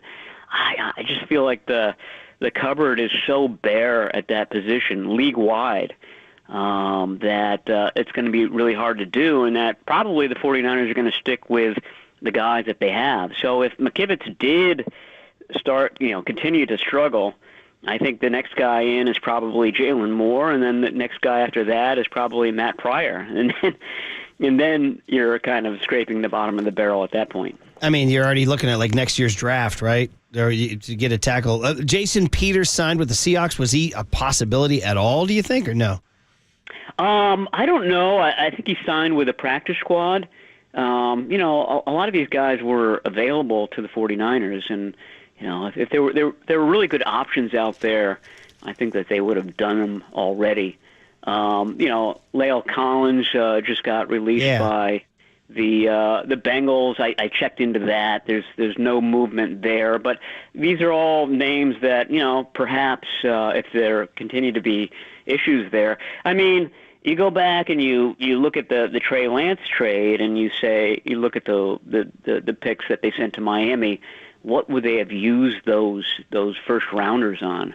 And I gotta believe that at least an attempt at a tackle would have been in there, probably a tight end. So those are the sort of missing pieces moving forward that you sort of have to keep an eye on, because that was all part of that big move to leap forward in 2021.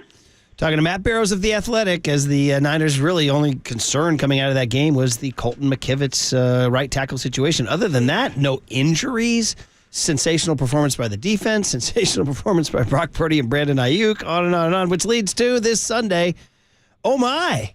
The Rams are 1-0 after dropping a 30-13 hammer on the Seahawks. I didn't see that coming, Matty. In fact, much so that you picked the Seahawks. I did. It was another one of my famous mistakes. Yeah, I took the Seahawks. I felt really good about it, too, actually. I thought they were going to be a much more formidable opponent, or maybe I just underestimated the Rams, Matty. I don't know.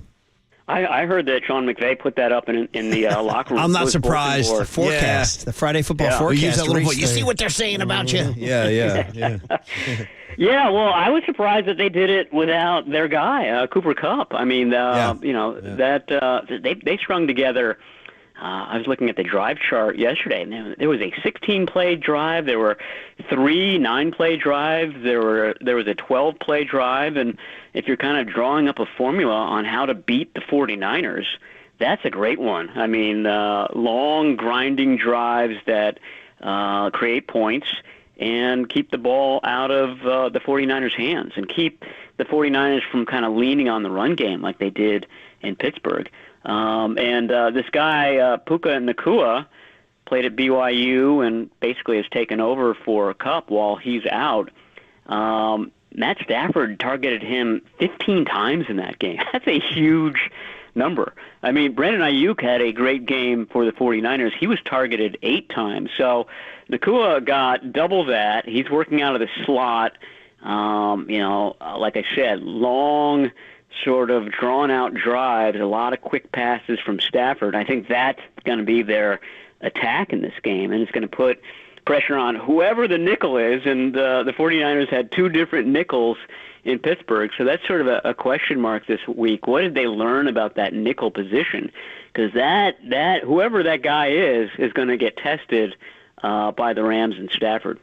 Who do you, the slot receiver, you mentioned Nacua, and I guess that was one of other storylines I read you wrote about this, is what they do with the slot position. Isaiah Oliver got signed, didn't really do it. They moved Demo Lenore inside, Ambry Thomas outside. I mean, this will be maybe one of the storylines here, huh? I think so. I mean, it'll be interesting. Steve Wilks talks tomorrow, but, he's been hinting at this dual kind of nickel configuration. Sometimes it's Lenore and sometimes it's Isaiah Oliver, and he split it by half. It was Oliver in the second half and Lenore in the first half. And, the way he had been describing it was that, okay, we've got this great situation where we've got Isaiah Oliver, and he's a bigger-bodied guy, and so if the opponent's slot receiver is a tight end or a big receiver, we're just going to put Isaiah Oliver on him. But they didn't start the game that way. The Steelers did have a big slot receiver in Allen Robinson, but it was Lenore who started out against him. And obviously they did well, aside from that 95-yard drive. But I would imagine that Lenore would be the better matchup against Nacua. And so the game might start the same way. But again, it'll be interesting to hear what Wilks says. And to his credit, I mean, from a media standpoint, he's been very sort of forthright in kind of thinking through this and sharing ideas and what's happening with reporters, much more so than D'Amico Ryans ever was. So we should get an interesting answer from him tomorrow. So more Kyle and Sean McVay stuff. I mean, and Kyle has owned him, right, in the regular so far, season, yeah. Right? Isn't this a burr in McVay's saddle? Yeah, usually the Rams are the kind of the get-right team for the 49ers. Like, if they're struggling at the beginning of the season, they would face the Rams and kind of get off the schneid against them. So this is a little bit different scenario this year It's the Rams who sort of might have a chip on their shoulder given the past few years and everything that's been happening. So that'll be interesting. I mean, it's you look at that Rams defense, and I know that they did really well against the Seahawks, but boy, there are very few familiar names on that defensive front. Aaron Donald obviously is one of them. Another one is Ahkello Witherspoon, is a starting cornerback for them. A former 49er, and somebody who had a lot, very mixed results, to put it lightly, when he was with the 49ers. He's had some really, really excellent games, and he's had some very disappointing ones. He was very up and down for them, but he's a guy that can kind of summon a spectacular game, and I would imagine that going up against his old team would be a real motivation for Ahkello. I mean, since 2019, 1, 2, 3, 4, 5, 6, 7, 8 out of 9. And the only loss was the NFC Championship game, which, the biggest of them all. The Niners should have won that. That's the one. Should have won that game. And it is true, Niner fans do invade that place, right? Oh, gosh. I mean, it was a smattering of 49ers fans in Pittsburgh compared to what it's been in L.A. I mean, we're talking, maybe 85%. Wow. For that. Remember that week, what was it, a week 18 game? Yes. I guess it was the end Niners had to win. They had to win to get in. Yep. Yeah, exactly. They had to win to get in. The one that went to OT, that was I've never seen a team show up, an opposing fan base show up on the road like that. It was stark. It was amazing, and it wasn't quite that way for the NFC Championship. I think Kelly Stafford petitioned the fans to show up a little bit better, but it wasn't. It was still like 70% 49ers fans at that point. But Week 18 was, I think, the apex. Hey, last one is this. A listener writes in and asks, too, about this cap space situation, that the Niners, by signing Bosa, created a ton of cap space. Is that like $40 million I've read? Is that any bearing on our lives? Yeah, it could. I mean, the way I see it, and nobody has confirmed this, but it makes sense, is that the 49ers have all this space for this season, and the main plan is to roll it over for next year, which is when things get really tight. Right now, they're $40 million over next year's projected cap, so a $42 million cushion would obviously gobble that up. But I mean, if a Christian McCaffrey type situation arises, or if the 49ers have a devastating injury at a position, they have the means to make a move. They can kind of it's not going to sink their championship hopes if something like that happens. They have the ability to be creative and make a move if they need to. Again, I would think that their main goal is to roll that over for next year. Okay, good stuff, man. All right, Maddie, enjoy you're home for a while. This is great, right? You don't get on a plane until Cleveland in mid-October, right? I mean, a long plane. Short flight today. Right. That's barely a flight. I mean, you get on, you get your Diet Coke, and then you're landed. I've sometimes argued that, like, trip. if you start a stopwatch, somebody who's going to fly, and start a stopwatch if somebody's going to drive, particularly if you're leaving from the East Bay, where you have like an hour head start on the city or the North Bay. I wonder if you could get, and you don't have to take off your shoes and your belt and all that stuff. Yeah. And put up with it, it might be in door to door. You might be able sometimes to do it faster by car, or no? Well, the Matt Mayoko, Jennifer Lee Chan situation, right? Well, I don't think I do. Jennifer lives in L.A. Right. She works for Southwest. Matt lives in the East Bay. I'm not gonna reveal Matt Mayoko's home because he doesn't want all the paparazzi. Who does, there, right? But, a little bit beyond Oakland. Yes. So they both set off for work. The 49ers facility. Jennifer gets there faster from L.A. than Matt does driving That's crazy. in from his home. Well, from the East Bay to Santa Clara is no picnic, so I get you. But yeah, that's funny, man. All right, well, enjoy the short flight, and then enjoy a good long homestand. Thursday opener will be weird. We'll talk to you about that. So good stuff, Matty. Love reading you. All right, talk to you guys soon. Matt Barrows on his way to L.A. Andy Baggerly, day baseball today. Next on The Sports Leader.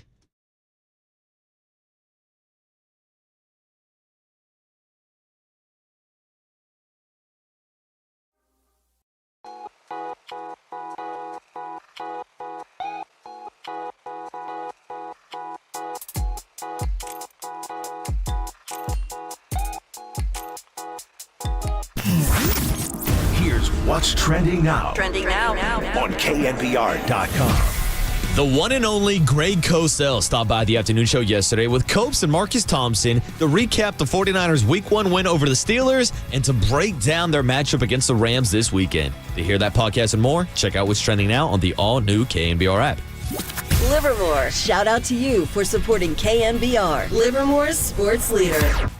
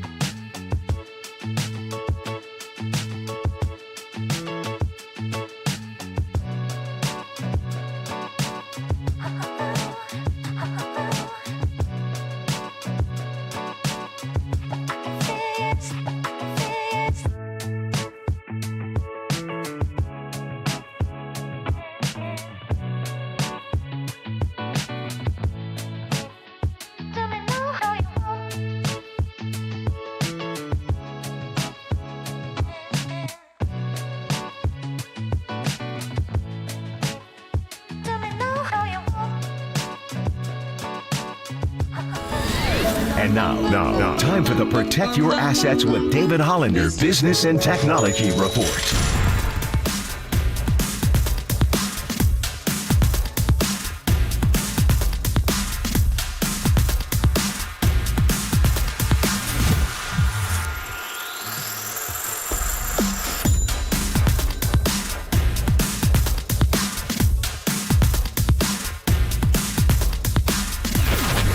This has been the Protect Your Assets with David Hollander Business and Technology Report.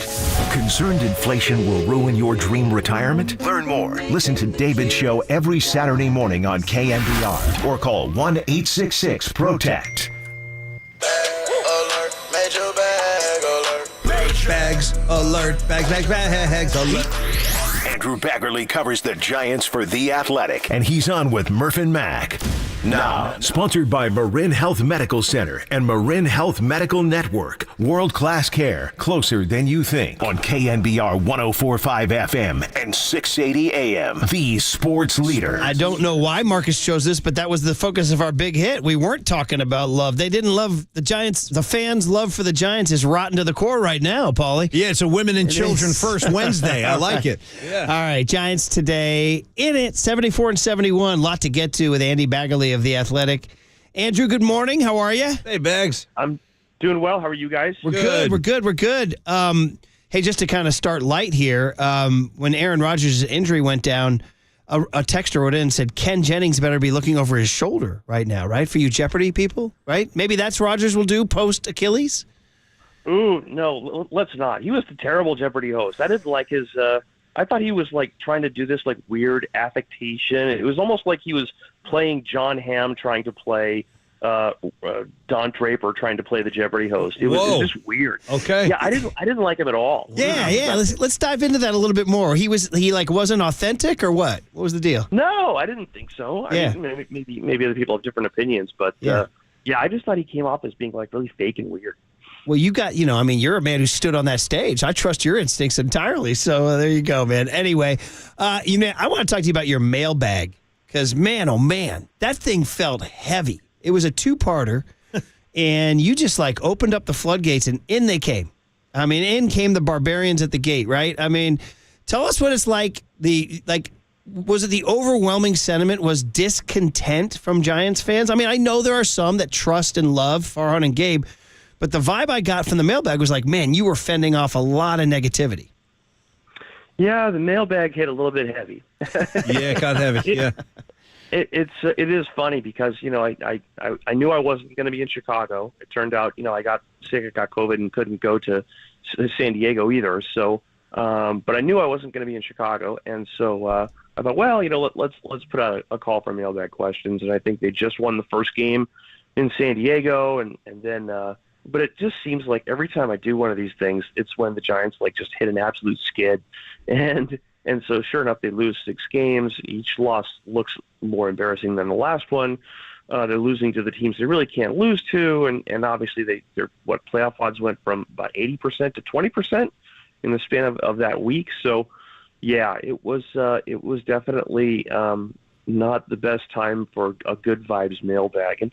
And yeah, there's a lot of, there is an echo chamber and there is sort of a selection bias with who will respond or who's on social media among the fans. And I think there is probably a more concentration of negativity than maybe exists. But, I think there are a lot of fans who were maybe anti-Gabe and anti-Farhan from the start. And so I think when you hear criticism of them, even in 2021, you hear criticism of them, I think it was easy to kind of tune them out as cranks maybe sometimes. But there are a lot of fans, I think, that were cautiously on board. And after 5 years, they're like, nope, I'm not on board anymore. I haven't seen enough progress. Yeah. And you understand. You understand the discontent from those fans. And, there's so many things you can point to. There's so much nuance and so many ways that they are healthier and better as an organization than they were 5 years ago. But if you're a Giants fan and you look at this position player group and you say, you know what, there's not one position player on this team aside from maybe Wilmer Flores because of how hot he's been, that I could confidently say is not going to be platooned and not going to be pinch hit for at some point in the game. And I don't like that. I want everyday players that I know are going to play the whole game. And that bothers you. that's a totally fair and valid criticism. And after 5 years, you should expect to have a few players like that. So, I think it is changing. I think the organization is much better off. I don't think you can possibly say that the Giants have to be satisfied with where they are after 5 years with this administration. And so it's going to leave, I think, Greg Johnson with an interesting decision, and maybe next year becomes a kind of a prove it year for everybody involved to see if just where the organization is a year from now. Yeah, I think that's well said. Next year will be huge. Especially, we'll see how this one finishes. We'll see if they storm into the playoffs and upset the Brewers. But you're right. As of right now, that's what it's looking like for sure. A little bit on the on if they had to say, hey, we're doing this right and we're doing that right, it would be developing the kids, right? And I guess Keaton Wynn, I'm sort of asking about because, are we fair to say that going into the final 2 weeks of the season, do they have a 5-man rotation? Is it Webb, Cobb, Harrison, Wynn, Minaya? Are we at that point? Well, I think that, we're closer to that point, but it really is going to be predicated on who the opponent is. The opponent really matters here. And if you're looking at Cleveland, they've got Stephen Kwan as a left-handed hitter. You've got Jose Ramirez who's a switch hitter who's probably, not as good from the right side. And also Sean Minaya had good numbers against him. He faced him a bunch when he was with the A's, and he had good numbers against him. So you look at the top of that Cleveland lineup, and it matched up well for Minaya. And I think that if they had like 3 really good right-handed hitters that are going to be at the top of that lineup, then I think they would have used Ryan Walker as an opener. So I think that has a lot to do with it. And in this case, whether it's the Rockies or it's Cleveland, I don't think that they necessarily felt they had to use an opener. But they still got games left against the Dodgers. They've got games left against teams that obviously have some more offensive weapons. San Diego, we know. So, I don't think that the opener is over and done with. But, yeah, in a perfect world, they don't have to use an opener because they have 5 starters who they just, trust to face everybody. Whether it, and certainly Webb and Cobb fit into that category, and maybe Kyle Harrison will fit in that category, and maybe Keaton Wynn will fit in that category. I think that's kind of the hope, is that especially the young pitchers they've been able to debut this year are definitely going to be a big part of their future. One of the hot topics last night, we're talking to Andy Baggerly, is the lack of double plays turned by Estrada and Crawford on a couple ground balls. We talked to Kuiper about it, and he said, listen, this is the data. Like, it says that Naylor's going to hit the ball there, so you go stand there, and that takes away the double play. He said his partner next to him was throwing his hands up in the air saying, I'm a pitcher. I got a ground ball. I need a double play. I did what I was supposed to do, yeah. In your years, Andy, of bridging both the old school years and the new school years, where do you come down on not being able to turn a double play in a situation like that?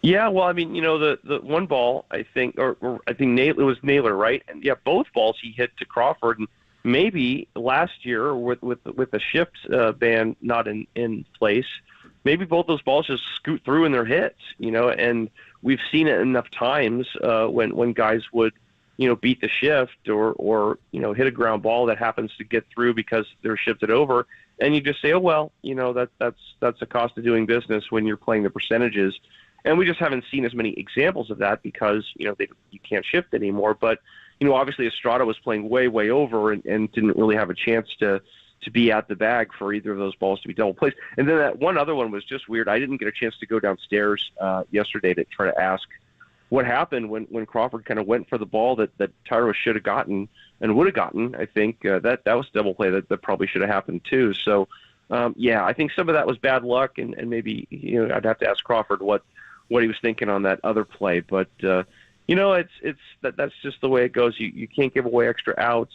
You can't make mental mistakes. But in a couple of those cases, it was just, I think, a little bit of bad luck. And even Sean and I think, sort of said, that's just the way it goes. So, and that's why you just have to, as an offense, just out hit some of that stuff. Yeah. And that's what you have to do this time of year. And obviously they weren't able to do that, and it didn't help that Miles Straw was up there catching everything in center field. So, big one today. You can't really lose a series at this point.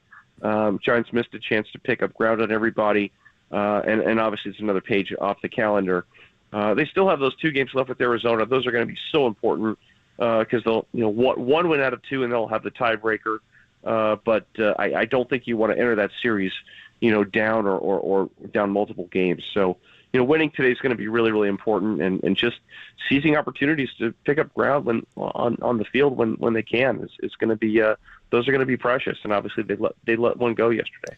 For sure, Andy. A couple more minutes here with Andy Baggerly with The Athletic, our weekly hit. So 100 errors is going to get kicked around because it's such a magic number.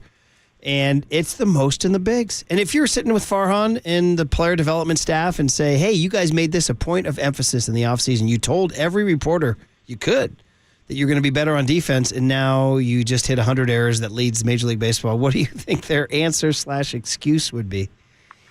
Yeah, I mean, I think that they would probably point to God, I don't know what they'd point to, really. Right. I mean, they knew that they had to do certain things. They had to be better in the outfield. They haven't had the kind of continuity in the outfield that they were hoping for. They obviously had to play Jock in left field, which is something they didn't want to do, and they had to do that to get Wilmer's bat in at DH more often, which you understand, but that was a trade-off they had to make. And Tyro has had a very, very good defensive year. I mean, he really, really has played the heck out of second base, so that's a positive they could point to.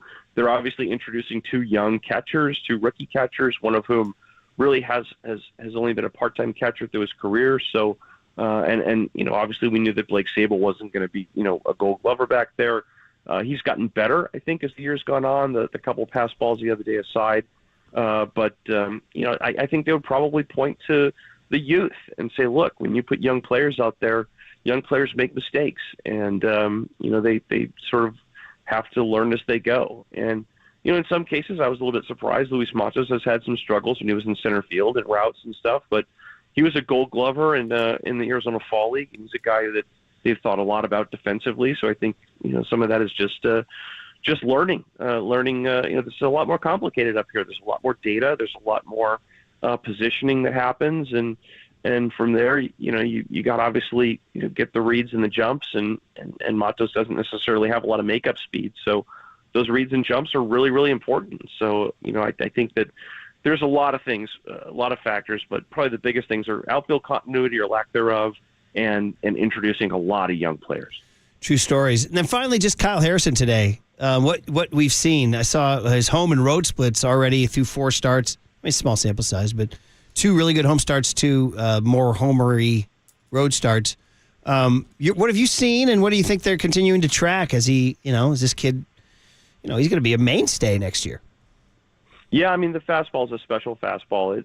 He's obviously a way different pitcher than a Matt Cain lefty, throws from a different arm slot, but it was the same thing with Matt Cain. The fastball has giddy up, it's special, it misses bats even in the middle of the zone, and he's got a chance to really, if he can play off that pitch with an effective off-speed pitcher too, then he could really be in this league a long time. And one thing that's interesting is to see him start to incorporate his changeup, which he did last time. Before it was just really that sort of slurvy slider and fastball, and now he's throwing the changeup a little bit more, and he's feeling better about it. He told me that he's throwing it with a little bit of a different idea in mind, throwing it more like a slider. I guess if you're into the nitty-gritty of pitching, you're supinating instead of pronating when you throw it, and that's getting a little more seam action. And so he's starting to feel a little bit more confident throwing that pitch. And if you can get him with 2+ off-speed pitches that he can throw with confidence along with that fastball, then you've got a kind of a Carlos Rodon type of pitcher, at least Rodon when we saw him with the Giants, and that's special. So, obviously the velo is a little bit down last time. I think, he's learning the durability aspect. He's learning the conservation aspect as his pitch counts are starting to get a little bit higher.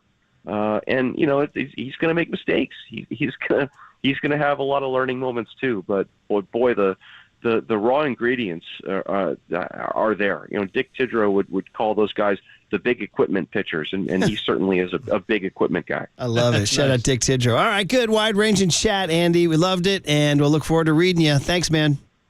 Okay, thanks, guys. Have a good rest of the week. Yeah, we will. Man. All right. Kyle Harrison, the big equipment guys. I like that name, big equipment guy. Shout out Tommy Lee once again. Yes. Another big equipment guy. I was going to say, yeah. Just to be fair, give him his due. Did we also talk about Pete Davidson and David Spade? Pete Davidson's come up today when we talked about successful comedians who have also been successful out there in the dating pool. Pete Davidson's certainly at the top of that list. I love how he went straight from Giants talk right to Tommy Lee. Yeah, well, big equipment, Yeah, that's why Waterboy says break. Big equipment. When Marcus says break. Omar Ruiz, NFL Network, talking about the league next on the Sports Leader.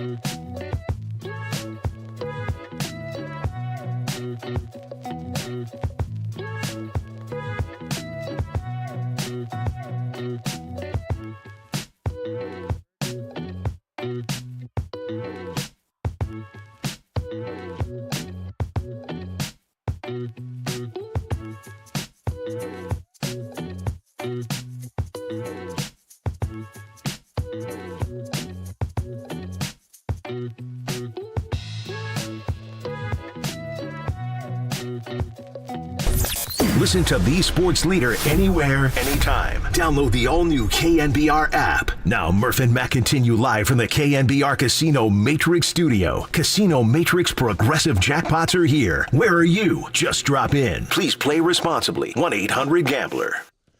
All right, Paul, let's talk National Football League with Omar Ruiz of the NFL Network. We've never had Omar on, so it's a pleasure to welcome Omar to the Murph and Max show. Omar, I have to say, first of all, good morning to you. Omar. Second of all, I'm reading your bio.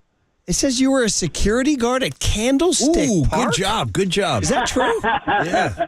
Yeah, so back in my junior college days, I tried out for the baseball team at the local community college I went to in Sacramento, and part of our fundraising efforts was to work security at the 49er games. And so it was a collective thing with a bunch of the junior college baseball teams in that time. And so there's about 80 or 90 of us on any given day. Well, the very first game that year, the lady that was in charge picked about 5 of us. We didn't know what we were doing, but she selected us to be the escorts for the referees that went from the tunnel, if you guys remember, in Candlestick Park, that was just inside to the left and then to the field. So the beauty of that gig was that, of course, I escorted the referees to the field. Yeah. And then during the game, when they're on the field, I'm there at the 5-yard line. Now, we were told not to look at the game, but, of course, I'd be watching the play clock. Sure. And I would time my scanning of the crowd. So when the ball was snapped, I'm looking at the play, okay, play's over, and then I start my scan back in the crowd. Wow. It was a phenomenal experience. Met a bunch of different celebrities, talked to different players, coaches. It was just an awesome experience. Man, I want that gig. Me too. Hey, what years were those?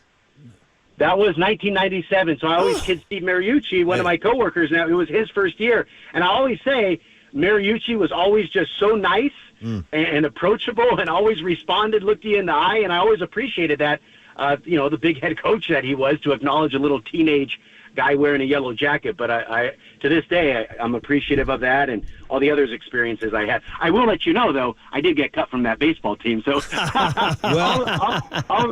but I still love that experience. And even as a matter of fact, when we got the cuts down, so, I played fall ball. They announced the rosters like in December or whatever. The 49ers still had that huge Monday night showdown, if you remember, in 97. Oh, yeah, we talk about that a lot. We do. We talked about that last week, actually. Yeah. They retired Montana's jersey. Brent Jones, that was his last game. Jerry Rice came back from the injury that night. So I told the coach, I said, hey, I know, you've cut me. Can I still work this game? It's going to be an epic showdown. And sure as heck, he let me do it. And so I don't know. I got to go to NFL Films and watch all the different camera angles that they have. But I'm one of the escorts making sure as Joe Montana is walking onto the field with his family or whoever he was with. Yeah. I'm one of the security guys walking behind the camera guys, making sure that they keep walking and don't block his route to the field. So just, again, tremendous experiences that really kind of lit the fuel to this fire for the job that I have now, to be a part of, NFL and to, cover games and be on the field and that excitement. So I appreciate you bringing that up and relive those memories. Oh, are you kidding me? I love it. So I was a beat writer for the Santa Rosa Press-Democrat of that 97 team, and I probably tried to go somewhere, and you were like, hey, man, you can't go there. You know what I mean? So, yeah. You and I have met. The only time that, actual security work might have been involved was in that season when the Cowboys came to visit. There was a controversial no call on Michael Irvin down the left sideline, and he was irate. He thought he, had pass interference. And so coming into the locker room, and remember, I'm 18, 19 years old, whatever I was, and Michael Irvin's this big future Hall of Famer, another, future coworker as it stands. And he just wanted to get in after that referee locker room, because if you remember, the visiting tunnel was all the way down at the end of the hallway, so they had to walk by the referee tunnel. And everybody of one of our security crew were looking at each other like, there's no way we're stopping Michael Irvin. But thank goodness, Nate Newton and the rest of that crew stopped him from going in. But, again, just a lot of good memories from those days. That is good stuff. By the way, our producer played college baseball. What JC was that? Cosumnes River College. Cosumnes River, all right. What was your position? I pitched, outfield. I think in that fall ball, I batted about 300, but didn't hit with enough power, I would imagine, for a corner outfielder, and that was my demise. But, oh well. You just weren't good enough, my friend. There you go. But then that started this route, and here I am today. Omar Ruiz, the NFL Network. Good stuff, man. Working there at the network with our buddy Mooch, who we had last week. So you can imagine we're all pretty excited about the 49ers opener 30-7 over the Steelers, but it feels like, and maybe you can tell us what it's like at the network, but that the Cowboys might have stolen their thunder with that 40-0 win in New York. Is that kind of the power ranking shakeout that the Cowboys are the hottest team right now? No, I still think that the 49ers, have the edge in that department. I think the 49ers were a team that went into, what's been a hostile environment over the years against a team that was supposed to be dramatically improved. And even if it wasn't dramatically improved because of Kenny Pickett's growth, that's always known for a defensive team. And when you look at what they were last year when they had T.J. Watt in the lineup, they were a pretty good team, especially defensively. So for the 49ers to go in there and take that 20-0 lead and really dominate in every way, I think says a lot more about the 49ers. Obviously, we'll learn more about the Cowboys and the Giants this week on what's what. But I'm one of those people that I do believe in the Cowboys. I think they are really good. But at this point, I would still think that in the NFC anyway, the 49ers would still be on top of those power rankings. And, of course, the Eagles go to New England and get their win, and that's the team. Everybody seems to be like, in some ways, Niner fans are like killing time until the Niner-Eagle game in December. That's just been hanging over everybody, but they had a nice debut, too. Nice week one. They did. Yeah, Eagles look good, and they're going to be good. They're going to be a force there at the end. I'm just not so sure how big of a loss that Javon Hargrave going from the Eagles to the 49ers might actually become, because we saw what the 49ers front was yesterday with, Sunday with Hargrave there, and Nick Bosa's not even, 100% back yet, just returning to the team. And you mentioned, the 49ers, they just looked like they were a team on the mission. And after the game, Talanoa Hufanga even said they wanted to be in mid-season form. And talking to Kyle Juszczyk before the game, talking about those losses last year with the Bears and the Broncos, and that they really hold their hat on that as motivation for this year so they can get that NFC Championship game in Santa Clara at Levi's Stadium. They feel those key losses in September cost them last year, and ultimately perhaps costing them the game. Talking to Omar Ruiz, the NFL Network, all the headlines around the league. How's the NFL Network taking the Rodgers injury? I mean, it's like they're slated for so many primetime games, and it was like the biggest story. I think they drew the biggest Monday night crowd in a long time, and boom, gone just like that. Nothing we can do about it, but man, the Jets now become they become less interesting, but at the same time, they're still interesting because what do they do? What will they do now? Yeah, that's the interest. Do you stick with Zach Wilson, Omar? Sounds like yeah. I think you have to at this point. Yeah. And you hope that the mentorship, the tutoring that Aaron Rodgers did this whole offseason, and important to note that Aaron Rodgers was all in this offseason for the first time in several years. Even played in the preseason, albeit just a tad there for the New York Jets, as opposed to, kind of taking the off seasons off and OTAs in Green Bay the last several years. And for whatever Zach Wilson could soak up, and maybe without having pressure on him, being able to learn and absorb and try to get better. And I'm one of these people that in the off season said that if Breece Hall doesn't go down last year, I felt the Jets were a playoff team. And I think they kind of proved that last year. I thought, despite what was going on at quarterback, they had such a good defense. The ground game was good enough to get them into the playoffs. Now, obviously, they had incompetent quarterback play at times, and Aaron Rodgers coming in, and even if he was just what he was last year in Green Bay, would have been good enough to elevate them, let alone if he returned to MVP form. So Monday, I think, is an example of as long as Zach Wilson doesn't lose the game for them, they could still be competitive. Now, the Super Bowl hopes and all that, of course, I think are gone. But as far as being a factor in the AFC East, I think very much they'll be relevant. And 49ers Rams this week, the Rams, we literally wrote them off before the season even started. That's me. I'm guilty of that. Well, big we all time. did. We said they stink. And dropping 30 on Seattle, up in Seattle. I know it's only week one, but all of a sudden that Niner-Ram game takes on a different feel. Right? Yeah. A completely different feel. It's a sneaky game of the week type of feel now. And you look at the Rams, and I'm one of those that, I'm there close to the situation, cover them a lot. A lot of the talk this offseason was how much it feels like 2017, where, they're coming off that horrible Jeff Fisher era, didn't really win. They won 4 games in 2016. Sean McVay comes in, breathes a breath of fresh air in there, and they're all of a sudden a playoff team as bad as Jared Goff had looked in his rookie year. Now, they were talking about kind of that refreshed feeling this year, but my thought was, okay, if that's true, you got to make sure that Aaron Donald, Cooper Kupp, and Matthew Stafford still have career years, and then hope all these young players flourish. And so then when Cooper Kupp goes down before the season, you're like, oh, no, here you go. And so even somebody like me, who was, somewhat optimistic for what they could be, didn't think they had a chance in Seattle. And not only did they win, they blew them out and looked so impressive that, that game against the 49ers all of a sudden has different meaning. And then you look at Brock Purdy, who came out and played awesome and had such a fantastic game against Pittsburgh. I feel like he's checked every box that you possibly can at this point in his career.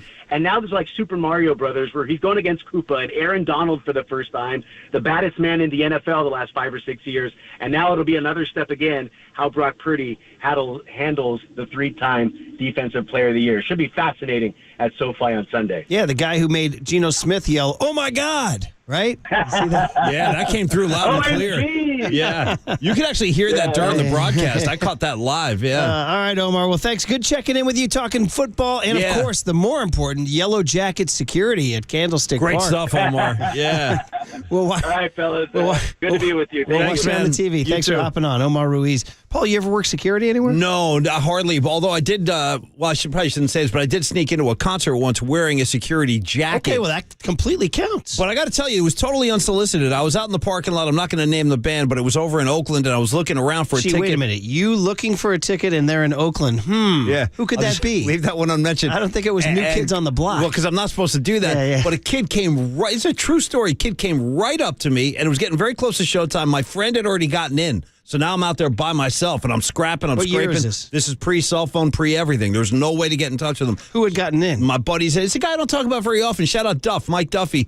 Duffy's in the house. I'm out here looking for a ticket still. A guy comes up to me. He goes, hey, you want to go in? I go, yes, I do. And he goes, check this out. Reaches into his jacket. Now, he was wearing a security jacket. So he reached in and gave me one. He goes, $25. Put this on. $25. Done. Here's your money. Give me the jacket. Yeah. Next thing I know, walk in. That's tremendous. It was the only time I ever pulled that maneuver off. I got in. He goes, okay, I need the jacket back. I guess he was doing this all night. Is it fair to say that this guy miracled you the jacket? Well, I paid him the $25 now. A miracle would have been for free. Okay. So, but anyway, shout out to you security guards out there. Whatever it takes to get us in, I appreciate it. Sam Farmer famously snuck into the Redskins-Dolphins Super Bowl posing as a concessions worker.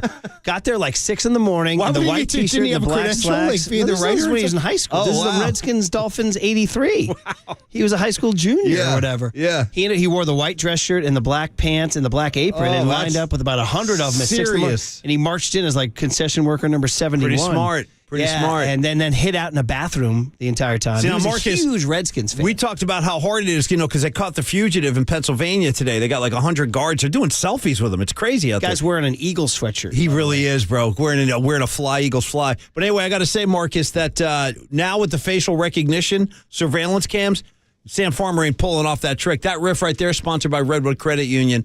Whether you're chasing your goals or living your dreams, Redwood Credit Union is here to support you every step of the way. Redwood Credit Union, for all that you love. And John Brebbia going to join Papa and Lund today at 10:30. Sounds good, man. In fact, speaking of Papa and Lund, we'll hand it over next on KNBR 104.5 at 680 Sports Leader.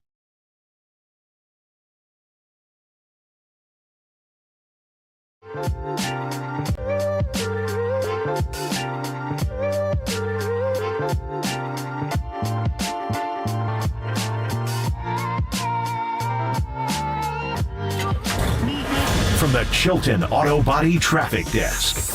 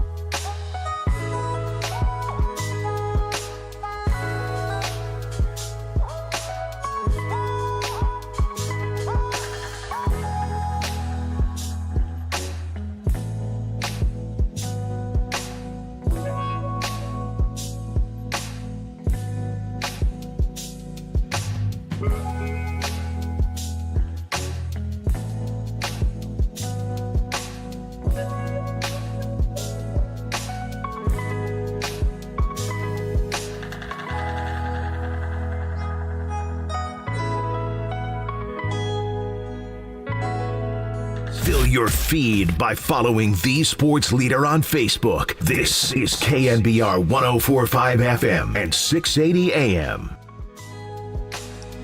The boys are down at the public house. Look at them. Look at Greg, Papa, and Johnny Lund ready to go.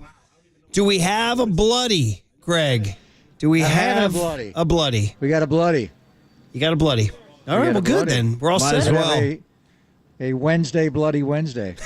Wednesday, last midweek day game of the year, John. Yeah, it is. Jeez, what did you guys accomplish down on the patio this year with those days? We drank a lot of bloodies with Barbara and Mary Jane. Well, there it is. Barbara's here. That's the Mary answer. Jane's here. And that's not code for anything. It is actually I got Mary Jane too. Mary Jane is. I was going to say, when when Paulie's there, Mary Jane's there too. Mary Jane makes everything very funny. Yes. Mary Jane is. They weren't here 2 weeks ago. We were worried about you. All right. You guys go drink with Barbara and Mary Jane. We'll see what Kyle Harrison has to offer. All right, boys. Marcus, we'll see you down there. We'll do it tomorrow. When it's time for a change, think Speedy Oil Change and Auto Service, your trusted oil change, tune-up, and brake experts.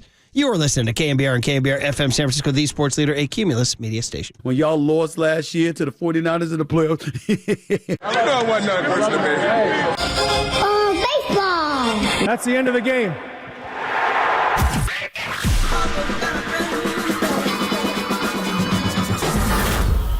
Ladies and gentlemen, Prepare yourself. prepare yourselves I love it when you call me Big Pop. for Greg Papa Sleeping Boy is Superman. San Francisco. and John Lund. It's 10 o'clock. Let's hit it. This is Papa and Lund. That's right. We're getting it going. On KNBR 104.5 and 680. 680. The sports leader. Hit a home run. Pitch. There's a drive into center field. Back a little bit. Matos. Now he's waiting and makes the grab. Inning over. 13 in a row retired by Sean Manaea. There's a high drive. Deep right center. Forget about this one. And hello! San Francisco Bay on a bounce. And that ties the game rather emphatically. What a shot by Blake Sabol. Sean Manaea taken out of the game as Gabe Kapler goes out. And he gets a nice ovation from the fans here. Really strong performance. Yeah, long first inning. I don't think he came out feeling in his rhythm and in his delivery, so it took him a second to feel right. And then once he went out there for the second inning, I thought he was dominant, very efficient, and even without that really heavy, high velocity fastball that he had in the first, he was able to stay off barrels, get weak early contact, and take us deep into that game. And I thought he did a really nice job overall. Yes, thanks for joining us. That is Gabe Kapler, who does his post-game analyst like he does his coffee house reviews. It was very nice service by Sean Manaea, a very nice barista. No, he's the pitcher. Sometimes I get those confused. Thank you very much. It is our last foray into the public house. Ladies today. and gentlemen, tip your already waitresses, please. Good time had by all today. John Brebbie around, 10:30, 10:45, something like that, in that range, fresh off his ESPN bullpen tour with David Cohn. That is going to be great. We got more Niners for you, but day baseball, it's important. And Gabe, last night, they could have made a move last night because everybody else in the wild card race Cincinnati lost. won. That's the problem is you're in this race with three other teams. So if you don't win, by and large, somebody else is going to. And the Cubbies lost. Chris Bryant hit a home run in Denver. And who? We're going to see him starting tomorrow night, the former, very briefly, Giant turned Cubby. But it was just a sloppy game. We're going to have Ron Wotus join us at 10:50, and we're looking to talk to Ron because we want to find out about these. I love these closed-door meetings you have, and usually you can have maybe one or two a year. They had them bunched up. Tyro Estrada had one on August 27th before the Atlanta game on Sunday Night Baseball when Mike Murphy went on the wall. By the way, the great Steve Vucinich is here. I saw him walking in, parking his car early, the A's version of Mike Murphy, and he's in visiting with Terry Francona, the manager of Cleveland, who's probably coming to the Bay Area the last time. He hasn't formally said it, but I think he's going to retire, and what a great career. But anyway, and then, Tyro had his meeting, and how did that go with a bilingual, talk there? He's Spanish-speaking, obviously, and had the translator. And then Mike Yastrzemski had one at the end of the Cubs series. And then I want to hear from Brebbia about what Farhan told the guys Friday to begin the homestand. And then he brought in a special guest speaker, and it was Wody. It was Ron Wotus. So I want to hear exactly from Wody what he told the club at 10:50. But also a good time to have Wody on, John, because sloppy. They just are sloppy defensively. Oh, we're not celebrating the 100th error? Well, we are with our 100th Bloody Mary. I've counted all of the bloodies we've had on the patio. They actually had 100 all of last year, and they've got, 17 more games to go?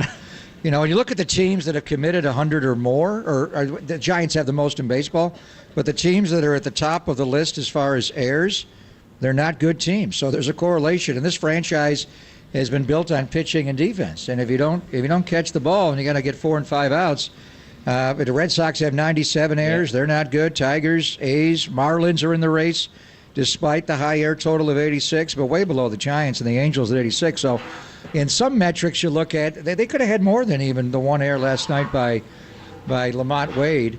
And there's just so many plays they did not make. Some metrics show that they're a good defensive team. Some show that they're not. We'll have Wody break down. It wasn't just Lamont Wade's error. It was the double plays they did not turn last night, and the concept of not being a double play depth. And Wody set up the Giants' infield defense for years.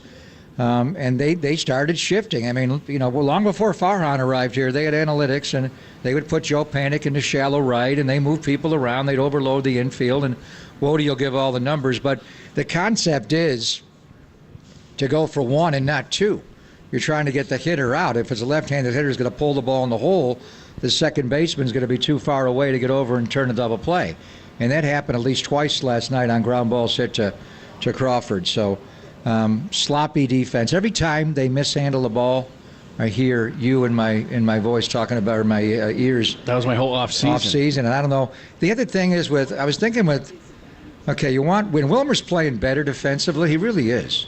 Whether it's at first or third, you don't want him at second. Are you grading on a curve? No, he's playing better. He's made some plays. I mean, he doesn't always look elegant in doing it. He's falling down a lot, but Wilmer gets it done. It's Jock.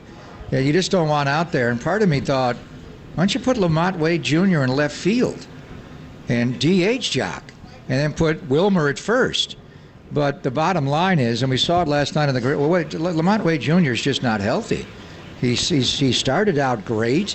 We were talking about him being defensively as good as Brandon Belt, and I thought he was an all-star. He was maybe the best player on the team first couple of months on the year, and then his back and his oblique, and he's taking a big swing, and he looks like Alex Cobb the other night, grimacing after every swing. It just didn't go well. So I think physically, we don't know where these guys are at, but partly I was thinking Lamont should be in left field over Jock, but I don't think Lamont's capable of doing that. By the way, the Jamesons have arrived for let's lighten everything up. It is our last time on the Public House, barring last weekday day game. Yep, barring potential in the playoffs. Regular season, maybe in the play. They'd all be night games. Barbara, Mary Jane, our crew are here.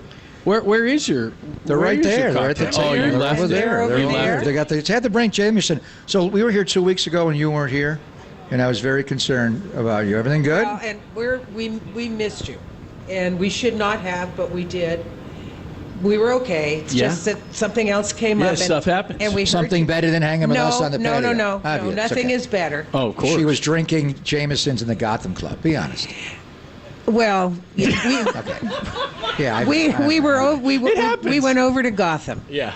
And so, which one? The upstairs one or the downstairs one? The downstairs. Both? No, the downstairs one. Yeah, we don't go upstairs. The speakeasy one. Yeah. We don't go upstairs. Upstairs is fun. You can bowl up there. That's where you hang out. I hang out on both of them. Yeah. Yeah. Well, we usually America's guest. If I want to meet you on the Brooklyn side, I go to the one upstairs. Yeah, well, we if I want to drink Jameson's with you, I go downstairs. We go downstairs and then we go into the game. Yeah. You probably don't go to the game. Yeah, you probably just listen and watch the game. No, I don't know. How do you know? There's been times I've been here and I haven't seen a single pitch. No, he likes to walk I got to the be park. honest with you. Yeah, he right. gets jumpy. It depends. He's here, then he's gone, then he's there, then he's gone. He just likes to walk the park. So this is it, the last midweek day game. We were just talking before I came up here that we've been out here a long time. Mary and I came out. How many years? How many years ago back? Oh, long before COVID. When Adam was out here and he. You mean the Spanish flu? With Marty on the weekends? And he You're going was back to the Spanish flu of the First World War? Which one are you talking about? Way before, like 2019, 2020. Yeah, when Radnich, it wasn't that long when ago. Radnich was out here and Copes was doing the Saturdays with Marty? Is that what you're talking about? No, this was during weekdays. Did Gary come out here? Yes, Gary and Larry. He didn't do Bloody Marys and Jamesons. I don't remember. I don't think but so. we came out here a long time. Yeah. And then the pandemic came. Right. And nobody was here. That was never I'm aware. And then it took us a while to get you guys back. But we were still drinking at home with our bloodies at home. I know. We actually did an opening day at home. It was so you very guys depressing. started this pre-pandemic? Oh, yes. Well, I mean, that's not that long ago. We're done. Well, I don't know, Mary, what year? Made it sound like. I don't know. When That's what happens when you drink. I saw Johnny Antonelli when he first came out. No. But you know what? And it was fun. And then on the weekends, because Copes would do the box on the weekends with Marty. Yeah. So how many home games you make a year? I've missed 5 games. What? Otherwise, you make them all, so you'll make 76. Whatever subtraction. 81 man, 76. Yeah, I've missed 5 games. I missed Friday because I went to see down at the Chase. I went to see Earth, Wind, and Fire and Lionel Richie. Oh, that's worth it. Wow, so I missed. Together? I was in Pittsburgh. I would have loved that show. Yeah, so I missed that game. But a brick house right into fantasy? Yeah, he's. Wow. Oh, yeah. That would have been incredible. So anyway, we've enjoyed coming out here, and You kind of bring fun to us on. Well, we have fun on the mornings. So overall, how would you categorize this year? Some would say the Giants at times this year. Well, they've been tough to watch, a little boring. Are you drinking more Jamesons during the games? No. This year to not actually watch the game? No, it's been so cold at nighttime. Yeah, it's so cold at nighttime.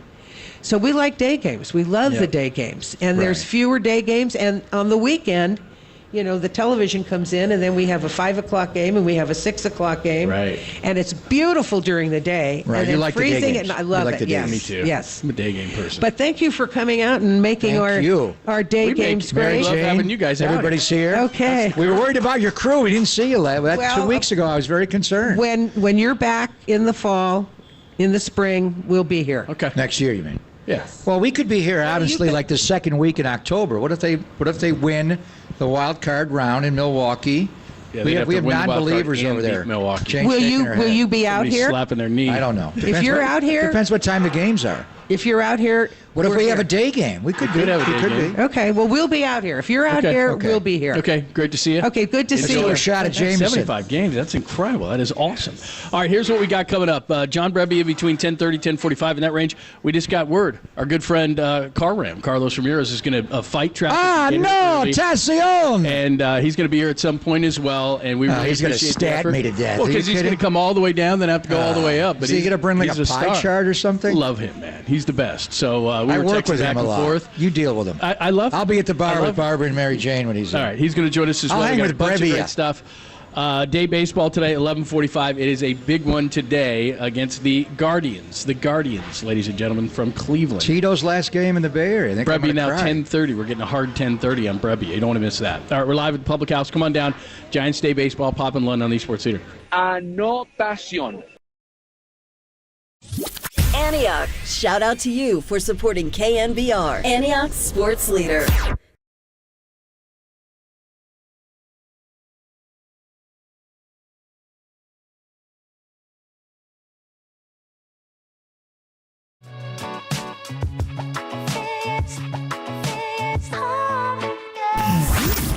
Here's what's trending now. Trending now. On KNBR.com. Giants Critical Day baseball today after losing last night. That story and more trending right now on the all-new KNBR app.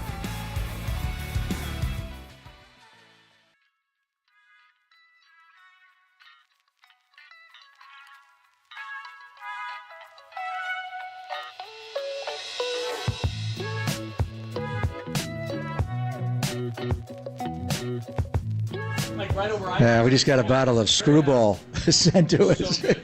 I got to drive to Santa Clara after we're done, so we got to take it easy. I'm getting ready for 49ers and Rams on Sunday in L.A. Is your home ready for kickoff? Everybody knows that hosting friends, family, and fellow fans is the best way to enjoy a football Sunday, so get ready for an elevated game day by staining your deck or painting your fan cave and having a few Screwballs. And doing it all with Benjamin Moore. With football and painting season now in full swing, now is the perfect time to tackle your indoor and outdoor paint projects and have your family room decked out in team colors to impress guests and intimidate rivals. Update your kitchen with a fresh coat of paint for prepping tailgate treats and pregame snacks. A freshly stained porch or repainted exterior will allow you to grill outdoors in style all season long. So change your luck with a fresh coat of paint. Whether you're calling an audible, kill, Oscar, or following the playbook, find all the right products, the perfect colors, and plenty of advice at, let me hear it, your Benjamin Moore retailer.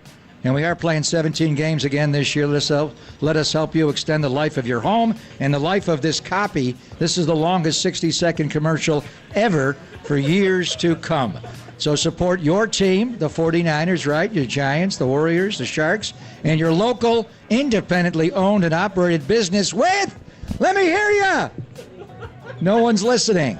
Stop drinking the Screwball and the Jameson. Benjamin Moore!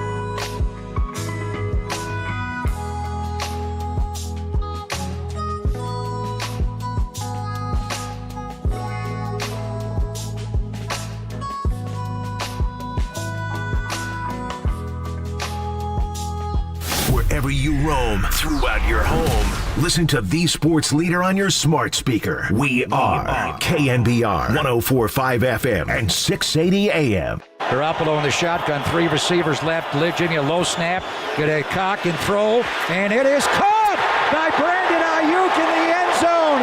Ah, no! Tassione! San Francisco! We're live at the public house. That can only mean Carlos Ramirez. He taught you that. He did, and we taught it to Jimmy Garoppolo. Not the unknown Tassione. We taught him the feels great baby. And Jimmy actually dropped that on the postgame show right after. He was did. amazing. It was car ram. How did I do? What's that? Tassione! You were great. So how do I say Jake Moody, right down the middle, suck an egg lung? How do I say that? You just got to say, Jake Moody, te amo. Te amo! Every time he makes... Te amo? Yeah, te amo. I love you. That's it. I love you? Oh, I love you. Wow. You don't love him? I don't know if I want to go there. I do love him, though. You don't? You do? Why not? Because he's a third-round kicker, 6 regardless. He can give you 10-plus this yards guy in that drank way. in London Come with on. Janikowski. Did they ever bring up? I do like Janikowski, though. One quick note on the Niners. Yeah. Are they going to lose the game all year, Carlos? What does your analytics tell you? Yes. It's going to Where? happen. That's Where? important. Maybe Eagles. December 3rd? Maybe Eagles. How many in 0, bro, will that be? What week is that? 12 and 0, bro? Yeah, that would be 12 and 0. Maybe Eagles. How about Cowboys at home on October the 8th? No, they're good. They don't have the them? offense. Yeah, I think they will. At Cleveland? How about Cincinnati at home? That's a good one. No, one of the Seattle games, maybe. They always find a way to lose a weird game. So you're saying undefeated until late in the year, though? Maybe. Why not? Wow, what do you say? Ah, no! Tassione! That's it. He got mad at me. What do you think? He got mad at me in 19 when I think they went 3-0, and I started playing Will Smith's "Welcome to Miami," and now he's after one game. Because after they beat the Rams at the Coliseum, right, and Jared Goff Viva threw for 82 Las yards. Vegas. Right. I thought this defense is extraordinary. Yeah, Speaking of defense, the 100th air last night. I heard you talking about it, and Lamont. He's not been healthy. But some metrics show they're a good defensive team. Yeah, outside of some average. show. They're not a good defensive team. Errors. What do you look at when you see good defense, bad defense, mediocre Giants? I think they're in the middle.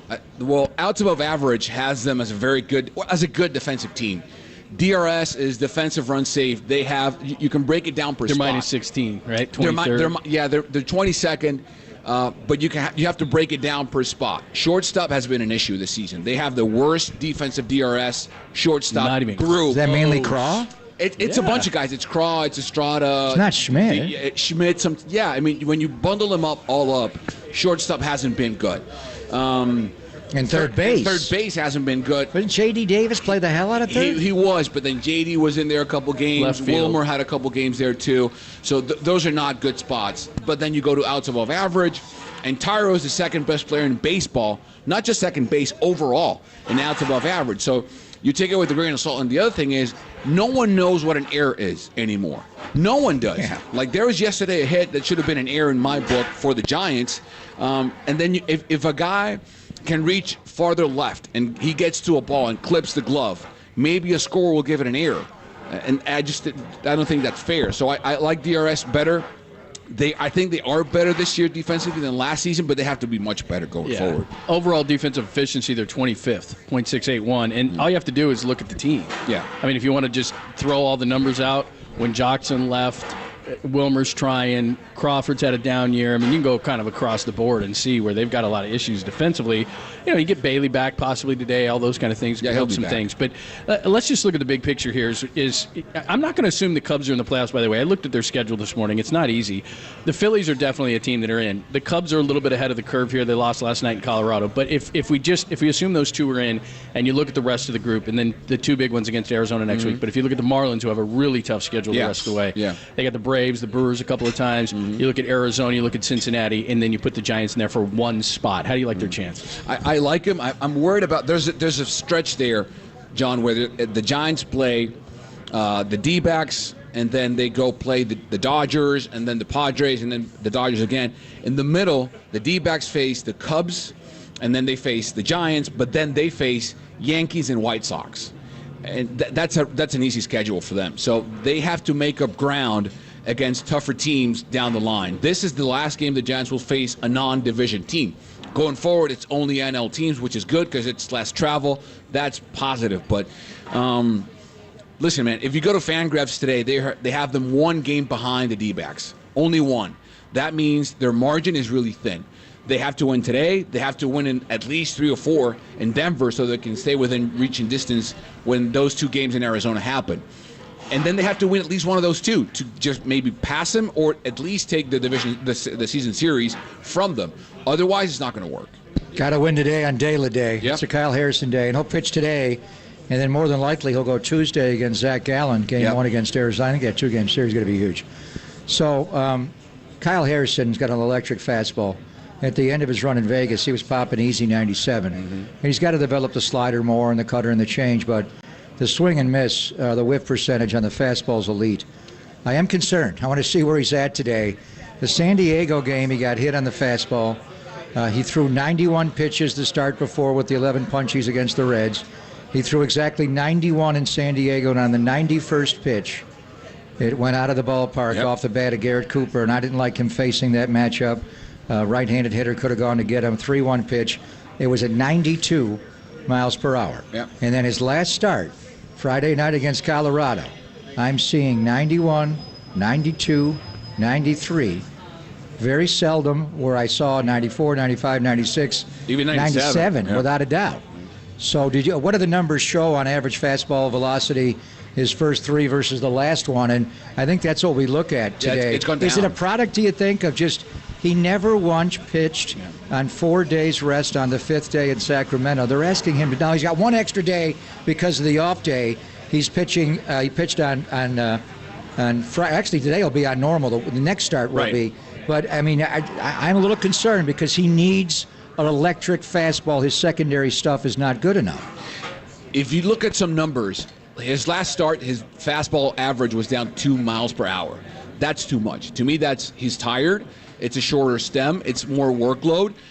Maybe it's got to deal with not having Patrick Bailey behind home plate, and maybe Joey Bart call a different game. That's got to be with, even though he did. There's a lot of change-ups. It's a lot of change. But his fastball velo was down. It's down. And it was wild. He had no command. No, it's up to 46, or I should say it's down to 46 percentile on the season.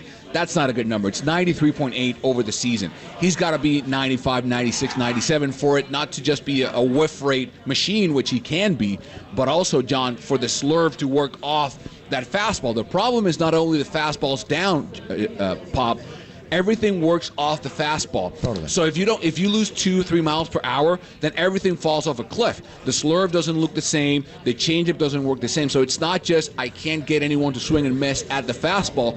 It's the secondary stuff doesn't work if as he's well. And if he does not have the same velo on the fastball, he's not getting the same action on his breaking pitch. Right. Something might a little bit. Maybe his arm is tired. Yeah. But they didn't pitch him much all year, John. They saved him to have this increased velo on the pellets at the major league level, and I'm just wondering why.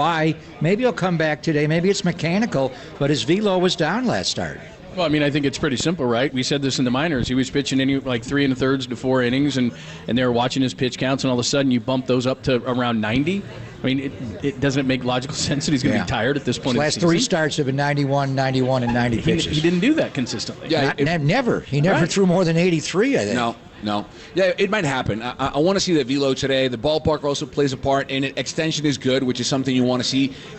That's a very good tell because he is an elite extension guy. For those who don't manage that verbiage, it means how far along extended he gets from the bump, from the actual rubber, and that gives him a higher perceived velocity, and that means his mechanics are good, and his extension has been the same. So from that perspective, he's the same guy. So elite extension. I like it. I like it a lot. Long you have time elite ago. extension. Long time ago.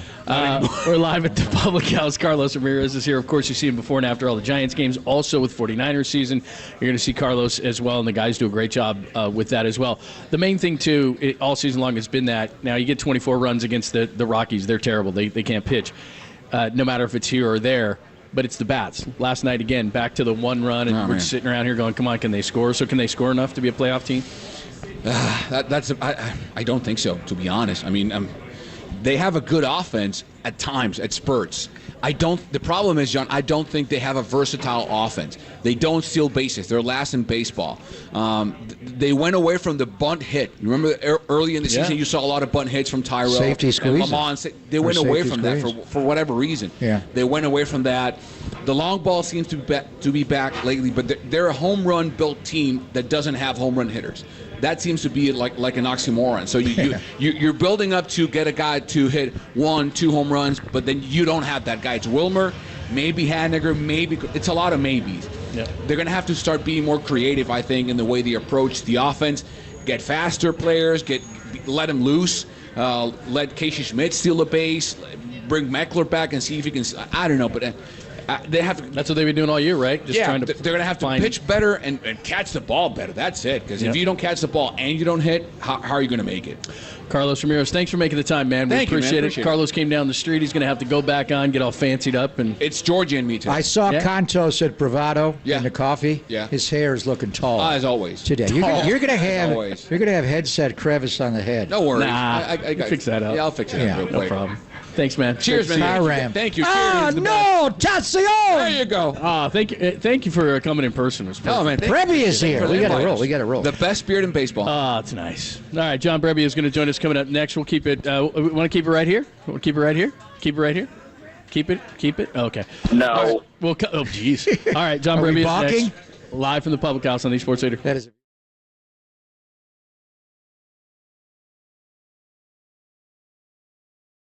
Be caller 10 to 415-896-KNBR for a chance to win a pair of tickets to see your Giants take on the San Diego Padres on Tuesday, September 26th. First pitch, 6:45. Presented by Toyota, the MVP of MPG. With class-leading MPG and more hybrids than any other brand. Toyota, let's go places.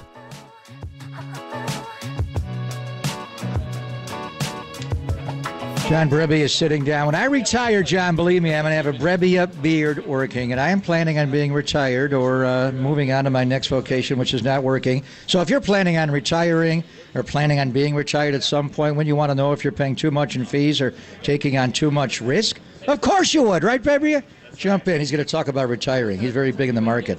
Are you going to be able to live that lifestyle you've always envisioned in retirement? For more than 3 decades, Greg O'Donnell, a huge Giant fan, actually waxes John Brebbie's beard, has been helping people like you plan, protect, and pass on their wealth to their loved ones. So if you are interested in learning how O'Donnell Financial Group can help you and your family, then give them a call. Greg and his team are a breeze to talk to. They love Giants baseball, and there's no cost and there's no obligation. So call Greg and his team today at 866-496-2300 or visit online, o'donnellfinancialgroup.com. That's 866-496-2300 because planning is a process, not a product.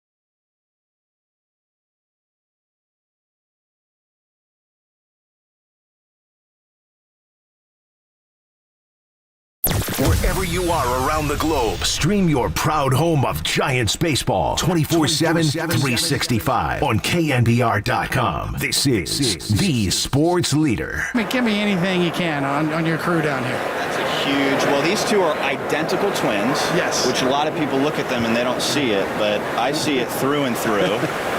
You can tell them apart. You can tell them apart, or is it really the spikes? They're identical. There is no way to tell them apart. They usually just wear their jerseys around, and that helps a lot because they have different numbers. Luke's my favorite to watch go into a game because he's got the Star Wars theme, the Darth Vader music playing. That's absolutely fantastic. Sean's hair, that's some show hair. Yes. You kidding me? Sean Manaea, you got to get a look at this. Sean Manaea's hair, that's the best moss in the big leagues right there. That was on Sunday Night Baseball. David Cohn, John Brebbia. We're live at the Public House getting you ready for day baseball. Ladies and gentlemen, the best beard in baseball. Oh, my goodness. John Brebbia. And he's a Look good at that. pitcher, A lot of by love, the way, man. as well. How about that? Yeah, we don't care about that. Yeah, No. They're already drinking, though, you know. It's They got good. Jameson, Real good. buddies. Yeah, they're messing around. So that's a quick turnaround, right? A night baseball, day baseball. It's like, whoa, hey, how's it going? Yeah, it spins fast. You got to get your sleep quick. Hopefully you can crunch 8 hours into 4 and see what happens. And you actually pitched last night, but you got Kyle Harrison, so you're good. You can actually have a bloody with us, and by the you're time you fine. get in the seventh. Another one? Oh, Yeah. okay. I didn't think we were supposed to talk about that. Is that All the right. pregame ritual? Yeah. Exactly. Sunday night baseball, you killed it. What was the react? First of all, Luke Jackson went first, and I'm like, Luke's interesting, but where's Brebbia? And then they finally got you on with David Cohn, so we loved it. We talked about it all day the next day and yesterday. What's been the reaction you've been getting from it? I just kind of stay away from all that. I haven't really heard too much about it other than from what you guys said. Really? Have friends I reach just- out and say you killed it with Coney? Well, I don't have a lot of friends. It'd be more acquaintances that would reach out, if anything. Me and you are very similar. Kind of a that way. loner, John? Is Yeah, that I got a Yeah, I'm tight the same circle. way. That's a good way to put it. I have a tight circle, you know. I don't know if I can allow you in. It's baseball season. We don't focus on the noise. Right. We just let that flow and we stay here. That's good. Yeah, I like it. Sean Manaea has got a nice set of hair. If we put Manaea's hair on Brebbia's beard, what exactly would we have? We'd have a hairy beast. We'd have a lot of weird looks from people, that's for sure. Exactly.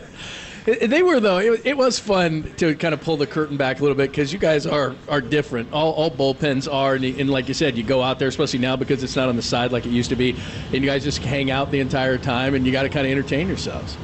Yeah, bullpens are all the same and they're all different because it's all just a bunch of quacks down there trying to figure out what to do for a little bit until the starter's all done.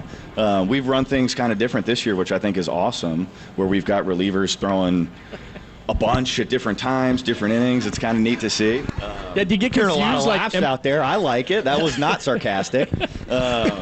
It's a ton of fun. So we get to stay on our toes a little bit more. Do you get shunned if you're a starter, dude? Versus because you're part of the, now it's like, oh, Brebbia is a starter. Oh. Well, if I made it past the first inning, maybe, but Yeah, they don't even call you a starter. You're an opener. You're an opener. So we went from bulk guys to featured guys. Yeah. Do you like the term opener? Should we come up with a different term for the reliever that starts and pitches maybe just one inning? What could we come up with? I think opener works for one inning, but if you like Ryan Walker's going multiple, that's then you're encroaching on up and down. Or maybe, yeah, but then you're encroaching on needing new terminology. Opener's fine for me because they're like, John got through one, get him out of here. I need an opener, by the way, clubhouse. for my beer. Yeah. That is kind of cool, though. You're out there for one. You're like, just go all out, whatever, man. Does it make a difference to you? Because we all make a big deal in the media of like, oh, who's going to start? It's like, well, I'm just throwing an inning. It's kind of the same. Yeah, I'm going to pitch the same, whether it's the first inning or the second inning or the fifth inning or the 15th inning, whatever it is. I don't have a lot of tricks up my sleeve, so I just kind of go out there and I'm always going to try and do the best I can. So it doesn't really matter. And you're good at it. You're good at it. When you left for a while there, we thought, how are they going to do this? And when Ryan Walker picked it up. So are we getting away from the opener? Now that Keaton Wynn pitched so well, Sean started last night. Kyle's going to go today, and you got obviously Webby and Cobb. So do we have 5 starters now, and you now assume more of a 7th inning later in the game role? Is that where we're at now, John? That's a good question. When they let me know, they don't tell you that? I'll ask them if I can let you know. Okay. No, I don't need to know. I'll find out when you come in. Yeah, it's definitely possible. And there's just so many people on this team that are so good at pitching that it's like you have endless options, so it doesn't matter. Yeah, sure, we've got 5 starters. We've also got 2 or 3 or 4 if we need it. I mean, it doesn't. You can match up however you want to best win a baseball game and have a ton of success, and it's going to look pretty good. John Brebbia is joining us. So you were out for a while, so maybe it feels different. But at this point of the season, where you're basically under 20 games left, what is it like at this point of the season? You can see the light at the end of the tunnel for crunch time. Every game is important. Every game means something, whether it's the first or the last. But now you can kind of see where that last game is and be like, oh man, okay, this is how much time we have left. And that's kind of neat to just sort of have a broad view of it. But every day you wake up, there's only one game. Well, not always only one game. Sometimes you got rainouts and doubleheaders, but Cincinnati that one day you had 2 games. Generally speaking, right? Yeah. Most of the time you wake up and it's one game and that's your focus for the day. But it's also impossible not to hear people talk about it all the time. X number of games left or whatever it may be. So you get to sit there and look at that, but at the same time, you just got to win the one today and then move on. You guys have had a lot of closed-door meetings lately. Thairo Estrada, who's, his number one language is not English, so he has to bring an interpreter in. You don't typically see Spanish-speaking players do that. I'm not asking you to take me inside, but Thairo's speech turned you guys around a little bit. Yaz, after Chicago, kind of read you the riot act, but the boss walked in the other day on Friday, Farhan Zaidi, and he brought Wody in later, and Wody's going to join us at 10:50. Tell me whatever you want to say, because I know it's private stuff, but I am intrigued about Thairo and how he got the message through with the interpreter. And then the Farhan Zaidi, what did he have to tell you guys?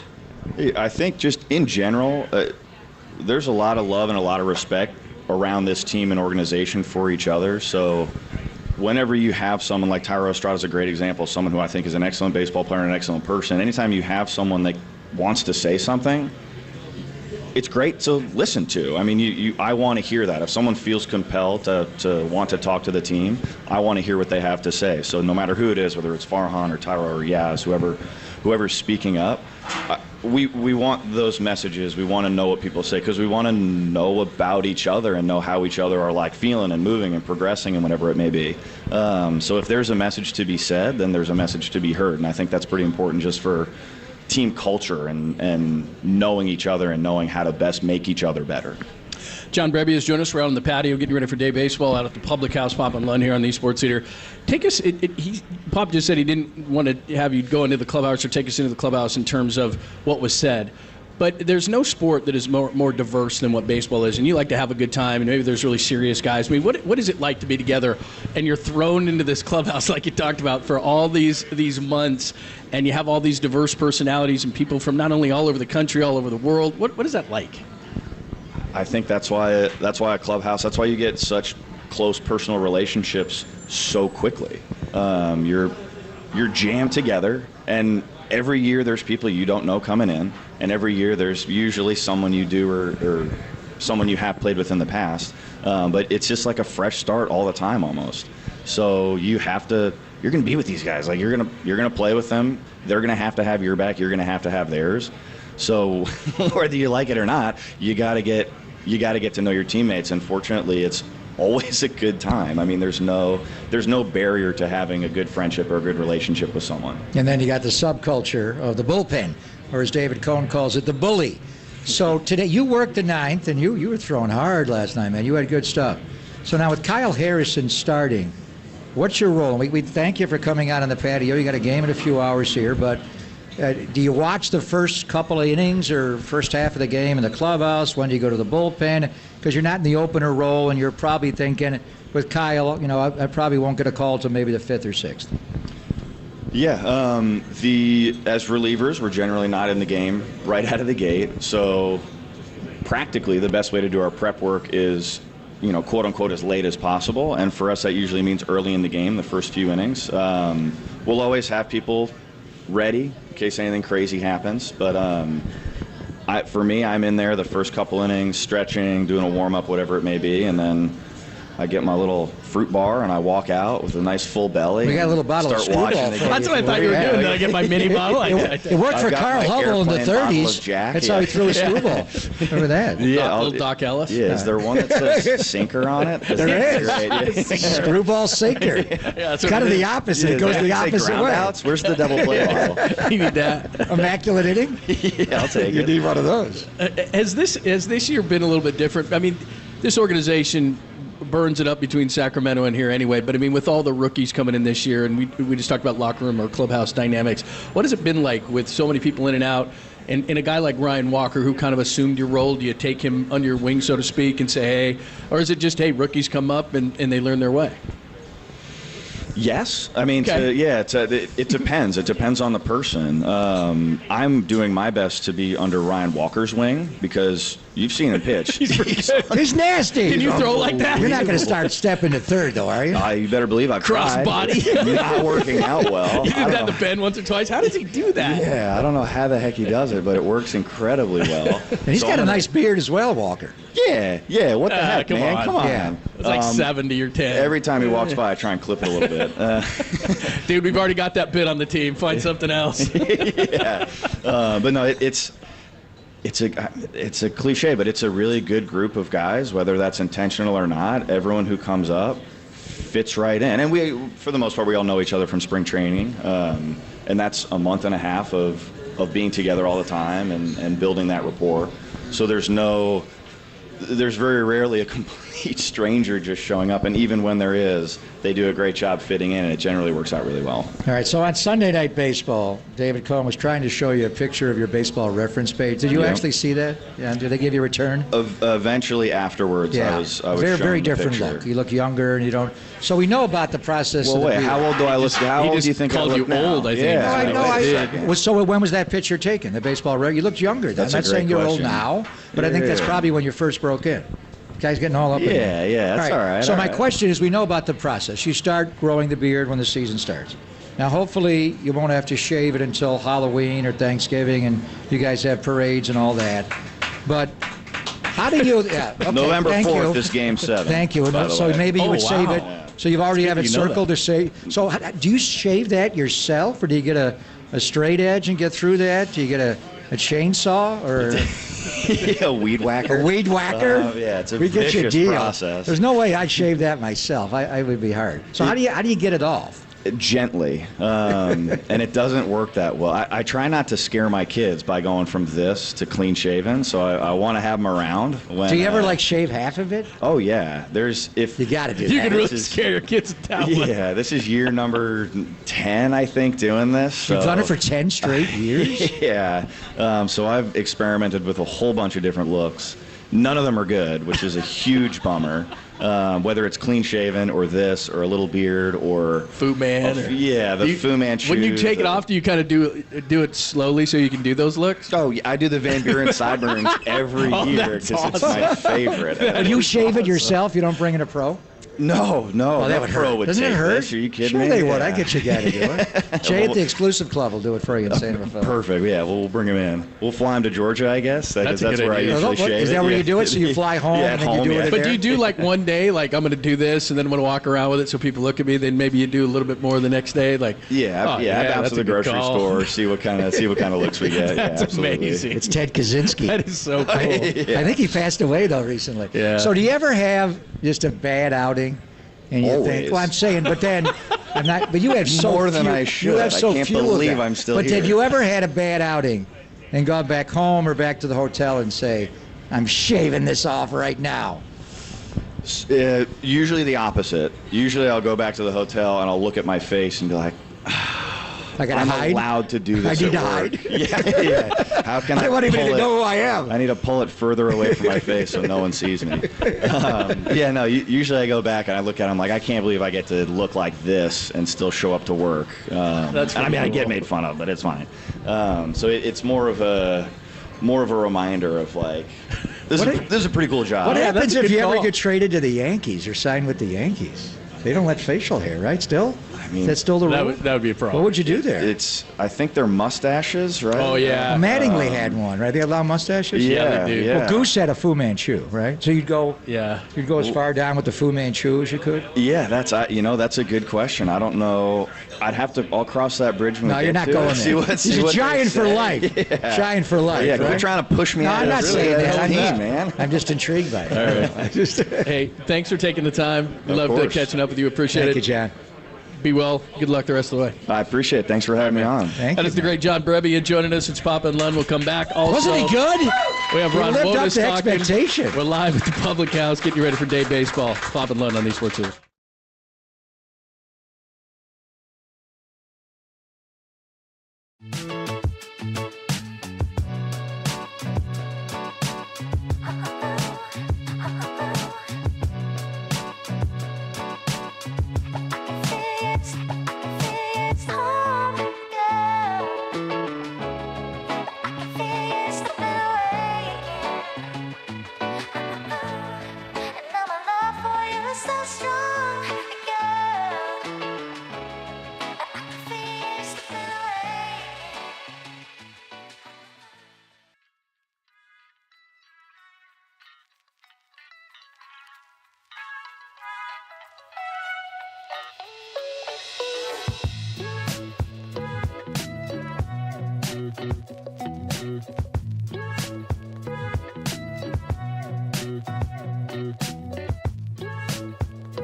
Hey, it's Greg Papa here for Golden State Lumber and Building Materials.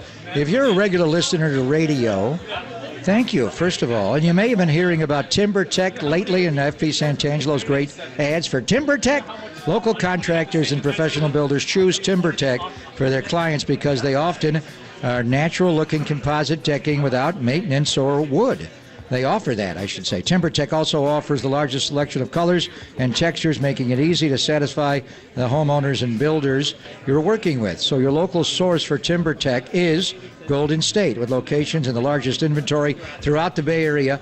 You'll also find a great selection of Truss Joist, producers of the best framing components in the industry. For walls, floors, and roofs, Truss Joist is engineered for excellence. To save time and money, talk with your rep at Golden State. And remember, you can start an order or request a quote at goldenstatelumber.com. For 3 generations, customers have relied on Golden State. Barbara, can you hear me? Golden State, when you succeed, we succeed.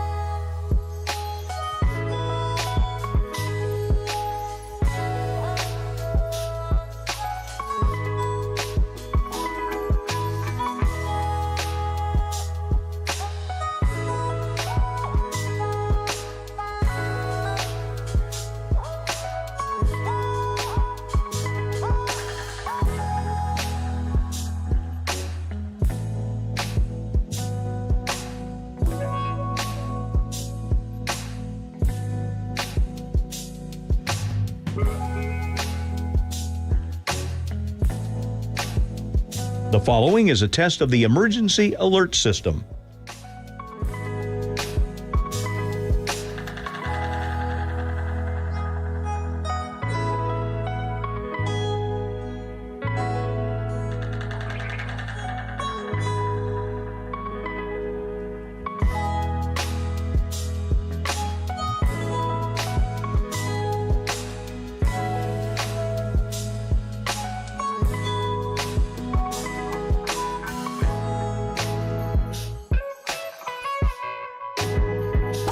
This has been a test of the emergency alert system. We now return to our regular programming.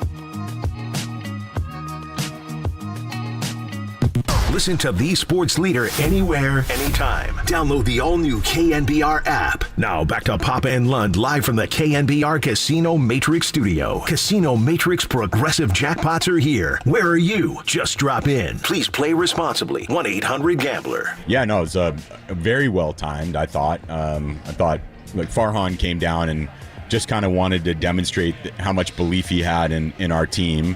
And Farhan has a tendency to speak from the heart and in a way that is very endearing and he's very disarming. And I think the entire group really appreciated it. It was basically him telling us that he believed in this group. He thought we could go to the postseason and he was behind us all the way. And the other thing it demonstrated is the togetherness in an organization, a front office, coaching staff, players, business side. We're all kind of pulling the rope in the same direction. We all want the same thing. We want to win baseball games and go to the postseason. So I thought it was, very well timed, and as I said, executed very well. That's actual audio from the meeting. That was Gabe Kapler talking about Farhan Zaidi coming down to talk to the team. Also, our next guest, Ron Wotus, did as well. We're going to get into that conversation. We're live at the Public House, our last appearance, unless we do a playoff appearance, but it is a beautiful day.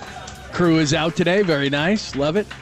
Ron Wotus joins us not only on the on the phone line, but he's in Sacramento today, so we have a lot to discuss as we come down the stretch. Day baseball between the Guardians and the Giants, and Wody joins us courtesy of the Uma guest line. How are you? Hey, John, I'm well. How's Pop doing? He doing? I'm here. I'm here. Right. Are you driving to Sac now, or you already arrived? No, I'll be leaving in about an hour. I commute. I'm just grateful it's not Friday or Sunday coming back because of that Tahoe traffic. Yeah. And you live out in the East Bay with Lori, so it's a quick shot. So we'll get to what you're doing there. And you're going to work out with Marco Luciano, and want to get your thoughts on what you saw from the defense last night and throughout the year. But we heard Gabe talking about the Friday meeting. And I think Brian Sabean did this as well periodically, but it was a rough road trip. Got the first win in San Diego and then lost the last 3 to the Padres and all 3 in Chicago. And Farhan did speak, and then the longest tenured coach in Giant history, Ron Wodes, got up. So obviously what you're saying behind closed doors is private, but whatever you can share with us, Wody, about what Farhan said and what was your message to the club. Well, first off, I think you hit the nail on the head for Farhan to come down and want to speak to the club. That was really good to see, and he executed it very well. And look, players, it's easy to lose your confidence when you're in the midst of a losing streak like that club was. Sometimes it's very easy to get complacent, and sometimes these guys need to hear some positive comments or negative comments to right the ship and let them know what's at stake, because it's easy to show up every day and when you're not playing well and, give in to that. So I thought that the timing was perfect for many reasons. And, the players responded. Several players spoke as well, and it was a very good meeting.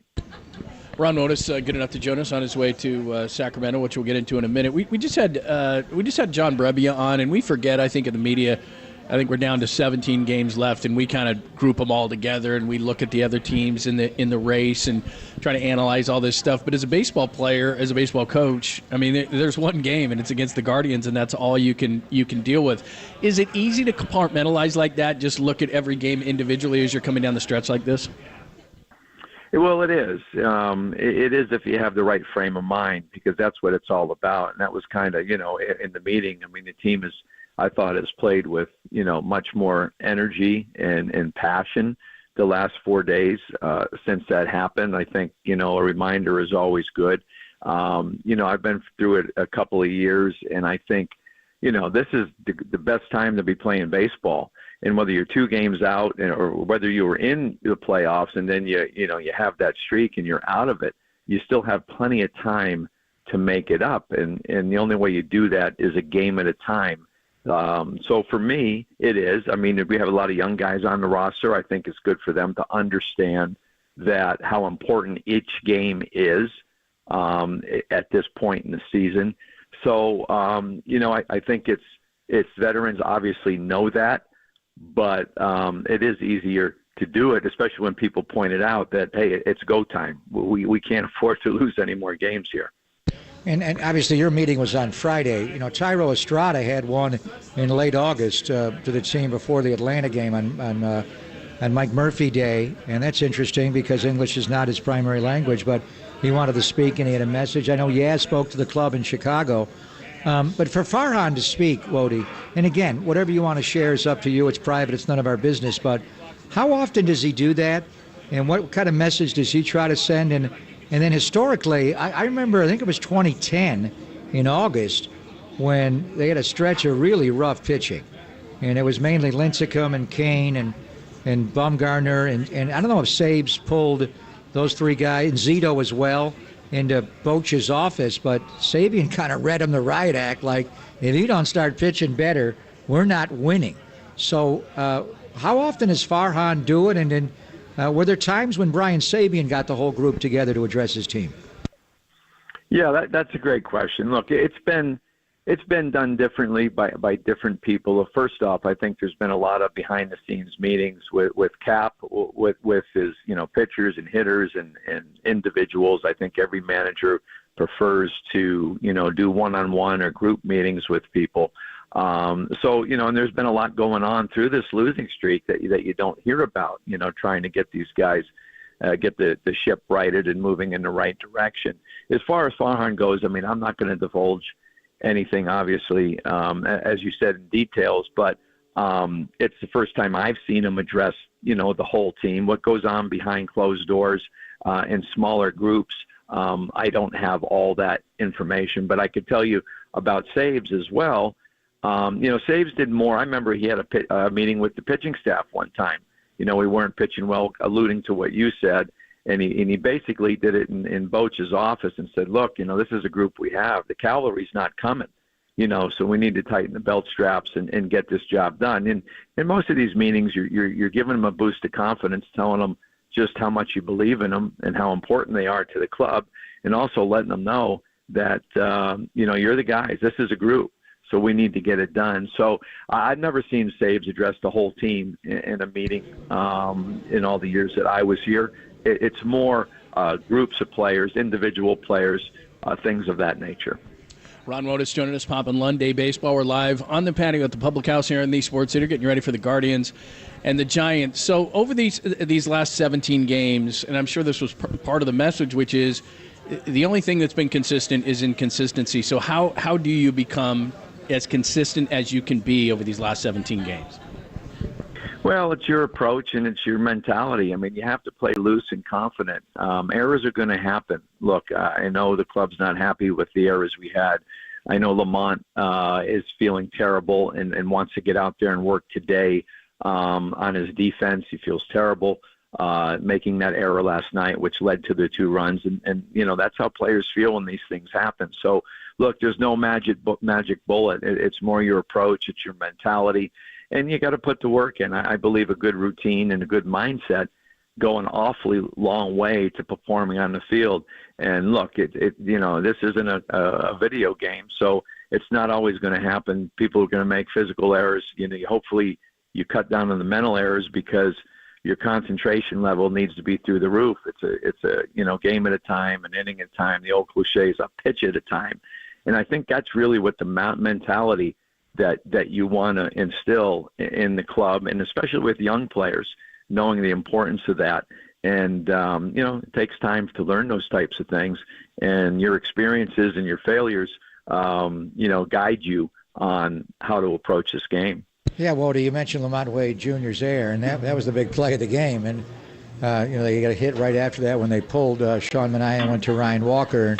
They cashed him in, and that error was the Giants' 100th of the year, and they do lead Major League Baseball in that dubious category. But errors are not always the way to quantify a defense, and especially an infield defense. But there were a couple of plays last night that your name came up during the broadcast with Kruk and Kuiper, and I was thinking of you right away because you set up the Giants' infield defense and worked on it for years and years, where it looked like a ground ball to Brandon Crawford would result with a runner at first base into a double play.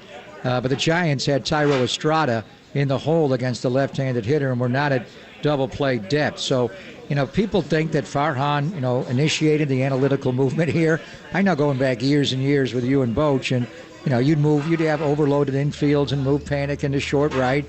You were ahead of it as much as anybody in this league, and Joe Madden over in the American League in Tampa Bay. But just speak to the thought process. Does it come down to the thought that we're looking to get 1 out as opposed to 2 outs sometimes, and we need to play our second baseman more in the hole and not position him in certain scenarios at quote-unquote double play depth? Yeah, that's a great question. And, that's the play that always got Boch to rip his hat off when we didn't. And that's a big hat. That's a big hat. Yeah, and it feels terrible. I was in charge of the defense. That's happened to me, many times over. And, to your point, when do you do it? I think, left on left is tougher to do, but you go off the charts, you go off the way the guy's pitching, but then you got to throw your feel and your instincts into the game. Do we need a double play here? Do we not need a double play here? Are we trying to avoid the guy going first to third? But quite frankly, it's mostly where the percentage is where he's going to hit the ball. Now, if it's a small percentage, you won't overshift, but it's a real big percentage. And the guy on the mound is a guy that people pull for a lefty then you're going to play them over and say, hey, I'd rather get the one out here, to your point, than letting them go first to third, which could follow to a run. So it's unfortunate when it happens. I think left on left, I know Boch was a big proponent on left, that you stay a little straighter at second base because, lefty with 2 strikes, he's not trying to pull the ball with 2 strikes. You're trying to stay on it. So there's a lot of nuance and instincts that go into that as well in the course of the game with the scoreboard, et cetera, et cetera. But I do know this, bases loaded, the winning run at third base or first and third, and you need a double play with that go-ahead run at third base, you're going to play to where if a ball's hit anywhere on the infield, you're going to turn that double play. So earlier in the game, it doesn't always happen like that. Ron, this is Jonas heading up to Sacramento to work some guys. Speaking of Sacramento, it seems like, and this is just not a Giants thing, but we're noticing it obviously it's because it's local. I don't know if it's just a switch or a shift in philosophy in Major League Baseball, but guys are coming back up faster. And I think with the Giants sometimes it was offensive related because you were looking for lightning in a bottle to kind of jumpstart this offense a little bit. But is this the way things are going to go? Is this the way baseball is going to go where guys are just going to kind of take their lumps at the major league level? If you got to bring them back, you bring them back, because there was once a philosophy of, when you bring a guy up, you want him to stay. But it seems to me that not just with the Giants, but in baseball, for baseball in general, you're bringing guys up to see what they can do. If they got to work on things, and they go back down to the minors and they work on things. Yeah, I think you summed that up perfectly, John. It is a change to, years and years ago. You wanted the player that came up, especially your prospect, to be part of the solution, not part of the problem. Meaning, if he's not ready, we don't want him to, struggle or contribute to losses and the mistakes. You were hoping that when he came up, you'd give him the at-bats he can play most every day and contribute to help the club. But I think all those points that you made, it's the way of the game now. Finance has probably come into that supply and demand of having that player, giving your prospects a chance. They're getting paid an awful lot of money to do it. And, I think kind of the middle of the road emergency major leaguer is cut out a little bit. The guys that are in that third tier solid major leaguers aren't getting the contracts they had before. And I think teams would just assume go with their prospects and give them an opportunity. So, look, what would this club be without the prospects? We wouldn't be fighting for a playoff spot right now, with all the injuries that we had and necessity. And that's the other thing. Is there a need? I mean, you can't cover everything, but you have a ton of injuries. You have to go ahead and promote people maybe that you don't want to because you have no other option. And believe me, I guess Farhan I know Farhan and his group do everything they can to bring people in that can, plug the gaps where needed. So, but we do have some more prospects. Guys have moved up through the system. They're playing better baseball. They're knocking on the door, and a lot of them got an opportunity this year. Speaking of Sacramento, the Giants have made a roster move, their daily one. They have brought back up, reinstated Patrick Bailey from the 7-day concussion IL, and Joey Bart, who did a nice job here framing and getting the low pitch. Wody goes back down to Sacramento. So you're going to leave in a little bit, drive to Sacramento, and work with Marco Luciano, among others. So tell me specifically what you're doing with Marco. I know he's back off the hamstring injury. Are you working with him to play at second base, or is it just a shortstop right now? Well, Cabby, Holbert Cabrera has done a great job with Luciano and all the guys in the minor leagues because he's come light years on his defense at shortstop. I was just talking to some of our scouts yesterday, and, a lot of people said, will he play shortstop? That was a big question, or does he have to move off the position? First and foremost, I think he's really developed so well that, people are saying, hey, he might be able to play this position. He keeps improving. As far as today, I just want to get a look at him. Look, it's his first day back, or yesterday was his first day back after being hurt. I don't know where Brundy, the manager, has him today. It's more about just continuing to watch him play and work on things that he needs to work on. Whether he's playing short or second tonight, I'm not sure. I haven't seen the lineup yet. You also have Tyler Fitzgerald down there who can move around the diamond, but plays a very good shortstop as well. But the way we like to do it, we want to get them experience at the different positions.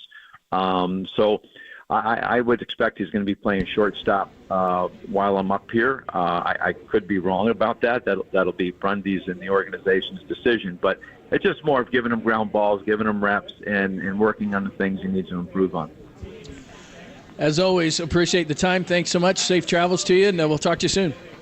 Hey, guys, get a nice lunch over there at the public house. We're drinking our lunch. Oh, So we come here and they bring us little shot. We got a screwball. Yeah, people are bringing What's us this mini bottles. mango shada? No, never John, saw. I've what never is seen that? Never seen Should it. I save that for you, Bodie? Yeah. Yeah, hey, the show should get really, really good. So keep it up. You're the best. Thanks. We'll talk to you Take later. care, guys. Drive See you, man. safely. That's Ron Modis.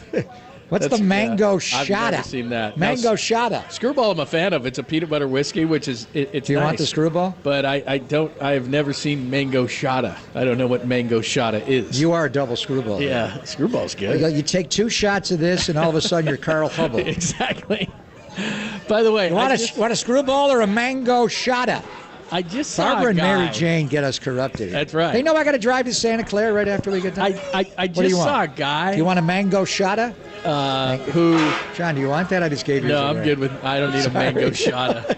I just saw a guy in a Cleveland Indians. Jane's trouble. She is. She Is came it up there Indians fast. or Guardians? No, it's an old Cleveland Indians World Series jacket. That's 1948. When they won? I think it was 48. Lou right? Last Boudreaux time and they I think it was 46. Was it 46? I think it was 46. Whatever it is, man. Well, they just played Wow. recently and lost. Do you remember that one? Yeah, the Cubs Who was in the it? Game Who 7, was it? right? Who was it? He was right there. He's at the Good Humor getting himself a. Is it an early ice win or a Bob Filler? I don't know. My God, man, that's an aged one. It's by a the way, Tito Francona. we have a friend of ours who's in a Cleveland. I think it's it is an Indians. It's a Matt Williams. I saw Don't that. give him any grief. It's a Matt Williams, and he has a message for Andrew. Get out of the meeting, dude. Let's go. It's day baseball. Get drinking. Come up with an excuse. Let's go. Let's go. It's day baseball at the public house. You're missing. It's important. So drinking who's the time. best It's tailgate time. Clevelander? Remember the bar, the Clevelander in South Beach? Of course you do. Kinda, barely. Indian Guardian giant of all time. We're throwing Kipe out because he's No, probably we can go like people Kite. love him. Ellis Burks. Pretty good. Who? Matt Williams. He's got a Matt Williams. He's on. screaming at me. Oh, Yeah, probably Matt Williams. He's got a Matt Williams. Matt Williams, would he be Ellis the best one? Burks. Ellis Burks. Kite. Who else you got? Who else? I got to go through that. Is that it? No, there are other ones. All right, we'll think about that. I'll think about it. Pop and Lent today from the Public House, brought to you by Pacific Coast Termite, the trusted company that's rated A+ by the Better Business Bureau. Call Pacific Coast Termite 800-PACIFIC, 1-800-PACIFIC. We'll continue to get ready for important baseball between the Guardians and the Giants. Only here, and you're going down to Santa Clara. We need to find out. the Yeah, I reason want why you to on do a that. shot of the screwball that drink. They do that ad. Only here. Pacific Termite. Hey, he lost it in the sun. It's Pop and Lent only here on the Sports Center.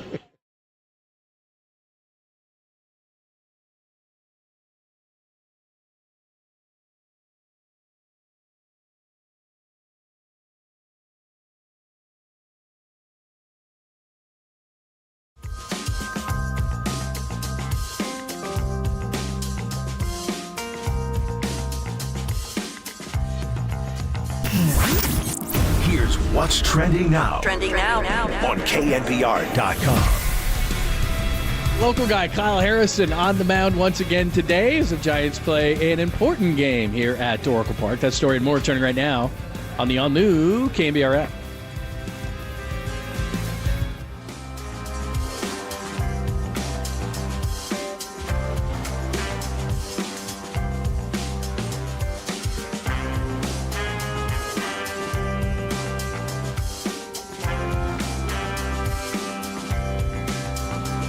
Oh, hey, your old friend John Lund here, and this is my good friends, the Dolan Law Firm. Now, did you know many of the attorney ads that you've seen or heard, they're not even based here in the Bay Area, and some aren't even based in the entire state? That's not right, and that's not Chris Dolan and the Dolan Law Firm. They're based right here in the Bay Area, and they've been that way for more than 25 years. They're award-winning personal injury and employment attorneys, and they're fighting for you where you live. Now, if you've been discriminated against at work, wrongfully terminated, sexually harassed, your rights matter.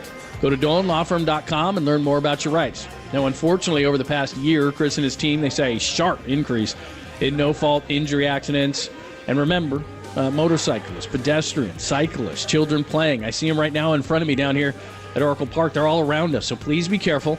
and let's work together to make sure the Bay Area is a safer place. And feel confident that you're in good hands with the award-winning California Lawyer of the Year, the Dolan Law Firm. They've secured over $1 billion with a B in verdicts and settlements on behalf of their clients. And you pay nothing up front. No hourly fees, no upfront fees.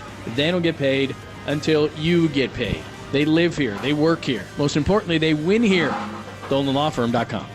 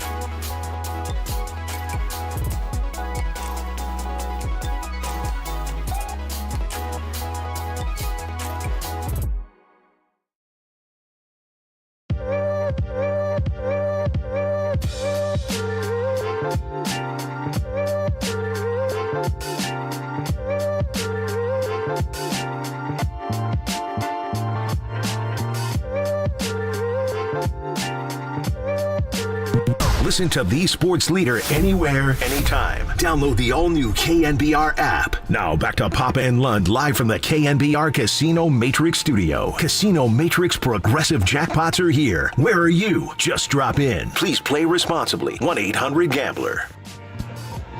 Thanks for joining us. We're kind of figures of authority now, is what we found out. We're at the Public House. It's Papa and Lund getting ready for Giants baseball. Guardians and the Giants. Owen is here.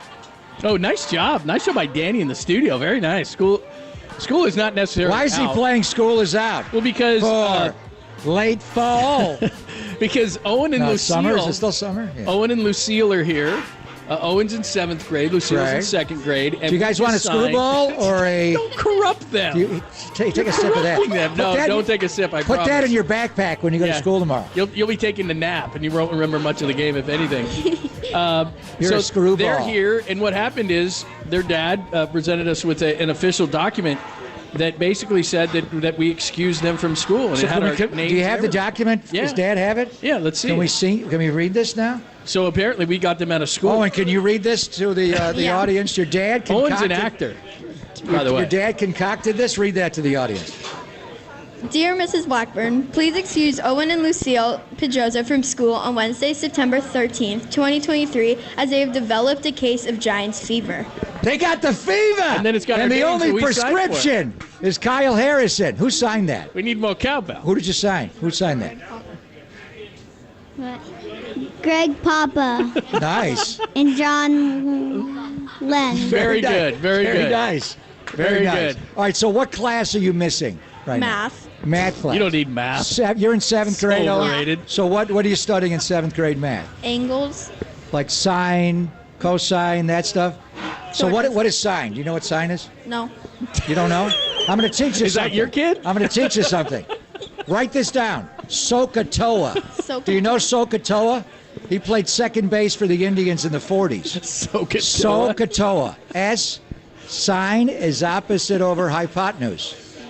Cosine is adjacent. Right now, what is it? Soka Oh, this adjacent is over great. hypotenuse. What is it again?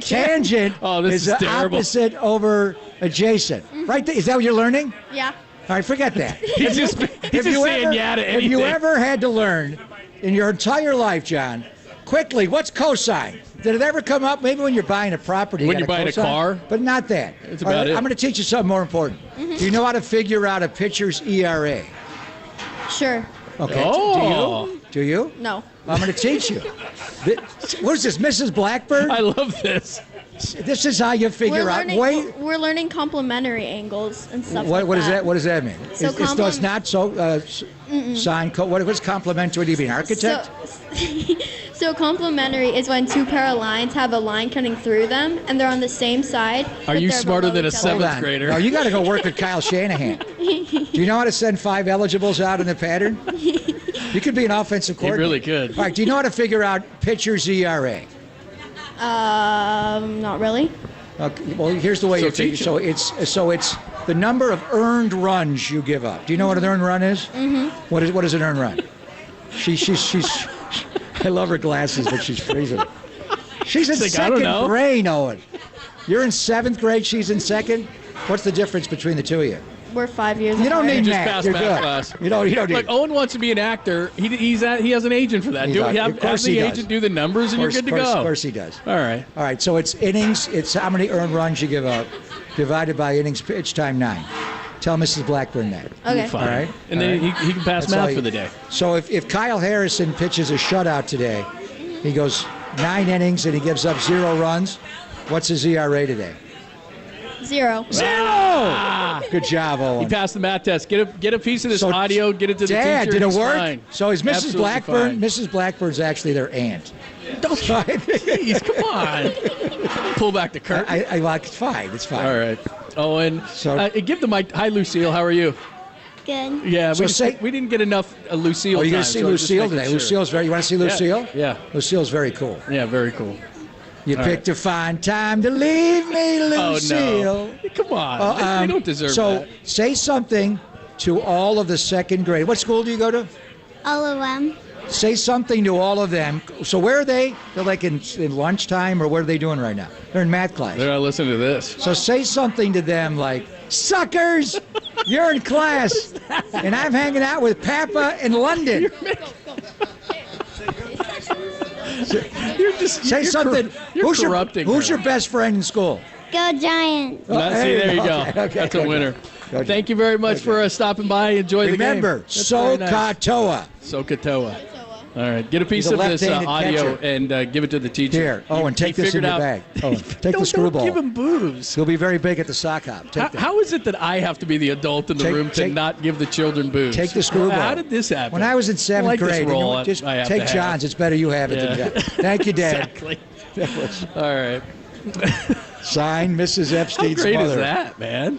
You know, we officially got 2 kids out of school. That's what we're good for. Mrs. Blackbird's their aunt. I know. And she's the principal. I know. They're all good. We should have told them that.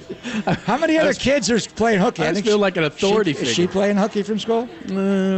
I don't see a lot of maybe hooky one. fellas. There's Yeah. a few. Yeah, it's a beautiful day down here too. Speaking So of, stop by. what are they going to have for attendance? How many are playing hooky today? Day baseball. They had barely 20,000 on Monday. They got to get 25 today? Yeah, sure.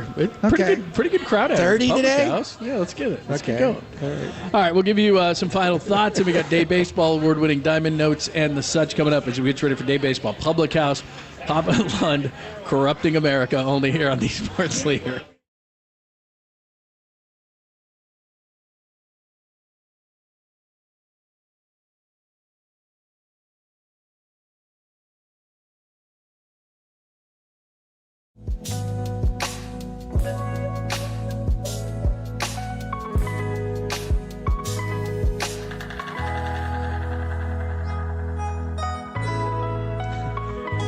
John Lund here. I want to tell you all about my laser eye experience. My good friends at the Laser Eye Center of Silicon Valley. Now, look, I had what's called CLR, custom lens replacement. Papa was coming into the studio telling me how great it was, how he could see, and I just decided, you know what? I'm sick of readers. I'm sick of going into a restaurant and turning the light on and having to see in the dark. It's very embarrassing, especially for a young person such as myself. So I went to the Laser Eye Center of Silicon Valley, the leaders in modern vision correction, and CLR worked great for me. Now, and I'd had a LASIK procedure before, didn't work as well, which is why I went to the Laser Eye Center of Silicon Valley and got the CLR. Now, maybe LASIK works for you. Everybody's different. Smile, EVO, ICL. Different types of procedures are going to work for different people. So all you have to do is go to bayarea2020.com. Bayarea2020.com. You're going to see a place where you can make an appointment there, and it's free. The initial consultation is free, so you got nothing to lose. See what will work for you. CLR was great for me, and I'm telling you, it was painless, it was hassle-free, it was awesome. Dr. Bindi, Dr. Ling, very trustworthy, just took a few minutes, and I was seeing 20/20 in no time. It is absolutely awesome. It's the Laser Eye Center of Silicon Valley, bayarea2020.com. Check it out, make your appointment. Again, the consultation is 100% free, and see what works for you. Again, CLR worked awesome for me. Maybe it's going to be something different for you. bayarea2020.com, the Laser Eye Center of Silicon Valley.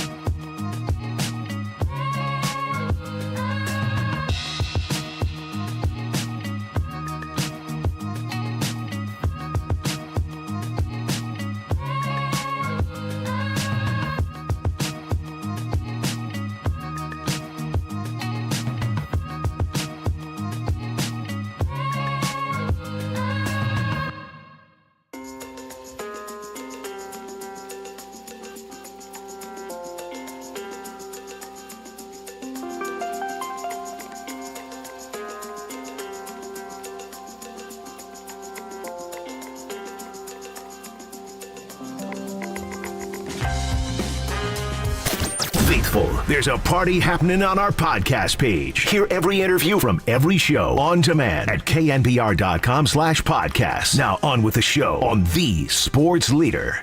Second down, 11 on the Steeler 19. This is the 9th play of the drive. Purdy out of the shotgun, looks right the whole way and throws for Ayuk. Well covered. Caught by Brandon Ayuk anyway. Touchdown! San Francisco! Ayuk is really on fire! Greg Papa. Nice. And John Len. Lucy, gonna do it with me now? Ready? I'll do the start. You do the rest of it. Ready? Touchdown! San Francisco. Wow! Look at that. Ayuk is on fire! Wow! We don't need no water. Go back to your seat. Exactly. You are corrupting these children. Lucy, you forgot your screwball. They're going to find out Lucy, later. take this in your black. No, don't take that, Give Lucy. this to Mrs. I Blackburn. promise. Yeah, she might need Forget it. the note we wrote. She Give might need it. Give Mrs. Blackburn the screwball shot. We're giving Thank you, children, Lucy. We're giving children booze. Oh, my God. Brandon man. Ayuk is the NFC Offensive Player of the Week. She did an amazing job with the San Francisco. She practiced. She knew it. She was on it, man. How about Ayuk? Yeah, how about that? Not a surprise, right? I mean, that's two tugs, yeah. 8 for 8, and the block. Yeah, that's pretty And good. Keanu? Yeah, not bad. So I'm leaving you right now, John. You'll be leaving. Diamond Notes. I've got I'm the going award-winning directly Diamond due Notes. south to Santa You check Clara. the practice out? Today's installation day. Yeah. Well, this is the first, and your opinion can obviously change, and we're going to talk to you tomorrow with Tim Ryan. Obviously, Friday show. I believe you're going to be with us Sunday because we had Tim this week. So I'm going to talk to you many, many more times before this. But you had predicted a blowout victory over the Steelers. You were on point. I think every game they're going to average 34 points a game and average about giving up 14. So every game going into it, I think they're going to win 34. Were you impressed by what the Rams did, or were the Seahawks that bad? No, it's Matthew Stafford is back. You see him throw the football, his arm angle. He couldn't do any of that last year. Go back to the opener against Buffalo. He was guiding the ball. He was not executing throws. And they got a couple of, Tutu Atwell and Puku Nacua. And they're going to get Cooper Kupp back after 4 games, we think. And their defense surprisingly good. He's not playing this game. He's on IR. But anyway, the secret is Stafford is back. And that's why we'll see what the Jets do and what the Rams are looking to do. It's a full-blown Rams rebuild this year. But Matthew Stafford is one of the elite throwers. He's very Aaron Rodgers-like in the way he changes arm angles. He could not do any of that last year. And I don't know. We're going to try to get Andrew Whitworth on later in the week, John, because he kind of divulged during Rams preseason games with our guy Siciliano when they had Whitworth on the sideline during those in-game interviews. The world doesn't know how badly you were hurt.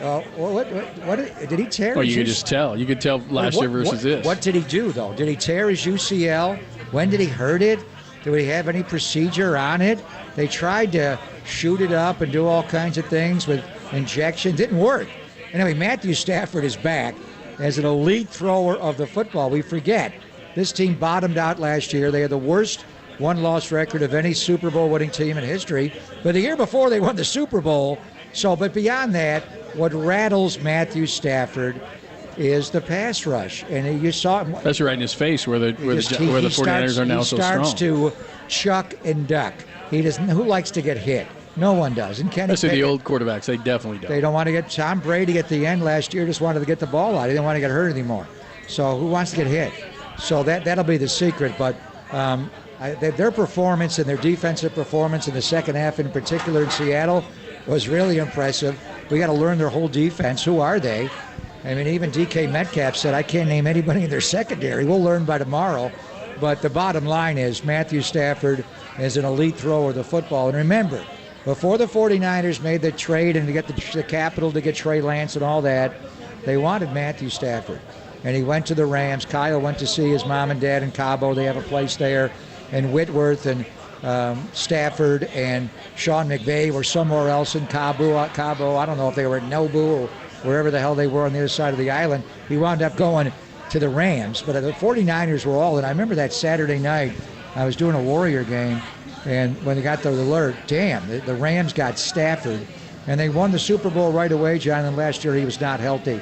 Now, they're in a rebuild. I don't know how good they're going to be, but the bottom line is Matthew Stafford is back. Yeah.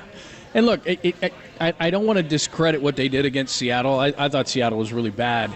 I still think they're going to be one of the lesser teams, but it does tell you that when you have a really good quarterback and he's healthy, I mean, to make Atwell and Nakua that good in one game, and you've never heard of those guys in your life, is pretty remarkable. And I still don't think the offensive line is very good. I still don't think the defense is very good. But the best thing that could happen to the 49ers was that the Rams went in Seattle and did what they did, because I think it's human nature. Had Seattle done that, if they had reversed it and done that like 30-13 to the Rams, I think the 49ers could potentially overlook them and look at that roster, but they don't, and they're not going to because of what they did. I don't think the Rams are very good. I think Stafford is. I think they got some players.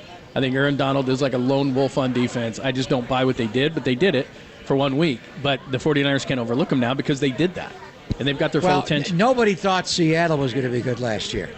SI picked them to win like 3 or 4, and they wound up winning 10 and making the playoffs, and we saw them in the wild card. So I know what people think they are. Let's see who they are. They've gutted their roster, obviously. When they get Cooper Kupp back, they have 3 of their great players. They have the quarterback, Aaron Donald, and you got to block him, and then obviously Cooper Kupp, but Puka Nacua is a good player. Tutu Atwell was a high pick a couple of years ago and did nothing. They're running more 12 personnel. Tyler Higbee's a problem, so we'll see. And I think the 49ers are the better team, and they should go in and beat them, but we shall see. So Giant lineup is out. A lefty is going for Tito Francona. So Austin Slater is leading off in center. Tyro Estrada at second. Wilmer is DHing. Jack Peterson not in the lineup today. Hanniger in left, Matos in right. Bailey is back. That's huge. Patrick Bailey is back to catch. Joey Bart back to AAA. J.D. Davis playing first base. Your guy, Paul DeYoung, is still here. So they have not activated Conforto yet. He's not on the roster yet. And then Casey Schmidt will play at third base against the lefty. So, but interesting to see when Conforto does. Maybe, I don't know if he had a setback or not with a hamstring. But we were looking at Conforto coming back at some point. But the only roster move they made today was reinstating Patrick Bailey from the 7-day concussion IL and sending Joey back down to AAA. All right, so again, the Giants right now, the Reds are at 75 and 71. They're a game back of the Diamondbacks. Giants and Marlins 1.5 back at 74-71. So that's where the Giants find themselves. Kyle Harrison going to the mound.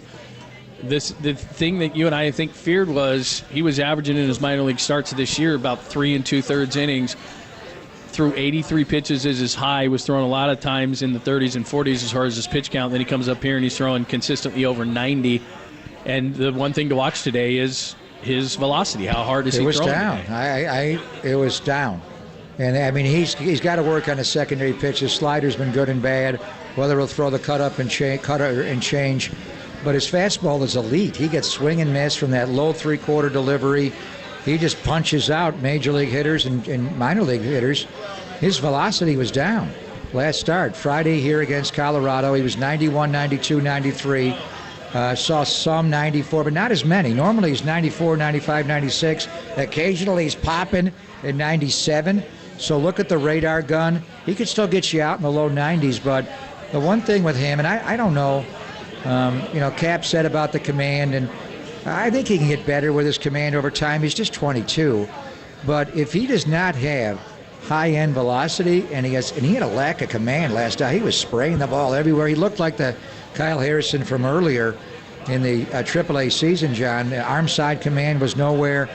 But his fastball, when it's right, it doesn't matter where it is. He's going to blow you. It's like Lincecum.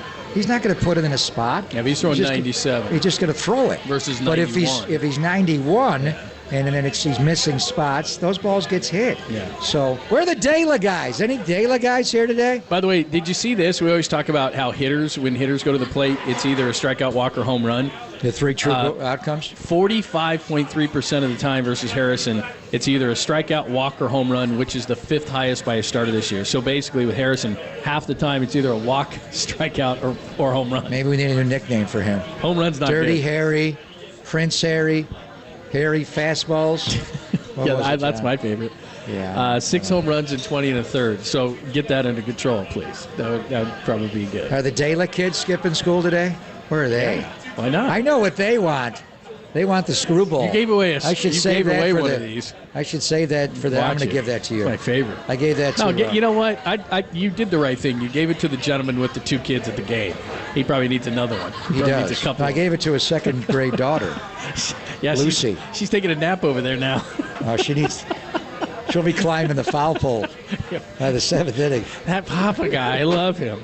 Mrs. Blackburn, we signed the affidavit. Let them out. I don't think I've ever signed an affidavit before. I feel so official. I don't even know what that was. Just a paper. It was probably a divorce decree or something. I didn't even. I'm not a notary. I have no idea what that was. Papa Lunch, sponsored by Redwood Credit How Union. are you guys? Whether you're chasing your goals, living your dreams, Redwood Credit Union is here to support you every step of the way. Redwood Credit Union for all that you love. Man, that's a good-looking breakfast. I'm going to drive that to Santa Clara. What did you put it down and he just took it? Well, I'm going to buy. I thought I was going to be here earlier, but I got to go now. All right, see you later. Enjoy Diamond your Notes. Bye. Yeah, Diamond Notes. Papa's off the set. Carl Hubble, take the screwball shot. Pop's off to 49ers. Check out practice. We'll get his insights tomorrow. We'll be down with Tim Ryan at Levi Stadium tomorrow. Diamond Notes, award-winning, and the rest coming up. We're live at the Public House. Come on out for day baseball, Guardians and Giants, only here on the Sports Theater.